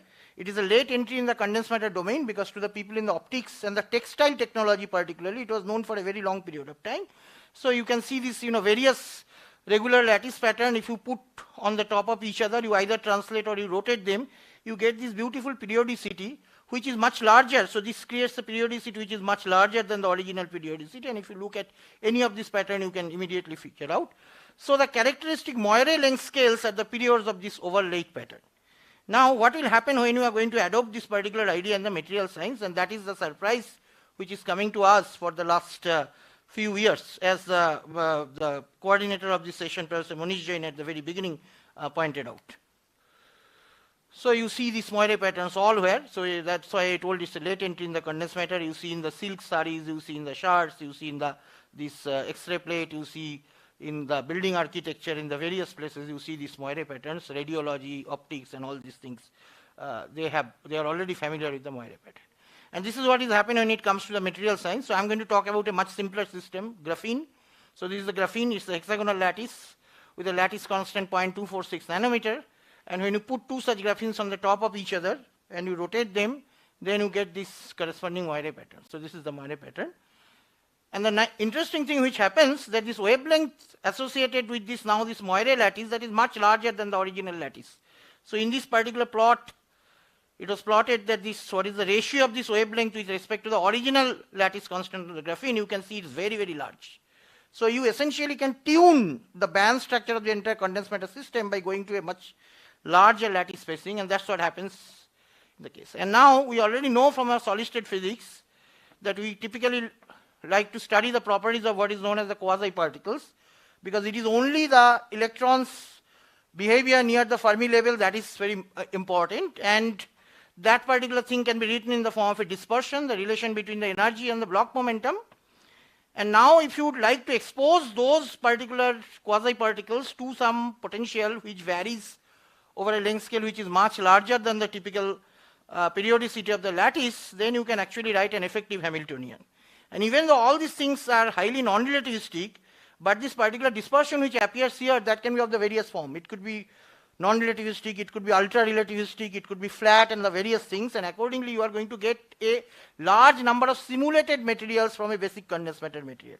So that is one of the reasons why the graphene and the successive things that make our life both more complex as well as more interesting in terms of offering us very novel type of quantum materials in this particular domain. So the first instance is this very interesting work which was done in experiment, and then there is a subsequent beautiful theory paper in 2013 where they considered the graphene over the hexagonal boron nitride. They are both having the hexagonal lattice structure, but there is a slight lattice mismatch. So if you put graphene on the hexagonal boron nitride, it creates the Moiré. So that is the first Moiré. And a very simple way to understand this, that you can now consider these graphene quasi-particles, they are in the presence of a large Moiré lattice which is providing a periodic potential. And that periodic potential's periodicity is given by this Moiré lattice length, and this particular model was proposed in this very famous and very well cited paper in this field, which is actually, tells us the first way that, how to analyze this particular system. And this experiment was done in the Pablo Herrero and other, I think, I don't exactly remember who are the other authors, in a very big, beautiful experimental paper. And what they figured out that the various experimental features like this density of states, location of the Van Welle singulate and other things, that can be very well explained even if you consider just this very simple one particle Hamiltonian, which just consider the massless Dirac fermion Hamiltonian of the graphene, which has an ultra-relativistic dispersion. So this is just the Dirac equation in the 2 dimension when this effective mass goes to 0, and plus a periodic potential which is created by this corresponding Moiré pattern. With this you can actually explain many features of this particular remarkable experiment. And we have basically taken this line of analysis that where we try to understand this whole subject of the twistronics by considering, of course it's not as simple as that, there are many other caveats here, but to understand it at a very basic level, we wanted to understand these things as you consider these massless Dirac fermions in the presence of various types of superlattice potentials, and try to see if using that can you understand the flat bands in the twisted bilayer graphene and so on and so forth. So I summarize this particular result in these following slides by pointing out that, so this is the graphene, you can expose it various types of such superlattice potential. So this is bare graphene, this is graphene plus some 2D muffin tin type of potential, this is graphene plus hexagonal boron nitride, this is twisted bilayer graphene, this is twisted bilayer graphene at the magic angle, this is super Moiré pattern where graphene encapsulated by 2 hexagonal boron nitride, this is a bilayer graphene encapsulated by hexagonal boron nitride. Where we more or less understand the basic single particle level physics here, even starting from here and here, there are still issues with the single particle level physics. And of course, when you come to the super Moiré structure, the single particle physics even become much more complicated. And somewhere here, our Moiré fractal, which I am going to introduce in next few slides, that is going to lie somewhere here. So that is what I am going to talk about. Okay, so this is what happens in the case of the Moiré. So you make a much larger lattice, and so your supercell size grows, and as a result you have the corresponding smaller mini Brillouin, and these mini Brillouin are basically given by the shift between the 2 Dirac cones and they are going to form the corresponding sides of this unit cell in the case space. So that is how we typically analyze such Moiré structure, and it is from this basic structure all the subsequent magics in the twisted bilayer graphene and all other things that arises. And there are beautiful works in this particular direction, and particularly this work by Bissirger and McDonald, they first predicted this flat band, and then in 2018 they have observed this very nice superconductivity and this correlated insulator state in this system, which sort of set the ball rolling. And then there are series of experiments. So this is the first experiment in 2018 in MIT group. Then there are experiments in Corridin's group where they seen more complex superconducting systems and the correlated interact system. Then there are this interesting work by Ivan Rey's group successively, which is Charn insulators, Van Ove singularity, and topological flat bands in such system. And then also there are, so this is just a subset, this doesn't exhaust the list. There are beautiful work by our colleagues in the Bangalore ISC, Anindo and Ovigbid and Arindam means they did some very interesting work on such twisted system which are not even put here. So, and of course in abroad there are many other groups which are working and getting fantastic results, particularly with the realization of something called fractional Charn insulator states in such twisted material. The things even became more interesting, which is showing us very new topological system. So we will now directly come to the super Moiré. So super Moiré, when you add two Moirés on the top of each other and you have to match them at some commensurate angle, and that gives you even a larger corresponding lattice constant. So the super Moiré strength is going to be, so you now consider something like in graphene, two hexagonal boron nitride, the top one form one Moiré, the bottom one form another Moiré, and together they form something like the super Moiré. And the corresponding super Moiré periodicity is much larger than the individual Moiré periodicity. So this is a typical portrait of such super Moiré structure when you put such three layers on the top of each other and relatively rotating them. And there are various parameters by which you characterize such super Moiré structure. So the question is, so this is another example of that. So the question is, how do I analyze such things? Well, so let's go to this very simple graphene plus hexagonal boron nitride. You can consider the graphene plus hexagonal boron nitride. If I now write this particular Hamiltonian symbolically, basic this effective Hamiltonian for the graphene under the ambient condition, which is massless Dirac fermions, plus whatever potential it is coming from this hexagonal boron nitride layer, right? So now people have analyzed this particular problem. So I am just not giving you all the technical details here, and they figured out that this particular potential can be written in the following form. So there is some effective potential here. This is some effective magnetic field, and there is some other effective term which breaks the so-called inversion symmetry, which tells these two atoms in the unit cell of the graphene, they are going to face now different potential. All these particular terms has one common property. They are all having the corresponding Moiré periodicity. So that is why you can sort of study this particular problem in this way by graphene quasi-particles in some Moiré periodic potential. And they have come. So now if you go to a super Moiré structure, then you have the following thing. So you have now one graphene and the two this hexagonal boron nitride. So you can just repeat this particular structure. So when you do this, you get this particular Hamiltonian, which gives you the quasi-particles of the graphene and the quasi-particles of the hexagonal boron nitride, plus this one, which is because of this interaction between the graphene and the hexagonal boron nitride layer. So you simplify it further by integrating out the degrees of freedom from the hexagonal boron nitride. You now get, instead of one, at the leading order you get one type of potential, you get two type of periodic potential. So this is a very simple way of looking at the super Moiré structure of an graphene encapsulated by the hexagonal boron nitride. Now you can do, of course, numerics, DFT or any other ab initio method or anything like that. But what we have just wanted to point out that these two potentials, so we have plotted this, and if you plot these particular things, you will see they are both having the periodicity. They are two Moiré potentials and they are having the different periodicity. Well, one can of course do numerics and learn many things out of these things, and the previous speaker has already pointed out in a different material how such things are analyzed using the computational technique. What we wanted to point out that there is a line in this particular space of these two angles of the rotation of this upper two layer and the lower two layer. So this line is where these two angles are exactly same in the magnitude and opposite in the sign, and along that line actually you do something analytic. So this is a line in this particular parameter space, and that analytical thing is what is we are going to propose as the Moiré fractal. And why it is so? The reason is very simple. Consider a simple, twisted bilinear graphene Hamiltonian which forms a Moiré pattern, and then just add a simple another periodic potential which has the same periodicity as the Moiré potential. Nothing interesting happens. Only the conduction and the valence band, they get shifted. People have analyzed this particular problem in these 2 papers. So to make the things more interesting, let us try to do the following. We consider again a Moiré potential having the same periodicity, but we rotate this as compared to the original structure. The moment you do this, now there is no common periodicity. The incommensuration sets in.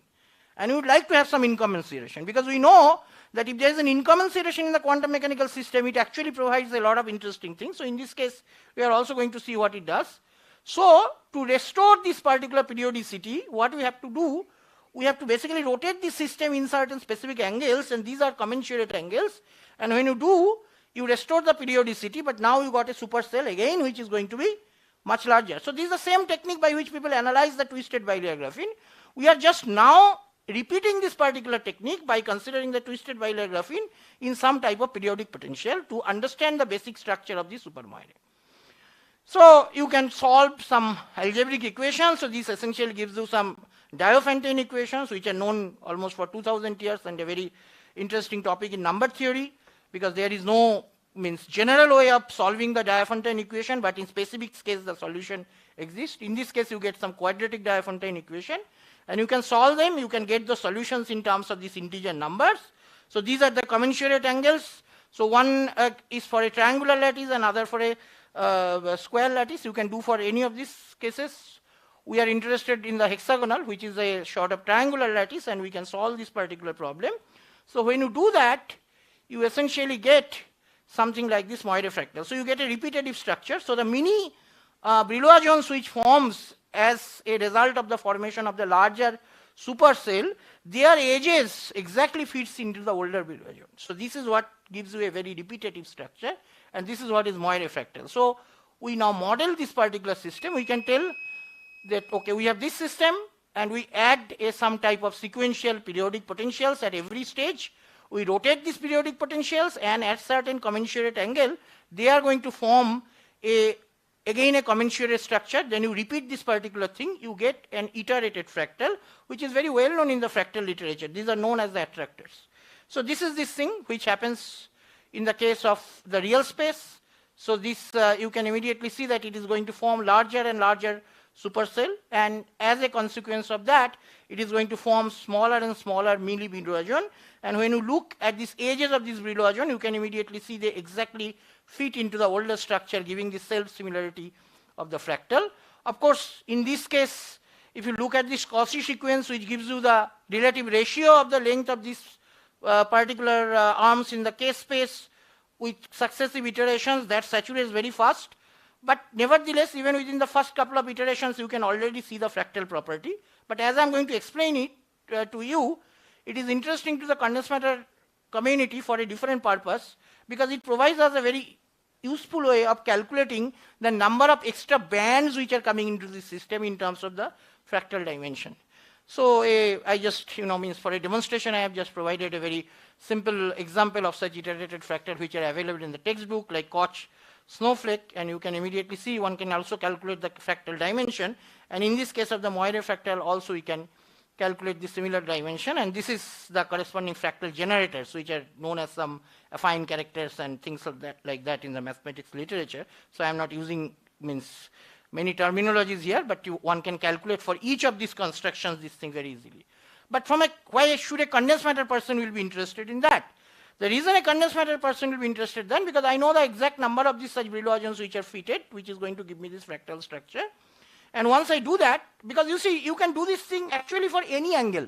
But what we will find out that when it is not going to be a Moiré fractal, which means the angles are not going to be same, this fitting is not going to happen exactly. There will be some approximately, it will be very similar, but it will be different from this one. But here, because this particular fitting of these edges of the Brillouin zone happen exactly, you can actually calculate this number of bands which will now be lying within the lowest 2 bands in this particular system, and this can be given by this particular formula. So that is one of the main findings in our work, where he pointed out this, because if the number of bands exist, many of the other properties can be changed and that can be calculated. So that could be one of the ways of detecting such Moiré fractal in a condensed matter system. So we then calculated using this particular formalism, and for such specific angles, we calculated the corresponding we evaluated this Hamiltonian for this tri-layer system and graphene, quadrilayer graphene, and also graphene encapsulated by hexagonal boron nitride. And we figure out in all these cases to the leading order, it is either a Moiré fractal or a Moiré fractal which is weakly perturbed for such set of these angles. And one can actually count the number of bands exactly by this particular formula which I have just provided here. Okay, so now these are all fine. So nice formula and everything there, but an experimental is asked that how we are going to see this in an experiment. So since my time is almost running out, I will now just show you very briefly. So this is a work in progress. So we are also in touch with some experimentalists. I have interesting discussion with Arindam Ghosh at some particular point of time. He gave us some shows us some interesting results. We are also still looking at that, and I also talked to some experimentalists abroad. So particularly with Ivan Ray. So they have suggested something, and on the basis of that, we are now doing some further analysis. So the basic physics is very simple. So let's look at this, this band structure by putting in the third axis the single particle spectral weight. It looks like this, and one can immediately see that the spectra means one can look at this particular Bragg gaps in this particular system. The same thing can be done here. Now, to find out such Bragg gaps in this system, you actually need to resort to a very complicated formula where you can write your area of the quasi-Brillouin zone in terms of the original Brillouin zone, and that also gives you a set of complicated Diophantine equation. But in this case, since you already know what is the number of bands which will be lying within your lowest two bands, you can actually look for where this particular Bragg gap comes which satisfy the Moiré fractal criteria, and then using that, you can actually in your momentum space trace this particular mini Brillouin zone. So we have done something on that. So here, as I just pointed out, this is a ongoing work. So I am just showing a very brief outline of this particular thing, and that may be one way to detect this Moiré fractal, because one can look at this spectral function through the ARPES type of measurements, and that may be one way of try to locate such Moiré fractal. So with this, and thanking my organizers and the collaborators again, so I put this summary, so I am not reading it again, and let me conclude this talk. Thank you for your attention.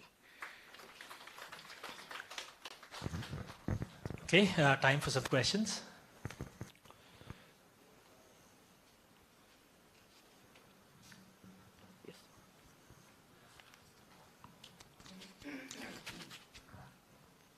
So your fractal is actually terminated fractal, or it's actually infinite, full, Well, so the Cauchy sequence that converges very fast.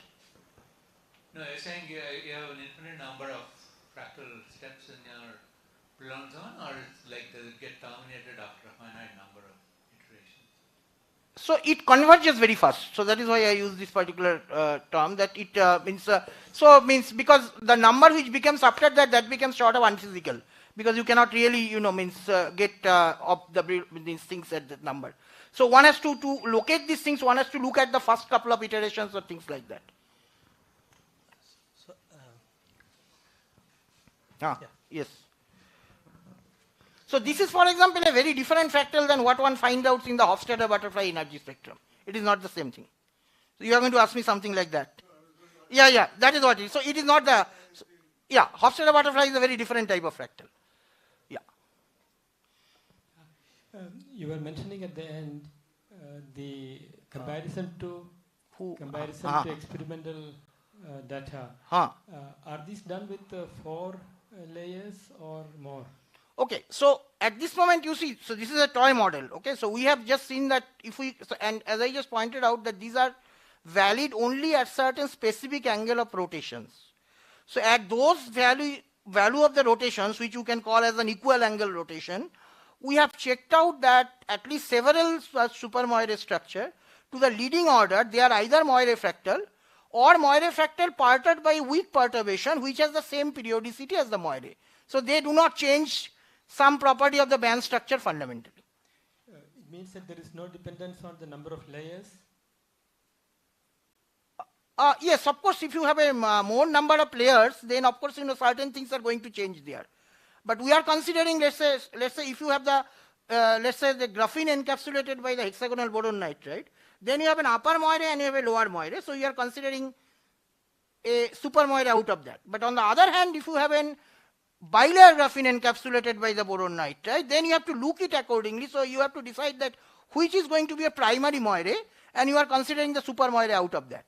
And so that way it can go up to a, in it's very large sequence. So those properties are definitely, so those numbers and other things are going to change according to that.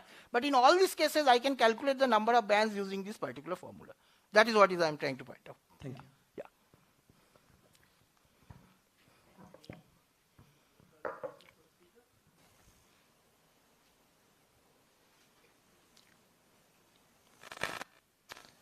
Okay, if not, let's thank the speaker once again.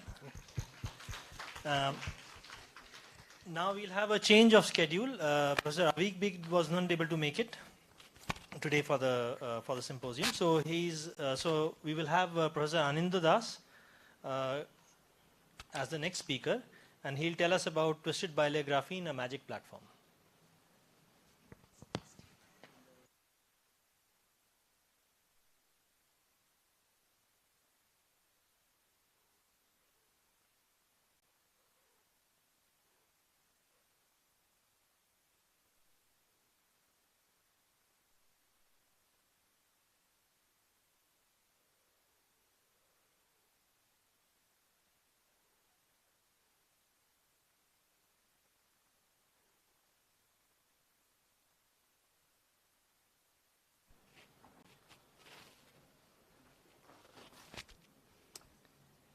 Okay, good afternoon everyone, and first of all I would like to thank Indian Academy of Sciences for giving me opportunity to present our work which we have been working on this twisted system, and I would like to thank Manish for inviting me, and because of that I am here today. And please feel free to ask question, anything, please raise your hand, and yeah. So the topic I have chosen, so rather than giving too much our experimental data, I thought maybe I'll give a overview about what is twisted bilayer graphene and why it's called a magic platform, and these works mostly I'll from these two papers and recently which is in archive, this one. And I would like to thank our previous speaker, Professor Mahadevan and Professor Ghosh, already introduced the field. It's much easier for me to go through this field, but still I'll keep some of the slide about the introductory slide about the field of this research. So the plan of my talk is following. I'll be introduce what is this twisted bilayer graphene and what is the big deal about it, and what are the experimental signature has been done, some broad aspect of these systems, and what we have been working using a transport coefficient measurement, which is one of them. In a transport you measure resistance or thermal conductance. Another important transport coefficient is called thermopower, and we use this unique thermopower to probe these systems. And the key question which I will be asking my talk, how thermopower can probe in the first part of the talk, how the interaction driven phase transition in these systems, and the second part is a many body correlation physics, how thermopower can reveal about the existence of the local moments in this kind of systems. So let's start. Why?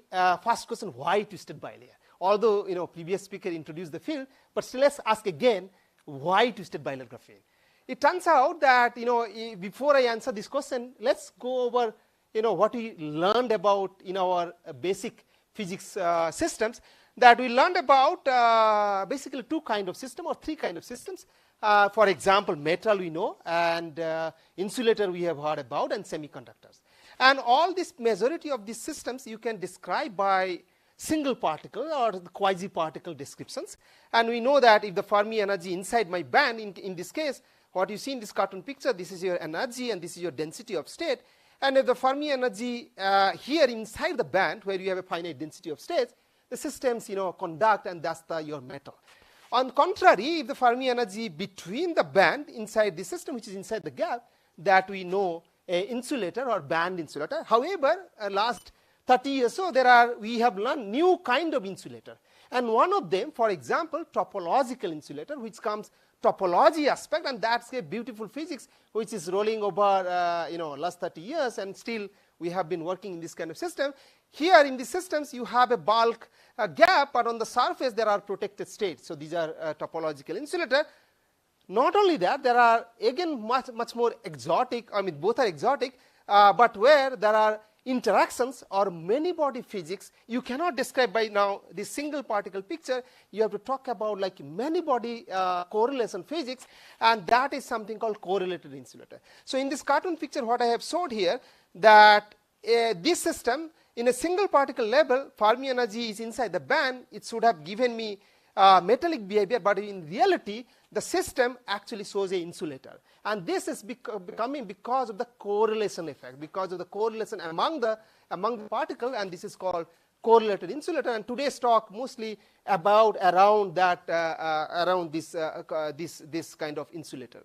And why this correlated insulator is important in this in solid state physics, you will see this is the cartoon picture without going to details. What it shows that in this system, if the system is half filled, there is a language of half filled. It tells about that if the unit cell, if a unit cell is filled by half of the the degeneracy. For example, in this case, if you have a spin degeneracy, and if you have each unit cell is filled by 1 electron, you can, that's your half filled condition, and that's your correlated insulator. But if you slightly drop, you have a rich phase diagram of your solid state physics, and you can have whatever exotic physics you like to have.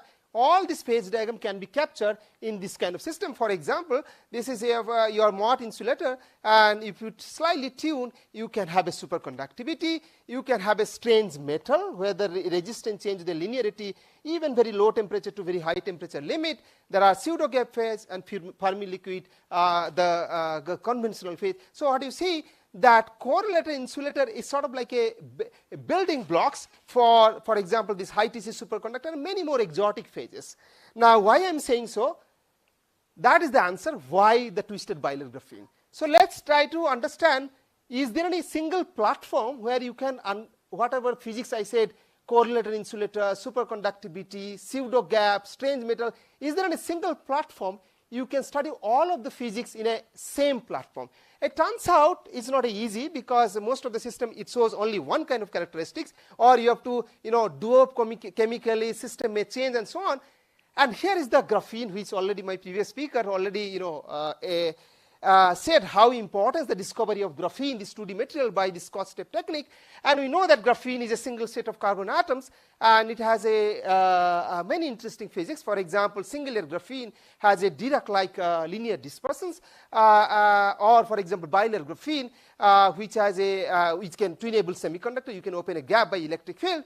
And however, in this mother-like single layer graphene or bilayer graphene, you don't see the many body correlation physics, a strong correlation. What you see is a basically mean field kind of interaction, or mostly weak interaction physics, but you don't see like the strong correlation physics in the systems. And here comes this field, which has emerged for last few years, specifically last 5 years, which is twisted bilayer graphene. As this picture shows, you take a 2 graphene sheet, and if you give a relative twist angle, what you create a Moiré superlattice. And you can quantify the Moiré superlattice in various ways. One of the way you can define the Moiré wavelength, for example, theta is equal to the 1.1 degree, the Moiré wavelength is 12 nanometer, which is much higher than the original honeycomb lattice of your single layer graphene.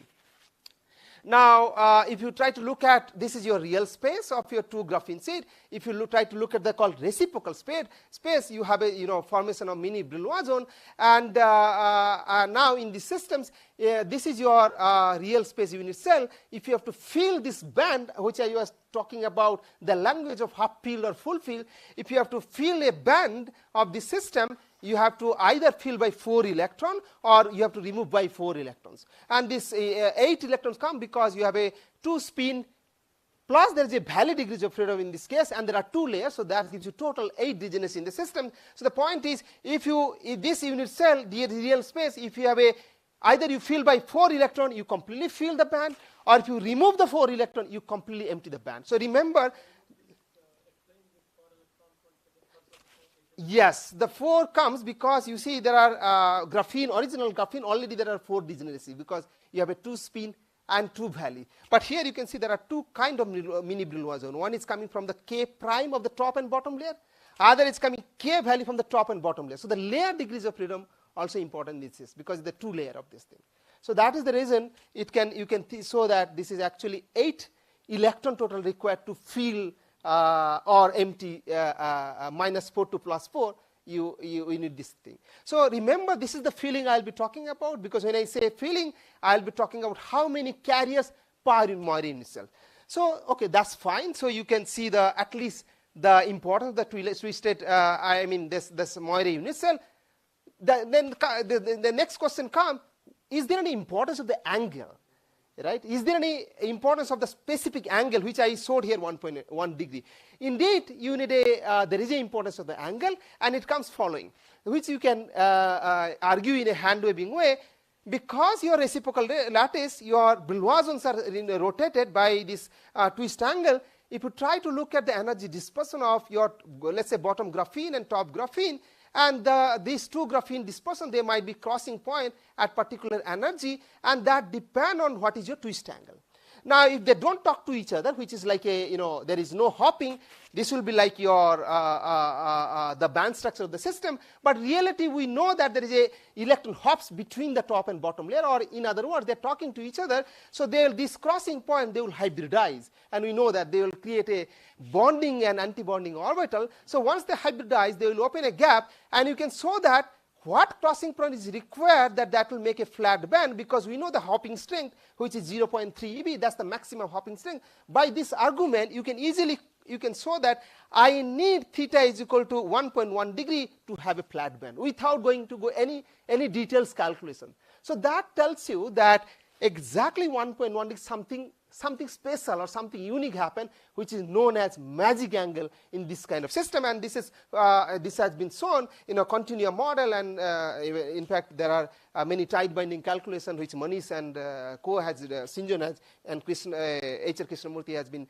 involved, even with relaxation, without relaxation. But the point is that original graphene, you have these linear dispersions which go large energy scale of the order of 1 eV. But in this 1.1 degree matching angle, you see there is engineering of the band, and you have a tiny band at the low energy. You can see completely flat band, and which is separated from this high energy dispersive band with a band gap. So that is the unique of the system, that you can give a flat band, where flat band meaning your energy is almost not changing with the momentum. Although you are changing the momentum, the energy is not changing, and you can see that the width of this band typically of the order of few tens of MeV. So this is a cartoon picture I have taken from Pablo's side, and this tells you how the band structure changes with the twist angle. As you can see that as you reduce the twist angle, the width of your low energy band, it becomes flat, and in fact at magic angle this is really become flat. Even if you further reduce, the band becomes a little dispersive, and so on and so forth. So okay, twisted bilayer, there is a flat band which is isolated from your dispersive band. But what is the importance of it? We know that if you make a flat band, the velocity is now very low, very small, and the interaction actually dominates. So in this system now, what happened, because of the flat band, your interaction to your hopping term become, that ratio becomes more than 1. So in this case, you cannot now think about single particle picture. Rather, you have to talk about the many body or strong, the electron interaction becomes very dominant in this kind of system. And that was the that's the way this field started. Although McDonald predicted in 2011, the first paper came out in 2018, and they saw that this is unusual result, that although Fermi energy, this is a cartoon picture of the density of state of your twisted bilayer, but what you see, that they see many features in the conductance. First of all, Dirac point, you have a low density of state, your conductance is very low. Then you have this Moiré gap, which is our previous speaker already told, that if you have Moiré gap because of the zone folding, and you have again conductance goes to 0, that because there is no state. However, even the Fermi energy inside the band where you should have a large density of state, but the conductance goes to 0. So that is the remarkable result, that that you are inside the band where the single particle density of state should have been maximum, but your conductance goes to 0. And this is exactly happen, exactly half filling of both sides. So here the filling definition, again what I introduced, the number of electron per unit cell. So 0 is the Dirac point. 4 electron per unit cell, you basically fill up the band, or -4 you make it empty. But the interesting point is -2 and +2, that you cannot describe by the single particle picture, and this is the way this, the magic land of this twisted binyl graphene started because of this work, and followed by there are many dramatic, very exotic thing has been seen in a same platform, which the idea I was talking about. In a same platform, how can you have you can have many interesting physics. For example, superconductivity, topological insulator, Chern insulator is like a H physics at 0 magnetic field. So you can even fractional Chern insulator physics. There has been orbital ferromagnetism, which is coming again, the Berry curvature and so on. Quantum anomalous Hall, linear resistivity, almost T tends to 0 limit.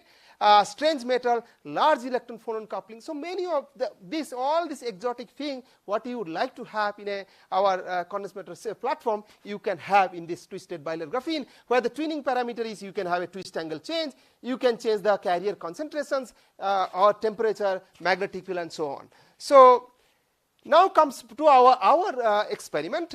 So many of these this emerging physics are related to the electronic band structure of the systems.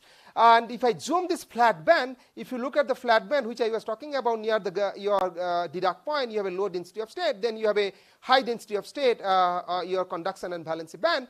And many of these interesting physics, they rely on this band structure or the density of state. Now question is, how do you, and not only that, there are unique feature of this electronic structure. What have been shown that this flat band has 4 flavor, which I was talking about. There are 2 spin and 2 valley. And more importantly, this cartoon picture shows that although you assume that if I fill the carrier, all the 4 flavors is supposed to be filled by equally, but in reality what happens, when I fill the carrier, suddenly one of the flavor, here I have shown like 4 glasses, you are filled by the water, but the 4 glasses is supposed to fill equally, but in reality what happened, one of the glass or one of the flavor get filled up, and this is because of the interactions, and this is sort of, that tells you something, important question, whether this band structure I am talking about is it a rigid band or a non-rigid band. Okay, so these are the important questions. So question is, how do you probe now electronic structures?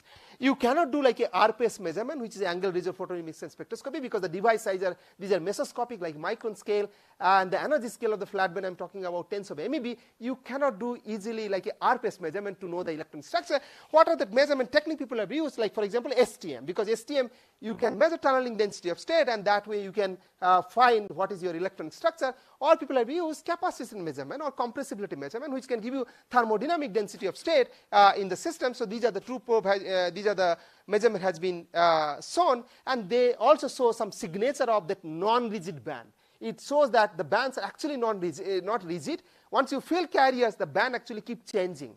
The way I was talking about that cartoon, the glass picture I was showing this thing. So that comes to our experiment, which we have been doing, thermopower measurement to probe this electronic structure. So let's go what basic about thermopower. What is the thermopower tells about? Thermopower is like this way. Let's say this is your device. You create a temperature gradient, and what happens because of the temperature gradient, your carriers, they will move from high entropic place to low entropy. So there will be deficiency of the carrier of this side, and there will be accumulation of the carrier. And for example, if the charged particles are electron-like, so this will give me a positive charge this side and negative charge. So if you have a temperature gradient across a sample, that will create a thermoelectric voltage.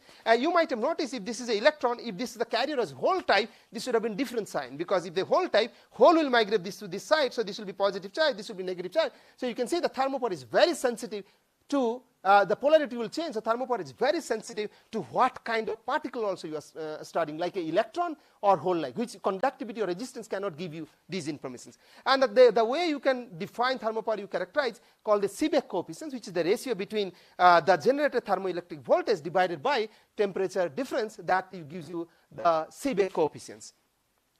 And just to give you more overview, for example, and this tells you without going details, the thermopore is a highly sensitive to the particle hole asymmetry of the band structure.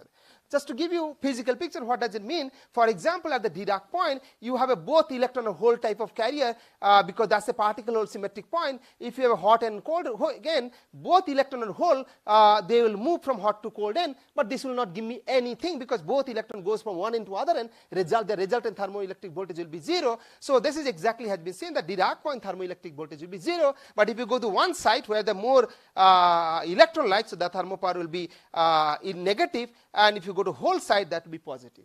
So the thermopore, the point is thermopore is very sensitive to particle hole symmetry. In other words, which is known, thermopore is proportional to the derivative of the density of state, whereas the resistance is just a proportional to the density of state. So you can see that thermopore is highly sensitive to your, so it can take about, information about your band structure. So that comes to what is our, the way we make the devices. So the way we make a device is called, well-known technique called tear and stack technique. This is the, this Pablo show us how to do that. So the way we take a single graphene sheet and we cut into two pieces, and we make a relative angle between them because the single piece, because you have to maintain the same crystallographic axis. So so that's the way we make a twisted bilayer graphene. This is a cartoon picture of schematic how you make it. So this is the black part is one graphene sheet. Basically we cut in two pieces. We give a relative twist angle between them, and that's the way we make a twisted bilayer. And this twisted bilayer are encapsulated between boron, nitrogen, and so on. So let's go to the measurement now. So this is your device. You don't see the twisted bilayer because this is encapsulated anyway. This is an optical image. You cannot see these moire structures. What you see the color here, the protected boron nitride on the top, and so there are many contacts here. These are source drain, and there are you see there are some isolated lines. These are heater lines you will see to create a temperature gradient. So let's see now the device response. So the way we measure, like a two-terminal resistance measurement, a typical lock-in technique we use, and what you see, this is the response of our device. So this is the Dirac point at 0 filling, but if you fill by 4 electrons, so there is again a resistance peak. If you do -4, again you see a resistance peak. That's the band insulator I was talking about, the Moire gap. However, you see a resistance peak even at positive integer filling like +1 and +2, which you cannot describe by single particle picture. So this is definitely, this is coming from some correlation physics. So this is one unique example of how the magic angle twisted bilayer graphene resistance response as a function of carrier concentration will look like. In fact, in this device we saw also left the whole side, the superconductivity dome also exists in the system. So this device turned out to be 1.05 angle. Now let's, so this is the resistance versus temperature. Again, it shows lots of interesting physics, but that's not part of the talk. Now let's do the thermoelectric or thermopore measurement. So what we do now, so as I told you, there is a heater connection here. So we pass a current along the heater, and that basically generates a temperature gradient across a sample. So you have a hot end and cold end. So we measure the thermoelectric voltage. So this is called well-known technique called V2 omega technique to measure the thermoelectric voltage. And also you measure a temperature difference because this experiment has to be done in a linear regime.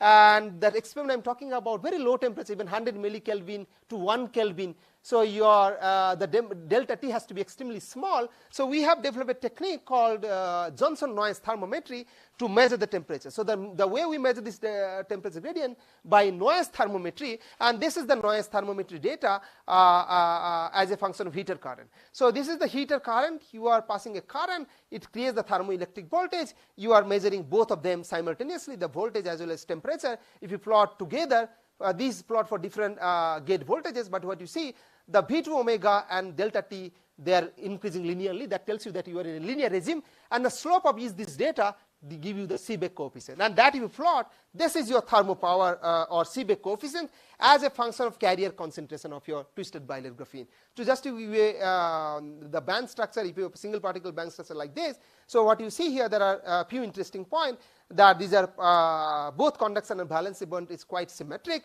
and Dirac point thermopower 0, then there are another crossing, and you can see +4 and -4 you have another crossing because you are going from the flat band to dispersive band. And what you can understand qualitative level by the single particle picture there, because at the Dirac point you will have a particle symmetric. Similarly, near about the middle of the band there will be particle symmetric, and that will also the sign changes can be explained.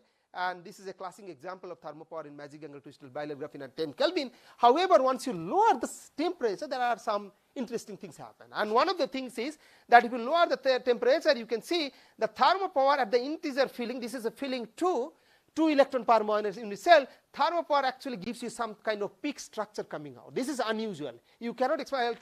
I'll tell you in a moment why it cannot be. And we see that this, as you lower the temperature even less than 5 Kelvin, even this peak becomes stronger. So this is and these values are like 100 microvolt per Kelvin at 1 Kelvin. This is the highest reported thermoelectric voltage at this temperature level. Typically at this temperature level, typically the thermoelectric voltage is very poor. If I very low, if I tell you the mother graphene is like almost 1000 times or 100 times smaller than this value. So this is unusually very high. And this is anomalous because you don't expect the thermopower at peak at this filling 2, because the Mott, there's a famous Mott formula which tells you where the thermopower should change your sign. You can see the Mott is supposed to give you, this is your derivative of the resistance, the Mott is supposed to give you many changes in your thermopower features, but major thermopower you have only single crossing, so complete Mott violation. So at the resistance peak at the filling 2, you are supposed to see actually thermopower is supposed to go to 0. Instead of going to 0, it shows you large resistance, large thermopower. So this is a complete Mott violation. Not only the temperature dependence shows very unusual one, which Mott supposed to give you linear T, but this you can see the very non-linear thing. So in fact, same time, or in the groups also show that there is a in fact Mott violation, not in magic angle device, but away from magic angle also they see. And we see that if you go very far away from magic angle, 1.66 and 0.35, the Mott actually value, there is no problems. So the way we understood, so that's the last slide probably, what we understood by mean field calculation, that the rigid band I was talking about flat band, this is not true because of the interaction. What happened, this 4 flavor which is supposed to equally fill, what happened, one of the flavor it gets completely filled up and other flavor completely empty, and this happens at integer filling because of the interaction. And as a result, this is supposed to be rigid band, but the non-rigid band gives you this kind of density of state which is sort of modulating and having a large particular asymmetry, and that is captured in our theoretical calculations that can explain the thermopower, large thermopower peaks in integer filling. So let me conclude. Unfortunately, I will not be able to talk the second part, but what we have shown, the anomalous thermopower at very low temperature, like even less than 1 Kelvin in this kind of systems, and the giant thermopower at integer filling and complete Mott violation, and one can understand at least mean field level in the systems that interaction driven quantum phase transitions gives you the large particular asymmetry, and that is the reason we see that large thermopower. So without going the second part, let me go to the acknowledged slide. So these are the students who has been, they are working hard work to get this kind of magic angle devices and all the measurements. This is our theoretical collaborators, and also we in-house, I always discuss many physics, Sinjan, Chris, and Manish for many discussion about the twistor. Thank you very much for your attention.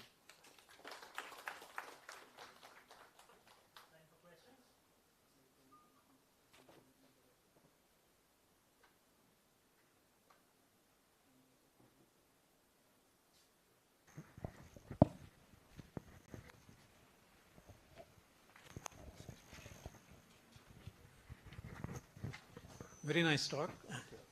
Now, if your thermopower is so high at so very low temperature, if you could do such experiment at room temperature, would it be very good for applications? Thank you very much for your interesting. So that was the second part. So this is low temperature. Then there was the intermediate temperature. The problem is high, because as I told you, there's a isolated flat band, but there is a higher energy band. So very high temperature, the higher energy band also start contributing. So eventually, very high temperature, the system like a graphene-like, because you cannot distinguish, because you don't see the physics of the flat band anymore. If it was an isolated flat band, that would have been, that is the my second part. In fact, some intermediate range, you can see the impact the physics of local moments.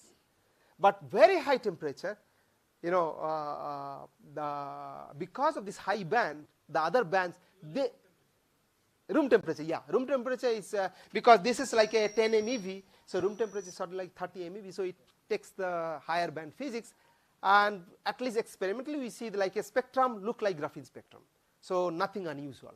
Unusual part is up to something like a 70-80 Kelvin. Beyond that, system behave like the graphene-like spectrum, and that is makes sense because 80 Kelvin as the bandwidth of this flat band is almost similar range. Here, this side. Yes. So you have a graphene which is you know, perfectly symmetric structure. Now you put a second layer, and then you see that if you tilt little bit, that is 1 point something 1, then you get a flat region in the momentum space, right? Now this you call magic angle. Now if you keep on tilting, I was thinking that you will again get the magic angle somewhere, and if you get again, what will be the reflection in the higher order Brillouin zone? Right. So very interesting question. So in fact, 1.1 degree is the magic angle I was talking about. There is a second magic angle happen near about 0.5 degree. However, the bandwidth, the way it changes with the angle, that is much more robust near about 1.1 degree, in the sense that the change of the bandwidth near about 1.1 degree is like a shallow kind of change. On the other hand, the second magic angle, 0.5 degree, the bandwidth changes quite sharply. Now, what is the difficulties in real experiment? Because real experiment, you know, there will be, although I'm saying that there is a 1.1 degree I'm hitting, but this is like an average angle. There is a called angle inhomogeneity in the systems, and typically the angle variations are 10%, right? So the second magic angle, even the 10% variation of your angle variation will kill all the physics what we are looking for, because there the bandwidth changes with the angle is quite sharply compared to 1.1 degree.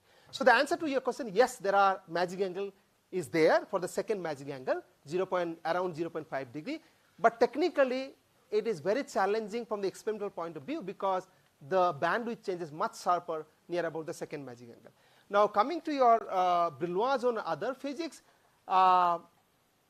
so I hope the physics will be similar, but I have to recall how the other dispersive band etc. changes, but I guess it will be very similar kind of physics, because anyway these physics are this is a single particle, mostly you can express, you know, you can explain by the zone folding kind of stuff.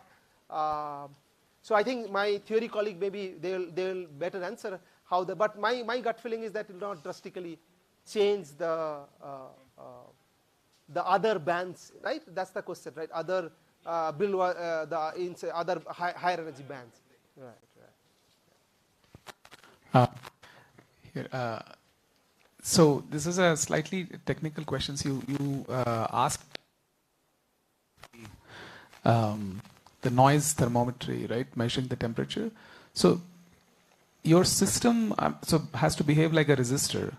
So what is the range of this resistance, and what kind of accuracy can you get in your temperature measurements using this technique? So this experiment, so accuracy depend on, so only thing unknown here the resistance and temperature, because we know the Johnson thermometry only is 4 kb TR, so only the resistance and temperature. Resistance very accurately known, this because we know the low frequency resistance very accurately known. Only thing is, so what is that value? Yeah, so the only thing is that because the noise, and the noise you are measuring this excess noise, because you are hitting on top of some background noise, with the background noise is determined by not the thermal background, but rather than amplifier noise, etc. So it's require lots of averaging, to get a data. So the accuracy depends on how long you are averaging. So this data which I showed you, each data we average almost like a few hours to get a decent data. So in this experiment, our resolution may be of the order of 10 millikelvin. But there are other experiments like quantum Hall, we use this same thermometry. There we have gone less than millikelvin accuracy for, even less than 1 millikelvin for delta T accuracy. Yeah, and the resistance value? So there the resistance are quantum, because in quantum Hall is here in your experiment. Here typically, so we characterize the systems around not exactly large resistance, where the resistance are flat. For example, few kilo ohm, like a 1 kilo ohm to 10 kilo ohm, let's say. Yeah.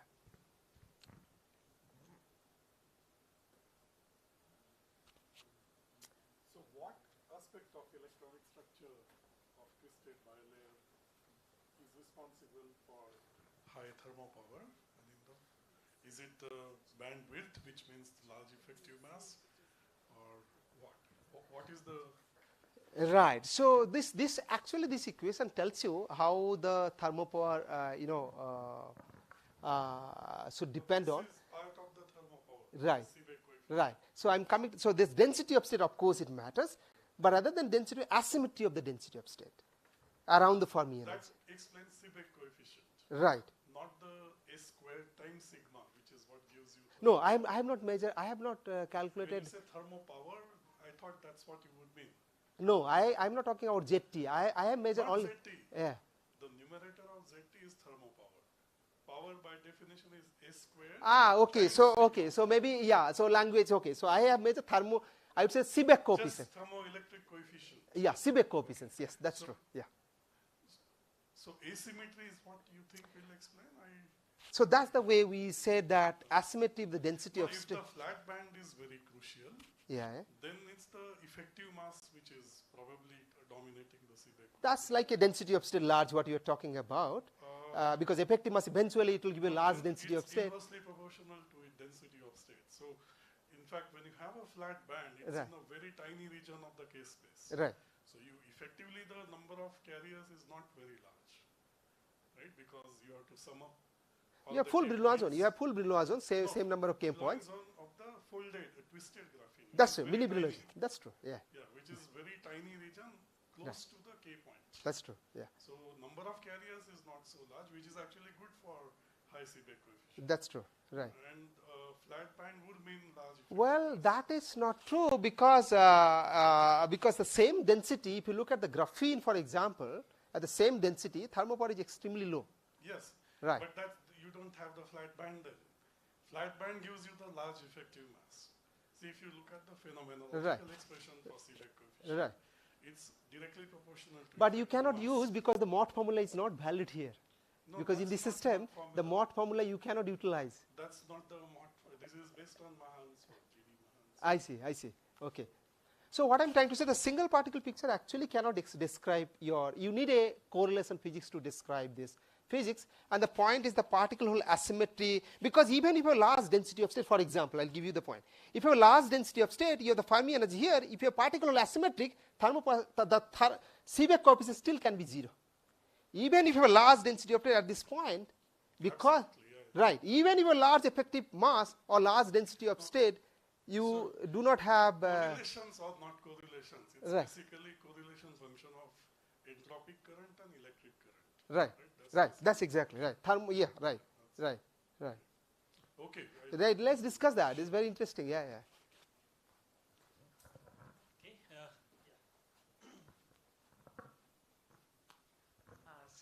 I'm just interested in knowing whenever you are fabricating this graphene, I believe, right?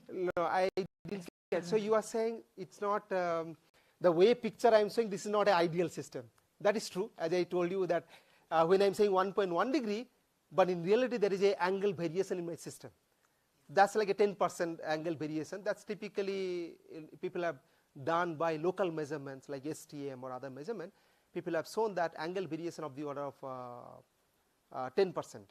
So in that sense, this is not a exactly ideal system, the picture I am showing, but there is a, so 1.1 degree plus minus, you have angle variation in your across the sample. That is true. And how challenging it is to twist a layer, because it seems like theoretically it seems very simple, but otherwise. So that's the most challenging part. Even though we are making a 1.1 degree, but you might have asked the question: is there any energy minima in the structure?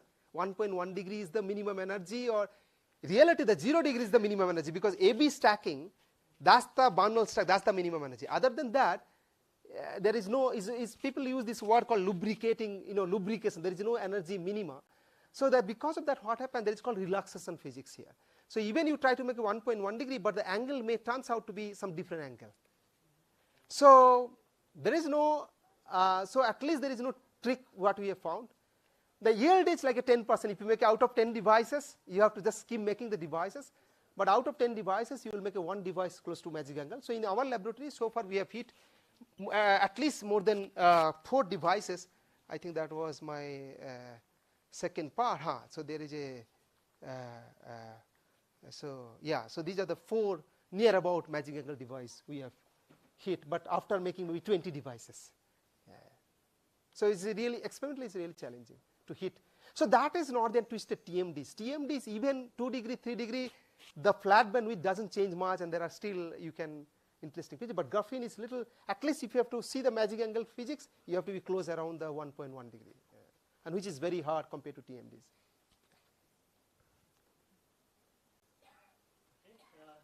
Any further questions for Anindya? We'll end the session at this point. So I'm just going to use him as a scapegoat so that he can answer. We have 10 more minutes. So if you have any questions, he can answer as many as you want, and then we can end the session. It could also be for all the other speakers as well. Actually, this is a good time to. So, it's a very stupid question. So, making that sample, you have to take the measurement immediately, or no? It can be stay in that particular configuration for. That's a very interesting question. So what I realized, that relaxation I was talking about, it only happened during the making the devices. Once the device is ready, ready meaning you landed, the contacts are defined, even for 2 years, 3 years, nothing changes. The characteristic of the device, in fact, they are much more robust than the graphene sample, what we have realized.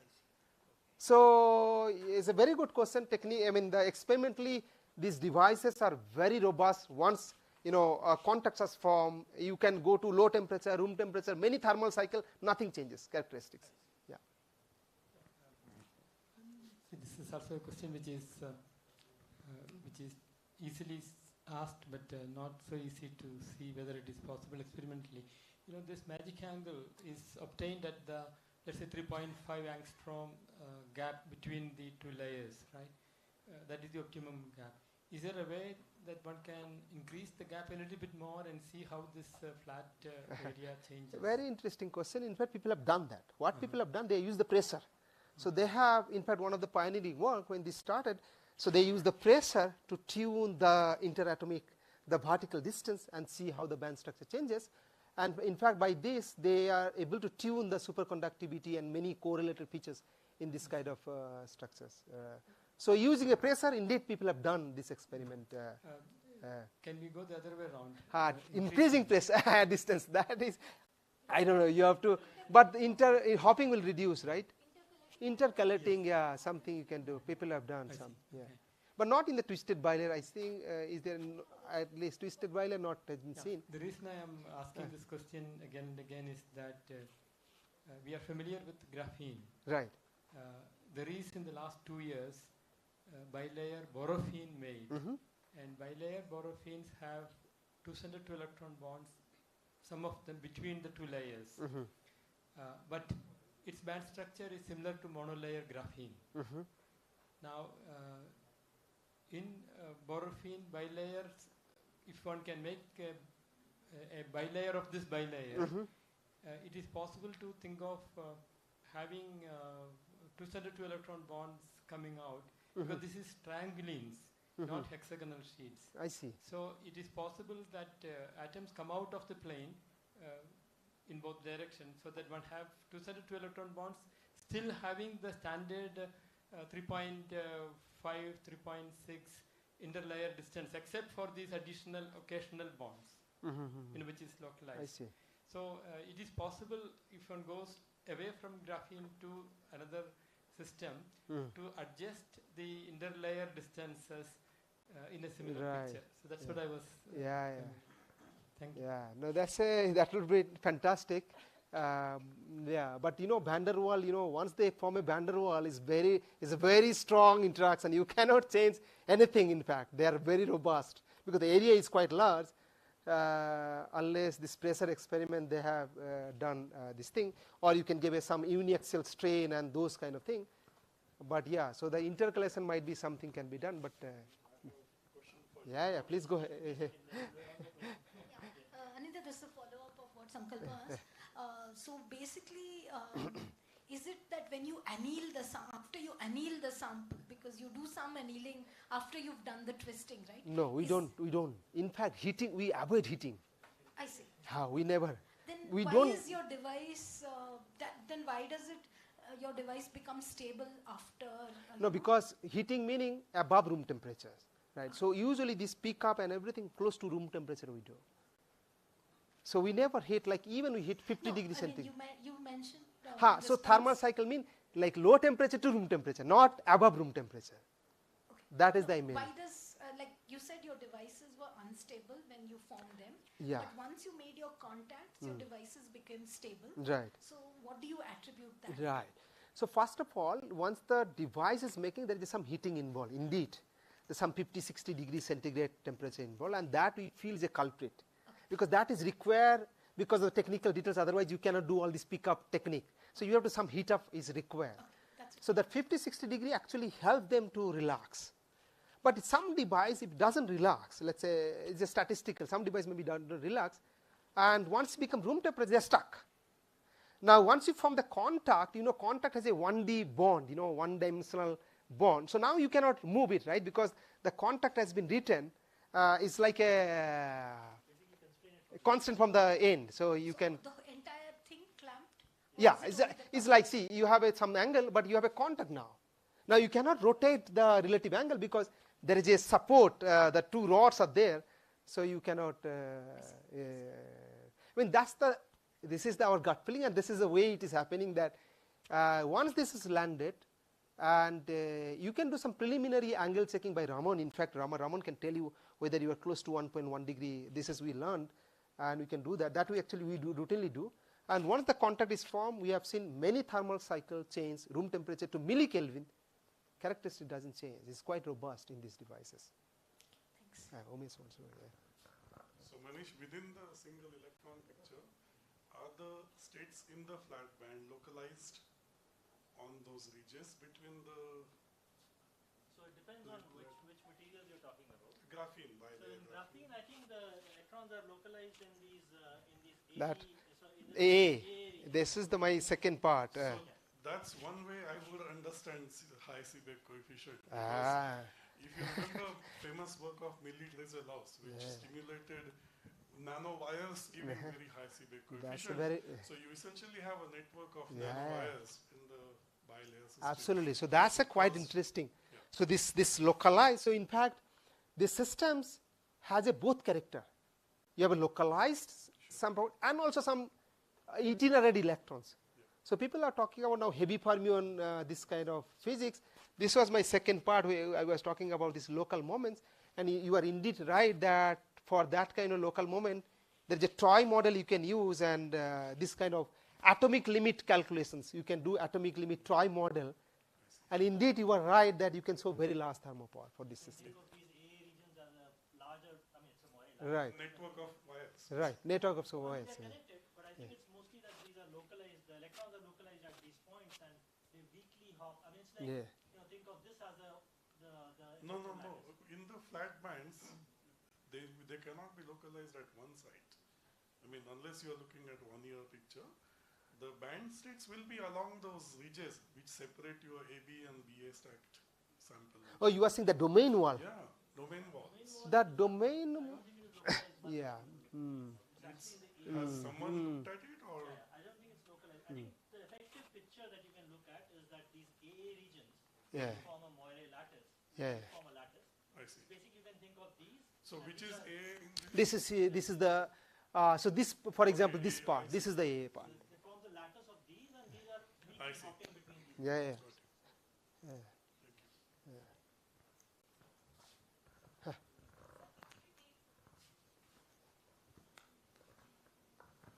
Sir, if we take the graphene nitride, so similar twist angle will be there. Graphene nitride. So what is this? So is it carbon and nitrogen? Yes, alternate carbon and nitrogen. That's an insulator, I guess. Of course, it has to be insulator, I guess. Graphene nitride is insulator, right? Some small, right. So, right. And you are saying between the, some superlattice will be same structure. I mean, you will have a moire superlattice, which I was talking about. You can exfoliate these sheets, graphene nitride, you can exfoliate them and make single sheets and sort of twist one with respect to the other. Is that the picture that you have in mind, that you can take one, for example, take it out, or take this graphene nitride sheet and then put another one on top with some angle? Is that the picture that you? Yeah. Yeah, you will get more. Yeah. Okay. Thank you. But your starting is a band semiconductor. You have to look at now how the electronic structure will modulate. Yeah.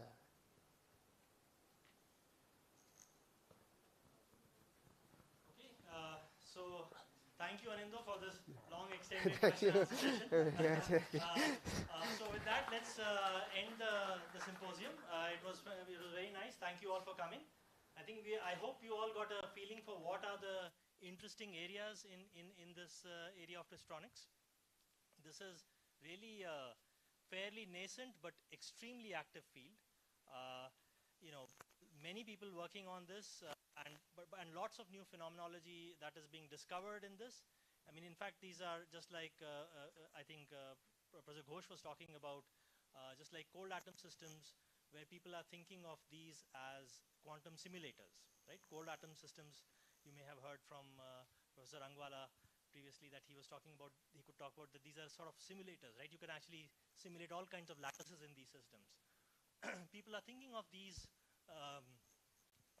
twisted twistronic systems as also systems where you can simulate all kinds of lattices and maybe discover new physics, things that you may have sort of calculate on a computer on some kind of lattice, which is what most theorists do, or at least a large fraction of theorists do.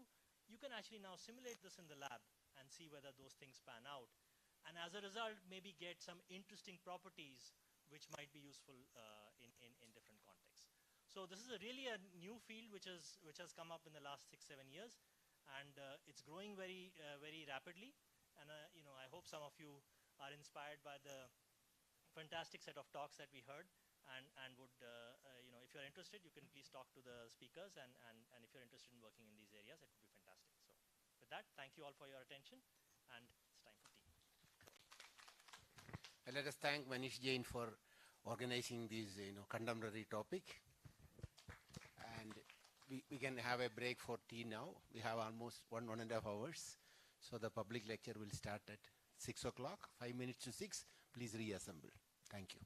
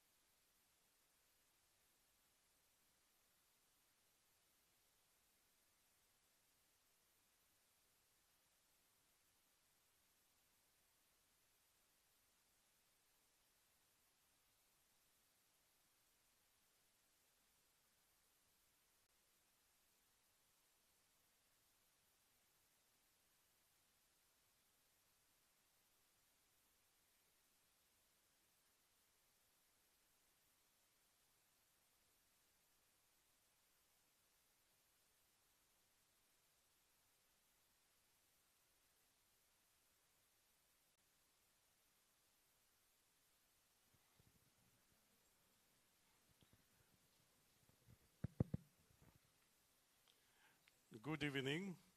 On behalf of the Indian Academy of Sciences, I am delighted to welcome you all here for the public lecture hosted as a part of the 35th mid-year meeting of the Academy today. Indian Academy of Sciences, founded in 1934 by Sir C.V. Raman, is a scientific society that aims to uphold the cause of science and promote the progress of science, research, and education. The Academy accomplishes these ambitious objectives with the significant contributions from its 1100 plus fellows, many of whom are present here in the audience today. Academy is active in publishing 11 journals in different disciplines of basic and applied sciences. On the educational front, it regularly organizes seminars, lectures, workshops, refresher courses to reach out to students, teachers, and researchers in the country.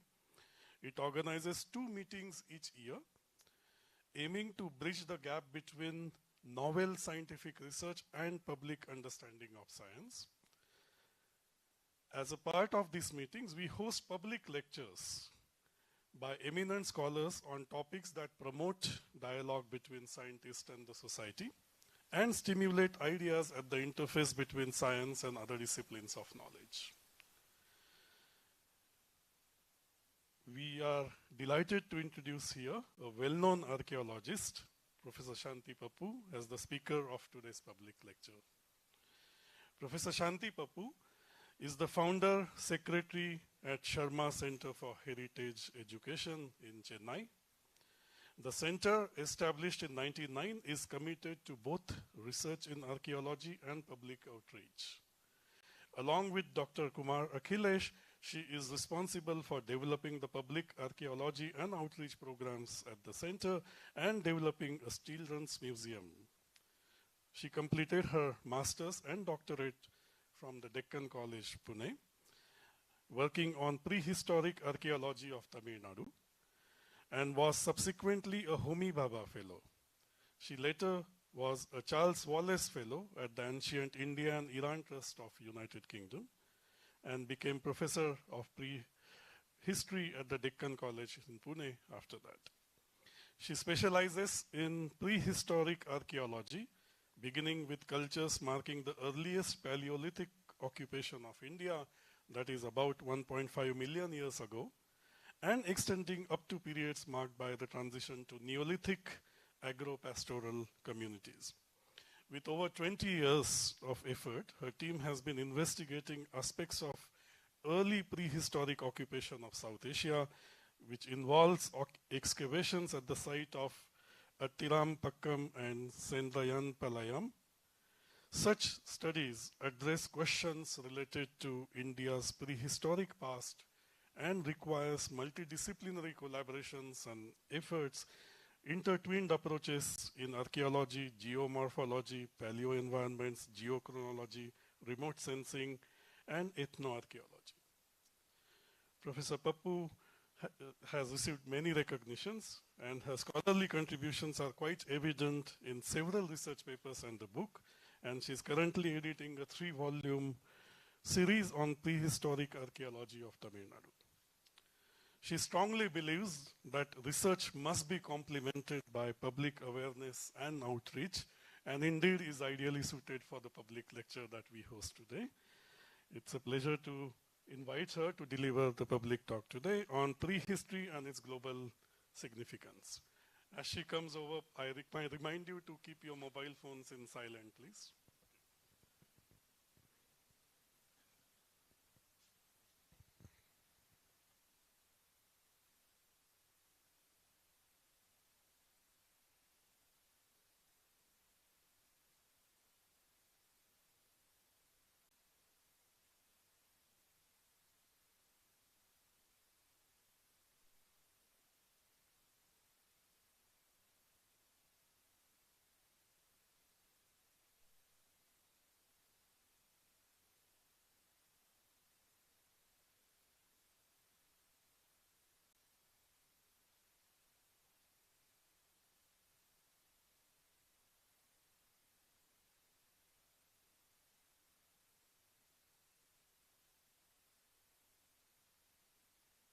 Okay. So, firstly, thank you very much for inviting me, and it's really an honor, and I'm delighted to be here. And over the next, thank you. Over the next half an hour, 40 minutes, I'm going to explore this question as to who are we? And this question has been addressed so many times from so many different perspectives, but I'm going to deal with what we are looking at this question, the perspectives which our team look at this question, and that is the story of our origins, of human origins. And so today I'm going to speak of the many, many different layers of exploring our deep prehistoric past. And in this, there are contributions from so many people. I can't name them all, but you see them here on the screen. And as was said by Sir before I came, they are from multiple disciplines. So this whole study of human origins is something which in our team we believe has no disciplinary boundaries. It encompasses a range of subjects, it encompasses a range of topics, and so many people are involved in this research. So in this multi-layered vision of our past, it's not just something that we look at from perspectives of, say, layers of stratigraphy while we excavate, but layers of interconnectivity, layers of approaches from examining culture, stone tools, past behavior, hominins, migration, environments, and on the other side of the spectrum, also looking at the very, very important aspects of conservation, of awareness, of sustainability, outreach, and legislations, and ultimately binding it all together to look at the position which South Asian archaeology, South Asian prehistory has in the world. So the networks of interconnections which are global. So firstly, why is prehistory so important? And in our view, it's often been neglected in favor of its more glamorous cousins. So you are all aware of our wonderful monuments and sculptures, and there's so much in Indian archaeology that we speak about.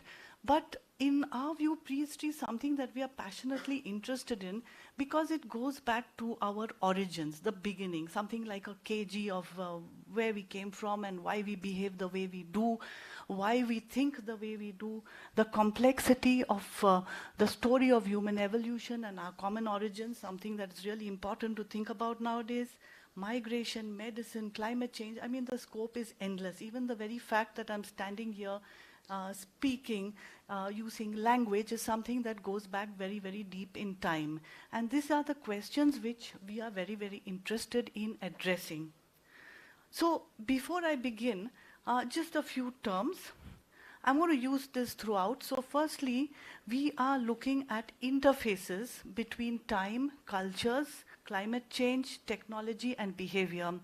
And for the most part, much of research is focused on this tiny bit, this tip of the iceberg that we look at in the Holocene, which everything which you are really familiar with in terms of Indian archaeology probably belong to that time period. But before that, and in this submerged part, starting from, say, around more than 2 million years ago, we have this vast time span of a period called the Pleistocene, where you have this wonderful record of magnificent climate change and the story of human evolution, and what is left behind primarily as far as India is concerned are these stone tools. We don't have a lot of other evidence, and I'll come to that a little later, but it is these interfaces that we are interested in. And what is even more interesting is the fact that rather than complaining about the lack of extensive hominin fossils or other proxies for this time period, we have this magnificent record of stone tools. I'll just see whether this pointer works, so that yes, it's working over there. And much of our research is going to be dealing with this primary source of evidence, that is tools like this and others which are made using, knocking one stone with another or with a bone or wooden hammer. And the terms I'm going to be using are cores. We talk about little bit about cores, the flakes which are detached, and the tools which are finally created. And this is not as simple as it looks, but is a way by which we can get into the minds of prehistoric hominins to deconstruct prehistoric technology and to actually investigate the life cycle of a stone. So right from its conception in the minds of tool makers who are a different species, to its stages of creation, use, and discard when it enters the archaeological record somewhere. Just use this somewhere here, and then from here the processes which operate on that artifact, which was used by someone maybe 1.5 million years ago, and then enters a sediment, which again is subjected to a whole range of natural processes or even modern construction activities which influence it before we dig it out and take it to the lab to deconstruct it. And when we are deconstructing stone tool technologies, again here we see a whole range of sciences and approaches that are used in modern archaeology to literally, and I quote a very famous archaeologist, to squeeze blood from stones. So whether it's fracture mechanics, whether, as I was discussing earlier, provenance studies using Raman or XRD or XRF, or to extract residues from these stone tools to find out what they were used for, or to be able to deconstruct things like language. Even a lot of interesting studies have been done in how we can get to aspects of language using stone tools. Microscopy, 3D geometric morphometrics, like my colleague is working on here, to be able to reconstruct and obtain meaning from the diversity of shapes of different artifacts. So these are some of the studies which we are doing to get ultimately to how prehistoric people thought and behaved, and to look at aspects of cognition, experimental mapping, of course a whole lot of mathematics, which, although not my favorite subject in school, is something which I find that I'm dealing with on a daily basis nowadays. So in these cases, to be able to reconstruct actually what these stone tools mean, one of the key ways by which we approach these issues is through actually making them or napping them. And this is not so easy, and we have conducted workshops for children from 6 years onwards who learn that there is nothing primitive, there is nothing simple about the so-called simple act of knocking a stone off a stone. It involves a thorough knowledge of geology, of the nature of the correct rock to be selected. It involves aspects of understanding fracture angles, of the force you have to apply, and a whole lot of other stuff in between. But by doing so, and by actually reconstructing or replicating the type of artifacts that we get in the archaeological record, we can go a long way towards speaking about different aspects of how people lived and how technology evolved or changed through time, and as to what it actually means. And of course, a very important aspect is using these tools. So by actually making these replicas, these reconstructions, and using it on different materials, you develop certain protocols by which you can study the edges of the tools under special microscopes and be able to identify patterns which tell you what these tools were used for, and how they were used, when they were discarded, whether they were used many times, and a whole different story arises from there. And of course, we have tools all around us. And I'm not talking just about the prehistoric artifacts which many people cannot recognize, but which I'm sure you have walked over when you are anywhere in India. It's really not that difficult to find a site in India. We are so lucky to have this wonderful heritage of wealth of sites everywhere. And somewhere along the way, when people much later started making these polished stone tools, it somehow stayed in memory or imagination. And today when you go to small village shrines all over India, you see them. They are there. They are being worshipped or being venerated in a totally different context, but it's a transformation of the identity of that particular stone artifact in something completely different and which we don't even recognize when we move around the country. But next time when you go and you see a small village shrine, you have another look, and mostly you will find some of these polished stone cells being placed and worshipped there. So this is what we are interested in, to look at cognition, to look at cultural evolution and endings, transitions. Why and how do things change? And how does technological changes, how can they be interpreted in relation to behavior or in terms of environmental changes? And all this brings us back to the story of human evolution. So this sort of tree of species you must have seen in many books, other than the simple straightforward one which you see on t-shirts, and which is obviously completely wrong. But now, as more and more data is being generated, and even as I speak, I know that I know that I will not be able to teach the same thing in human evolution tomorrow as to what I'm speaking today, because the rate of discoveries is so vast and so fast that now we know that the story is even more complex, with a lot of question marks, as you see in between. And some scholars have even postulated it to be more like this, braided streams of species which are interbreeding and intermingling. So it's not such a simple story anymore. And therefore, with studies in ancient DNA coming up and the knowledge of possible gene flow between different species arising, we now have the development of very, very complex stories of human evolution, which is challenging our hypotheses and our interpretations on a daily basis. Not even wait till next year or something like that, but changes are going on all the time. Unfortunately, in South Asia, for the time period that I am talking about, we have very, very few proxies.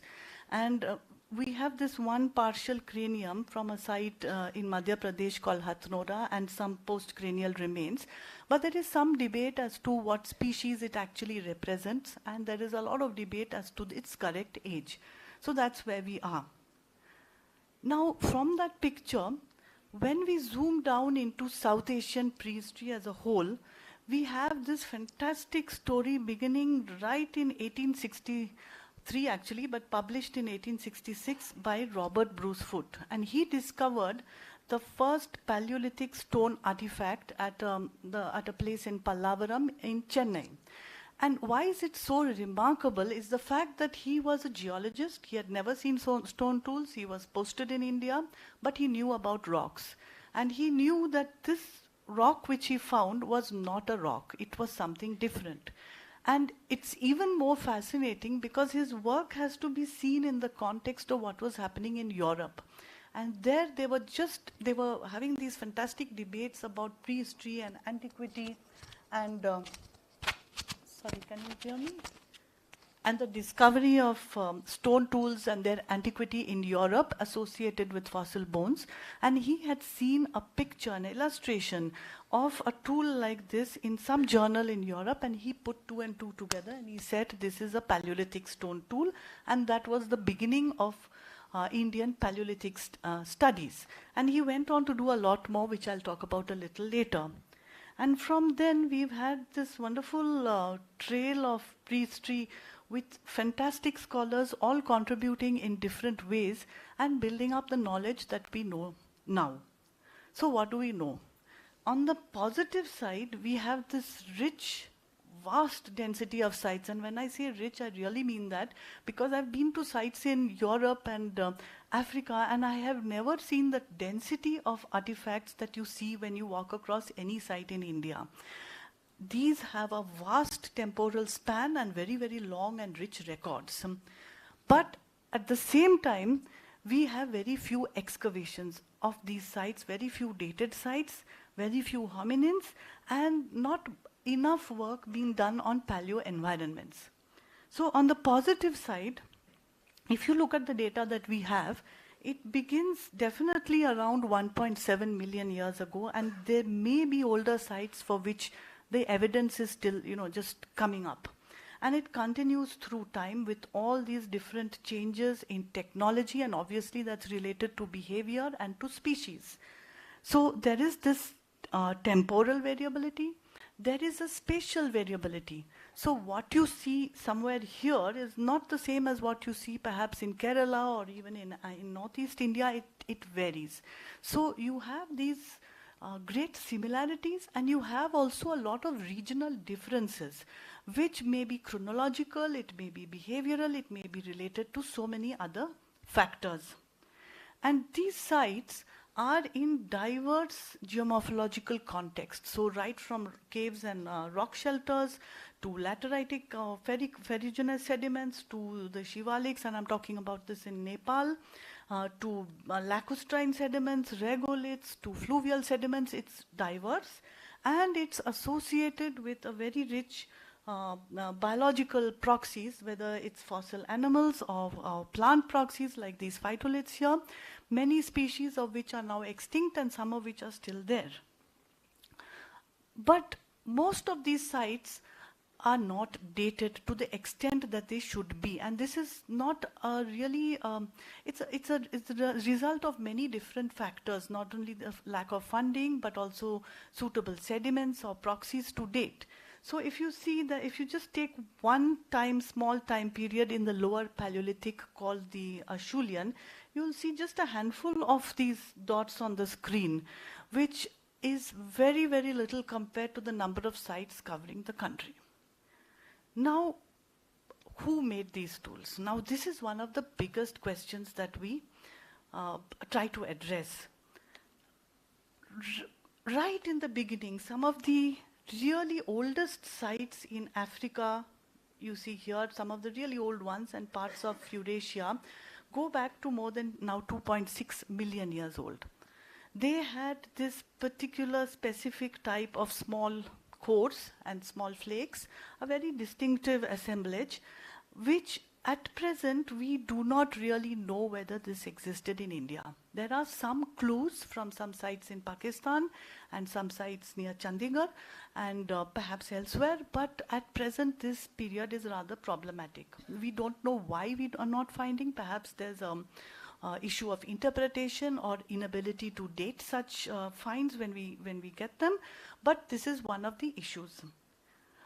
But we definitely know that Homo erectus was here in India at least from 1.5 to 1.7 million years ago. We know that not because we have their fossils, but we have excellent evidence of the diagnostic tools, their toolkit, are in many parts of South Asia.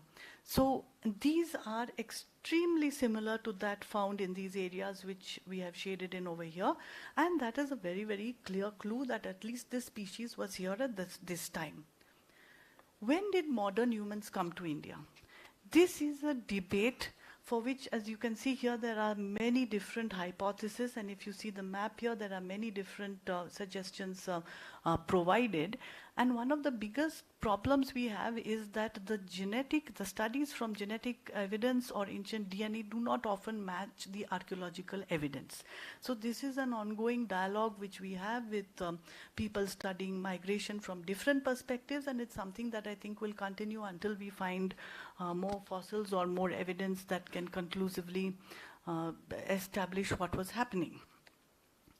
So from this broad picture, let's zoom down to this tiny area that we are studying around Chennai. And what are we looking at? Again, we are looking at this part of our past from multiple perspectives, not only landscapes, sites, zoom down to the actual stone tools, figure out the chronology, and try to understand what the environment was like to which these people adapted to. So here, this is the area that we are working in, so Chennai is somewhere here, and all these little dots that you see in the map are prehistoric sites. There are hundreds of them, and this is only a tiny bit of what we have surveyed, what our scholars in the past have studied and documented, and a lot of them have now gone.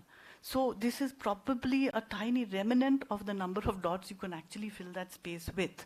And these sites occurred in diverse geological and geomorphological contexts. And why is that important? It's important not only to understand where sites of a particular time period are preserved, and so we can go and look for them there. It's also important to look and reconstruct what the environment was as people moved across this landscape, spatially and through time. So there is a lot of evidence of changing environments and changing formations, and also in terms of where their resources were. So we need to put together all these different sources of evidence to build our understanding. And again, when we look a little back into the history of research, we see that right from the 19th century onwards through to the 1930s, 60s, 80s, and when we started work here in 99, 2000 onwards, there have been multiple approaches towards the study of this very same landscape and very same sites. So, right back in the 19th century, you had Robert Bruce Foote, who published this fantastic article, and it's something everyone should read, because this article is not merely a description or documentation of what he found, which is what we tend to do in the modern world. We like to describe things. But he not only studied and described what he found, but he also went on to classify things. So he was the first actually to put forward some sort of a chronological scheme. He was the first to think about how technology changes with time. He was the first to identify that all these different stone tools had different shapes and forms, and this had some meaning. Because he was a geologist, he also proposed the first understanding of the formation processes which lead to the building up of deposits that we call a site. And why is that important? Because it influences the way in which we interpret things. So if something is, say, for example, in a riverbed and washed away, it has very little meaning. But if something is in the place where that person dropped it and it was later buried, it can help in understanding their way of life better. So he was the first to talk about site formation. He was the first to use ethnographic analogies based on people, modern communities who lived there and who used, say, bamboo, tools of bamboo, or used other things. So all these things were happening way back in the 19th century. And you have his quotation on the side, and he says, "It is a matter, therefore, of pure satisfaction rather than surprise when he found the tool." And this is because he expected to find something of that antiquity based on what was happening in Europe. And then later on, in the 1930s, in this very same region, you have other scholars working, including an Austrian who actually classified, gave a nomenclature to these industries and called them Madrasian, after being found around Madras. And that term sort of stuck on till recently. And if you look at this map in the 1930s in his book, which is actually in German, and you can read this paper we have written about him, it's that he actually shows South Asia as a center of importance without even coming here. So this is something which is in a thinking about prehistory in the 1930s, somewhere far away, which actually influenced a lot of what Indian scholars were also doing. And then, of course, you have different theoretical and conceptual approaches. So the discipline is not static. Our interpretations change through time. The theoretical approaches towards understanding the past changes through time. Of course, when we look at these vast landscapes, you have to have proper methods of sampling and survey. So most people today, and also our teams, right from using satellite remote sensing that you see over here, to when we actually worked for this with ISRO, NRSC in Bangalore, and our wonderful colleagues helped us to develop a model of predictive modeling, so that archaeologists don't have time and we don't have money. So how do you find sites fast before they are destroyed forever? So this sort of simple studies in predictive modeling and looking at these vast 8,000 square kilometers through satellite remote sensing at different resolutions help you demarcate landscapes and sediments where you can find the sites of your interest. Of course, after that, there's no alternative to walking.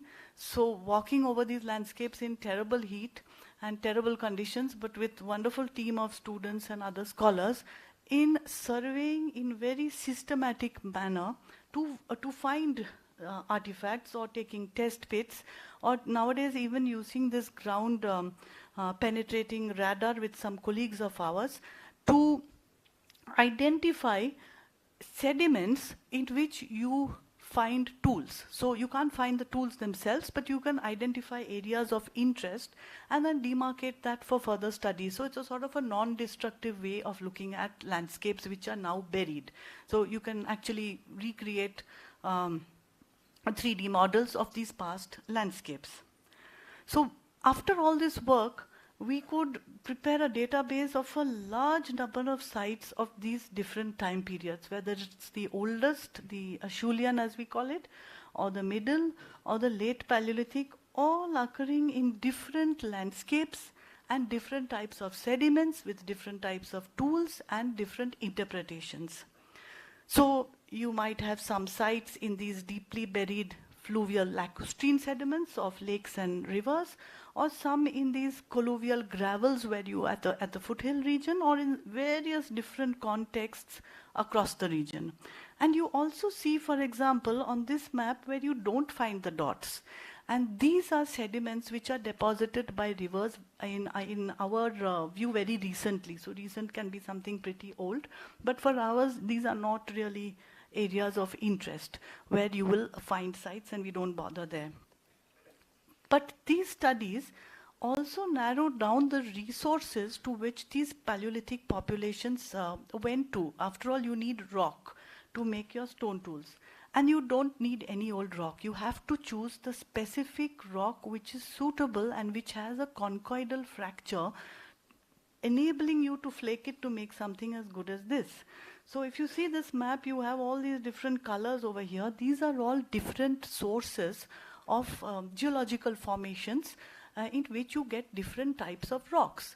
And based on what we are doing right now, and we are doing for a number of years actually, but intensifying now, is studies of XRD, XRF, and other methods to be able to identify and build a database of characteristics of these stone tools, of the rocks used, and to identify provenance. So where are they getting rocks from? Are they traveling really far?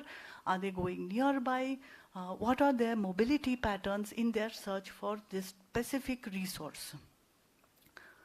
And we also note great deal of diversity in the way populations through time used these landscapes. So you can have sites which are really, really very big, and some of these sites extend over kilometers.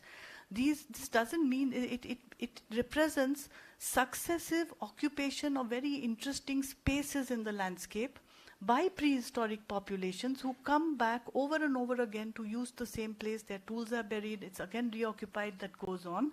Or you can have contained areas where there are these very attractive, persistent places in the landscape, very special places, to which populations are returning over hundreds of thousands of years. Plus, you get a lot of variability in what they were doing. So in some areas, you might have a lot of these large cores where people were manufacturing tools. In other areas, you might get just the tools without any manufacturing evidence at all.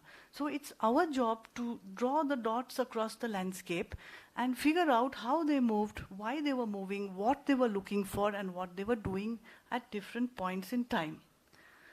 Now, from this broad landscape, let's zoom down. So now we zoom down from this 8,000 square kilometer to this core zone, a tiny area where you have the modern river here.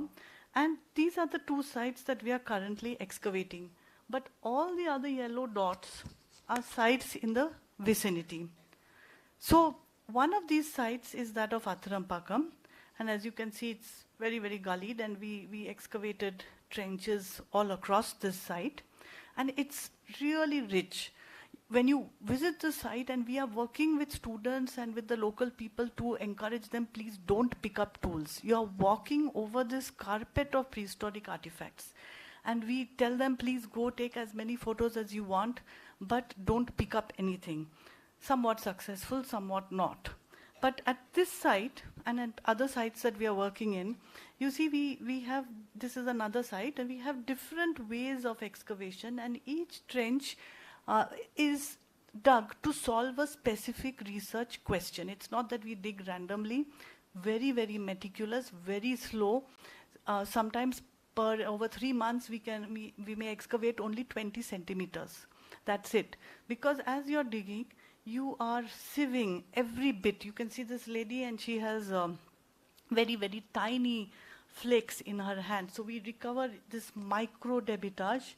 We map everything, either through total station or by hand, or now we are using a lot more of 3D photogrammetry. So excavation is a slow process, and it's often in February, March, April, and May. So that's, I can assure you, that's not a very pleasant environment. But this is the way you have to do it, because all excavations are destruction. So it's our job to at least gather as much information as possible to interpret and for the future. So at this particular site, what do we see here? This is really a very, very special place, because through time, we see right in the beginning, it was occupied by populations of the lower Paleolithic, making somewhat this type of tool. And then later, there was a gap. And then other populations came, another species, making a different type of tool. And then again, around 72,000 years ago, the site was abandoned. We don't know why, we are working on that. But anyway, you get this very, very long history. And in the lowermost, lower Paleolithic Acheulean levels, when we excavated, and it's really interesting because till we took up this project, everyone thought that this layer on top where the pointer is was where you'd find the artifacts. But when we worked with the local villagers who know the land best, they said, no, if you are looking for this type of big tools, big pieces of stone, you have to dig deep.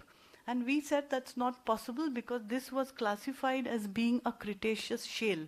That is something really, really old. And you wouldn't expect tools there, but we decided to trust our local workers, and we dug deep, and actually this is the layer in which you have the lower Paleolithic artifacts, and hundreds of them. So you have tools like this is just during excavation, or you have really tiny ones, and some of these tools, broken tools, refit, meaning that the site has undergone very little disturbance. Not no disturbance, but relatively lesser disturbance with some water action through the years. So how old? For this, our traditional methods of dating won't work. So we use two methods. One is paleomagnetic reversals, paleomagnetic measurements, and the other is something called cosmogenic nuclide burial dating, in which you could actually directly date the artifacts. And this was published in 2011, and the results show that the occupation of this particular Acheulean level was somewhere between 1.1 million years ago and around 1.7, so averaging around 1.5. So 1.5 million years was something really interesting for us to find, because it was not, apart from a few other scholars like Professor Sheila Mishra, no one really believed that this phase in India was so old. They all thought it was much younger. But now with this date, we could clearly show that the age of sites in India was actually contemporary with that of Africa, many regions of Africa, also some sites in Israel, and therefore it raised very interesting questions on the timing of hominin migration from Africa to India. So it pushed that back, way back in time, almost up to 1.5 million years, and then you begin thinking about what are the other sites in India which give similar evidence, and there are several in Maharashtra which also point to this very early migration of populations to India. And some scholars also say, why Africa at all? Why out of Africa at all? So this question is now being debated, and whether there is a more complex story rather than these simple lines we draw on a map when we speak about populations moving. It's possibly wrong. So that's why I didn't draw any line here. We like drawing lines to show migration, but it's never really so simple. For these populations, one of the characteristic things is this symmetry in stone. So these tools in particular, these here and this are called bifaces. This one is a hand axe, and I've put in the 3D just to show that it is the first example of application of symmetry in stone. So some clever fellow decided to make a tool in this particular manner, which is bifacially and mostly bilaterally symmetrical to a very large degree. So this is a revolution of the time, and it actually transformed the technological strategies of this particular species in their lives, and we see this evidence in many places across the world. And this is something which we are currently investigating. But apart from these bifaces, they also made a whole lot of other small tools. And what is really large and small, what is interesting for us is the story of any particular tool which we look at when we trace it back to its source. So at this particular site, there was no raw material or large blocks to make the tools. So they had to make the tools somewhere else in the landscape, somewhere far away or nearby, and they brought partly finished stone tools to the site, finished them at the site, and the waste products coming from this manufacturing sequence were not discarded because there was a raw material shortage. So it's a very effective resource reutilization where they pick up these small pieces and then flake them and make other tiny tools and then take them away somewhere. So what we are interested in is putting this tool which we find while digging into the broader picture. And then of course there's a whole lot of quite routine and very taxing analysis which goes on in the lab in order to deconstruct the tools. And if you see this diagram, to deconstruct every single scar on the tool and find out how that particular person 1 million years ago, 1.5 million actually made it. And this is something you can do using the experimental studies which I showed in the beginning. So my colleague Dr. Akhilesh actually takes the tool, deconstructs this flaking pattern, the way it's made, then goes back and try to replicate that same strategy today, and then we can build more models and studies and go wherever we want. So in this persistent, preference for certain places, this site is not an exception. So to explore more, we chose to excavate recently before COVID, and of course COVID stopped a lot of work, but we are back at it now, at this neighboring site called Sendra and Palyam. So while at Athirampakam you have this sequence, at the neighboring site this part is missing, and you have this sequence of the lower Paleolithic Acheulean and perhaps something older. And it's again in a totally different environment. So you now know that the Acheulean people, these Homo erectus wandering around, lived in different ecological zones across this region. So this is an idea of the other site with the type of artifacts that you are getting there. And here we find a number of the large codes, that is the parent blocks from which flakes were knocked off to make tools. So this is really a wonderful manufacturing area. We get lots of unfinished tools, lots of waste products, lots of codes, and evidence of different skill levels of people who are actually doing this. So it's not that everyone was a master craftsman, but you get evidence of some really bad things, some great specimens, some in the process possibly of learning, and these are questions that we are investigating in our experimental studies using novices. So what do? We call in a bunch of people who don't know anything about napping, and we teach them through using different methods, and in these different pedagogical strategies, we try to look at the evidence that we can use to build analogies to understand the past. This article is currently under review, and as you know, reviewer number 2 is often pretty bad, so we are trying to answer all the review questions, and then hopefully it will get published somewhat soon. hopefully soon. Underneath that layer, we have another very enigmatic layer with completely different technology, it's completely different. So we really don't know what this means as of now, so we have done a lot of 3D studies of these cores, and from this level, we got a number of some conjoinable pieces, which means you can actually put together how the person made them. The core and the flake knocked off joined together. So you have these little areas where people were doing things, sitting down and napping and doing something over there, and we can actually put it together. It's really complex work. Some of the reconstructions we found when we were excavating itself, and some are studies will be going on eventually in the lab. And then what happens?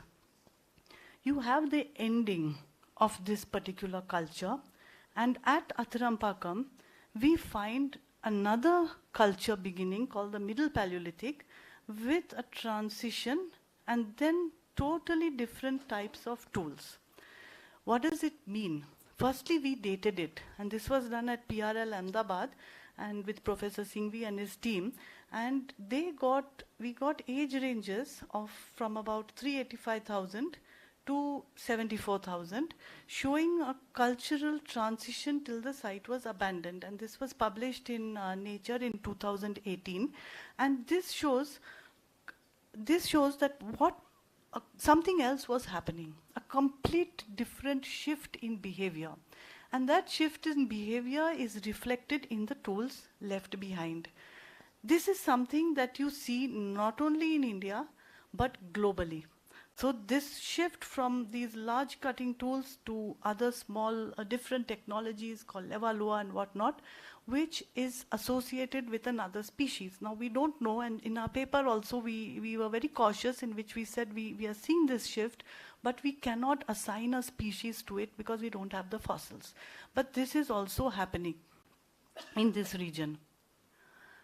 And then, thousands of years later, we have a process of miniaturization towards microliths. So now we have a whole lot of sites where we have these tiny tools, which as you could see can fit on your fingertip and were hafted or attached onto handles. And they're all everywhere. But I have chosen to show you these magnificent landscapes of the red sand dunes with the sea there, where these tools were found, which is also connected with something happening in Sri Lanka, where they find similar deposits and they find similar tools, and which are much younger. Now, how old they are, what are the ages, there are a lot of debates on that. I will not go into it, but it's definitely now associated with modern humans like us, and a totally different cultural process. At the end of all that, we move towards the process of domestication and defining what we call a Neolithic, where we now have transitions from the hunting-gathering phase to experimenting with plants and animals, a major shift not only in subsistence, in behavior, in worldviews, in everything, and in many places these are characterized by these polished stone cells. So in one of the studies we did recently with the Tamil Nadu State Department of Archaeology, we could track down the sources of raw material, which are these dolerite dikes in landscapes, and then find areas where different stages of manufacture of these tools is present. Look at somewhere else in the landscape where people were carrying these half-finished tools and then polishing them, so you get these grinding grooves, and then looking at what raw materials were the sourcing and what are the characteristics of that. Now this study is very preliminary. There's a lot more work done in Karnataka on this particular phase, and excellent studies have been done. In Tamil Nadu, it is just beginning, and many good teams are working now on this problem to try to understand this better. Lastly, the environment. Now, when you don't have fossils, what do? You have to literally extract every proxy bit of information, whether it is the soils from which we did rock magnetic, clay mineralogy, now we are doing some more sedimentological and isotope studies, to my colleagues at the French Institute and in Sri Lanka who are working on the phytoliths. So if you don't get pollen surviving, you can look for other clues of past plant. And one of them are these phytoliths, where we can attempt to reconstruct some part of past vegetation. Not a brilliant picture, but at least you get at one site, we are able to build up a picture of what was happening, the grasslands and then the little swamps and then the woody areas, and how this vegetation was changing through time and across the site. And now we are getting a lot more exciting data from here, which points to a lot of aridity and which may explain why the site was abandoned finally. So these studies are going on. Now, a crucial area is that it's all very nice for us to publish in journals and books, our research, but what does it mean for people? And for that, we began right from 1999, moving away from research to outreach. And why is it so urgent? Because even as I'm speaking, this is what is happening to the sites. So it is really tragic.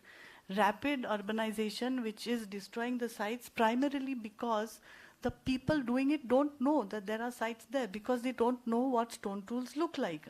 You would know if you found a coin or if you found a sculpture or a statue, you know that. But if you don't know what a stone tool looks like, it's not your fault. You can't blame them. So it's our job and it's our failure to communicate, to not communicate that knowledge to people. So this is what's happening. Plus, we need a lot more legislations for that. So we did this project with ISRO, not only for research, but for NRSC with my colleagues from Bangalore, to look at the land use, what is happening at these 200 sites. So in terms of agriculture, water bodies, infrastructure, what's happening. So at least get a database on what is there. So we did all that, and all this data is published so that we can actually demarcate. You can't preserve all sites, but you can suggest strategies for conservation, for education, for research, for salvage, or like sites like Athirampakam, don't touch it. So that's a sort of a policy which we developed, and we have published a lot on that, and I hope it works in the future. It hasn't really worked till now, but at least we can hope. And the other aspect is outreach, and this we feel is one of the most crucial areas of our programs at our center, is that we spend, of course, a lot of time on research, which is our passion, but equally on outreach.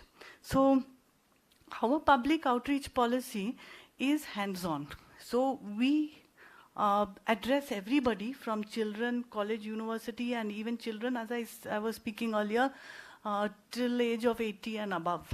Anyone with curiosity about the past, beginning from 6-year-olds onwards, of course, university students, local stakeholders, and anybody who's interested in this. And our aim is to create, connect, and communicate. So to create innovative pedagogical methods, especially moving away from very high-tech use of computers or everything to hands-on. So in any module which may last from 1 hour to 3 hours to 1 week, there is a lot of activity in which the children actually excavate mock trenches and learn that our excavation is not PWD digging, but it is very meticulous, very slow, and then they have to interpret what they find. So there are whole modules developed on this. There are modules developed on stone tools in which they actually make tools. My colleague Akhilesh guides them through making simple flakes and using them, exploring human evolution through replicas, rock art, fossils, rocks and minerals. And it's a huge program. There's not enough time to talk about it. But each workshop is very, very carefully designed to suit the type of school coming, the nature of children, the language backgrounds for that particular school, what the school wants from us as well, and each workshop is interdisciplinary. So you have geology, you have biology, you have mathematics, you have physics. For example, in napping, you talk about fracture mechanics, you talk about rock properties, you talk about conchoidal fracture, In rock art, you may talk about the properties of the pigments used.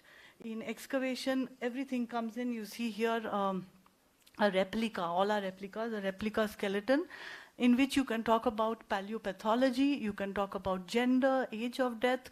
So every single discipline comes in, which again we feel is very important because these disciplinary boundaries do not exist. Lot of personal attention to children, including special challenged children who also attend the workshops, and a lot of, as I was discussing with him just now, a lot of admission of things that we do not know.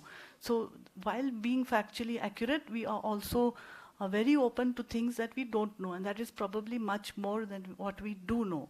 So this is something which we try to get across. And recently, especially because of COVID, it was actually a boon for us because we forced ourselves to master technology and go online, and started this forum where we had a lot of lectures free from scholars from all over the world. They're on our YouTube channel. And we also developed online courses for anyone who was interested in joining them, and for children stuck at home.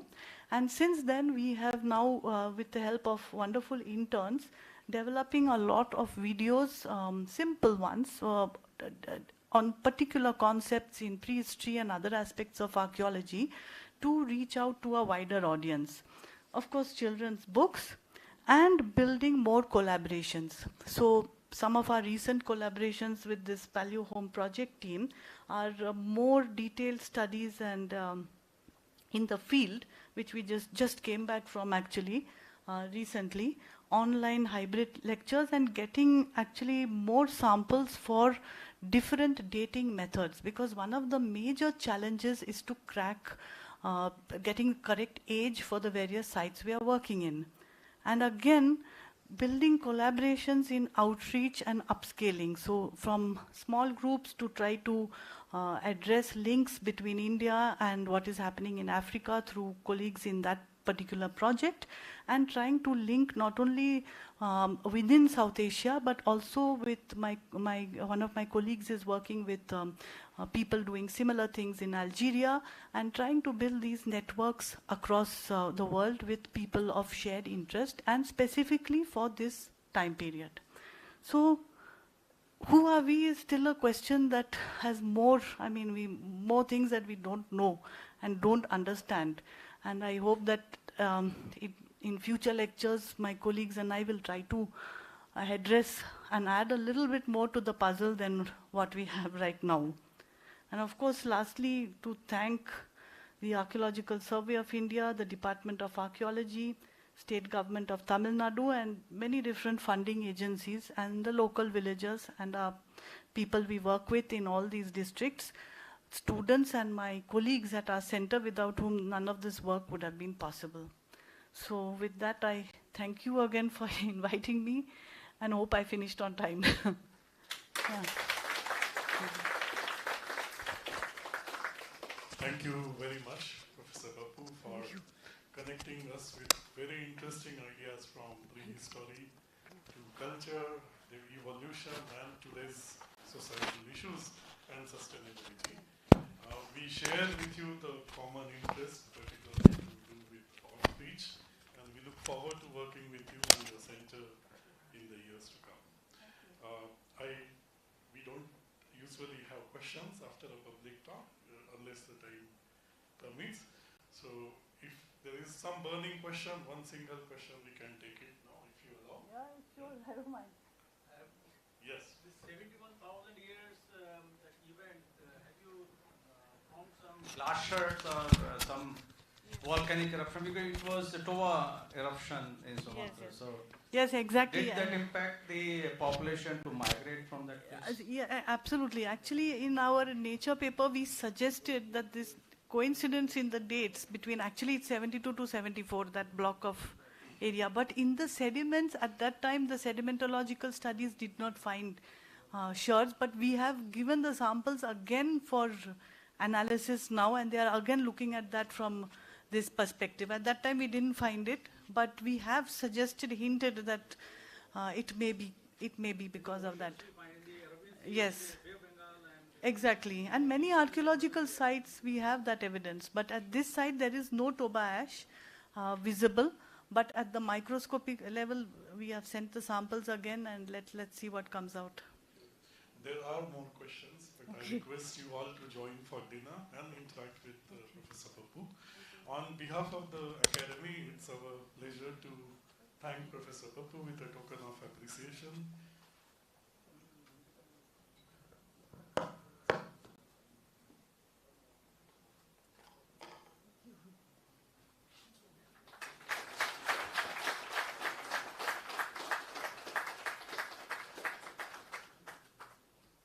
And we have one more. It's a Victorian C.V. Raman, the founder of Indian Academy of Sciences.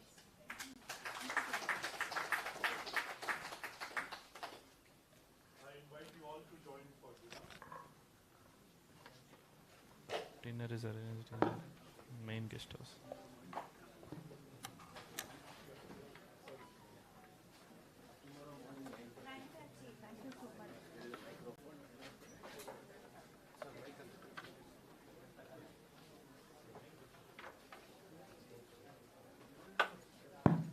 Tomorrow morning, 9:30, we'll meet again. Please come at 9:30.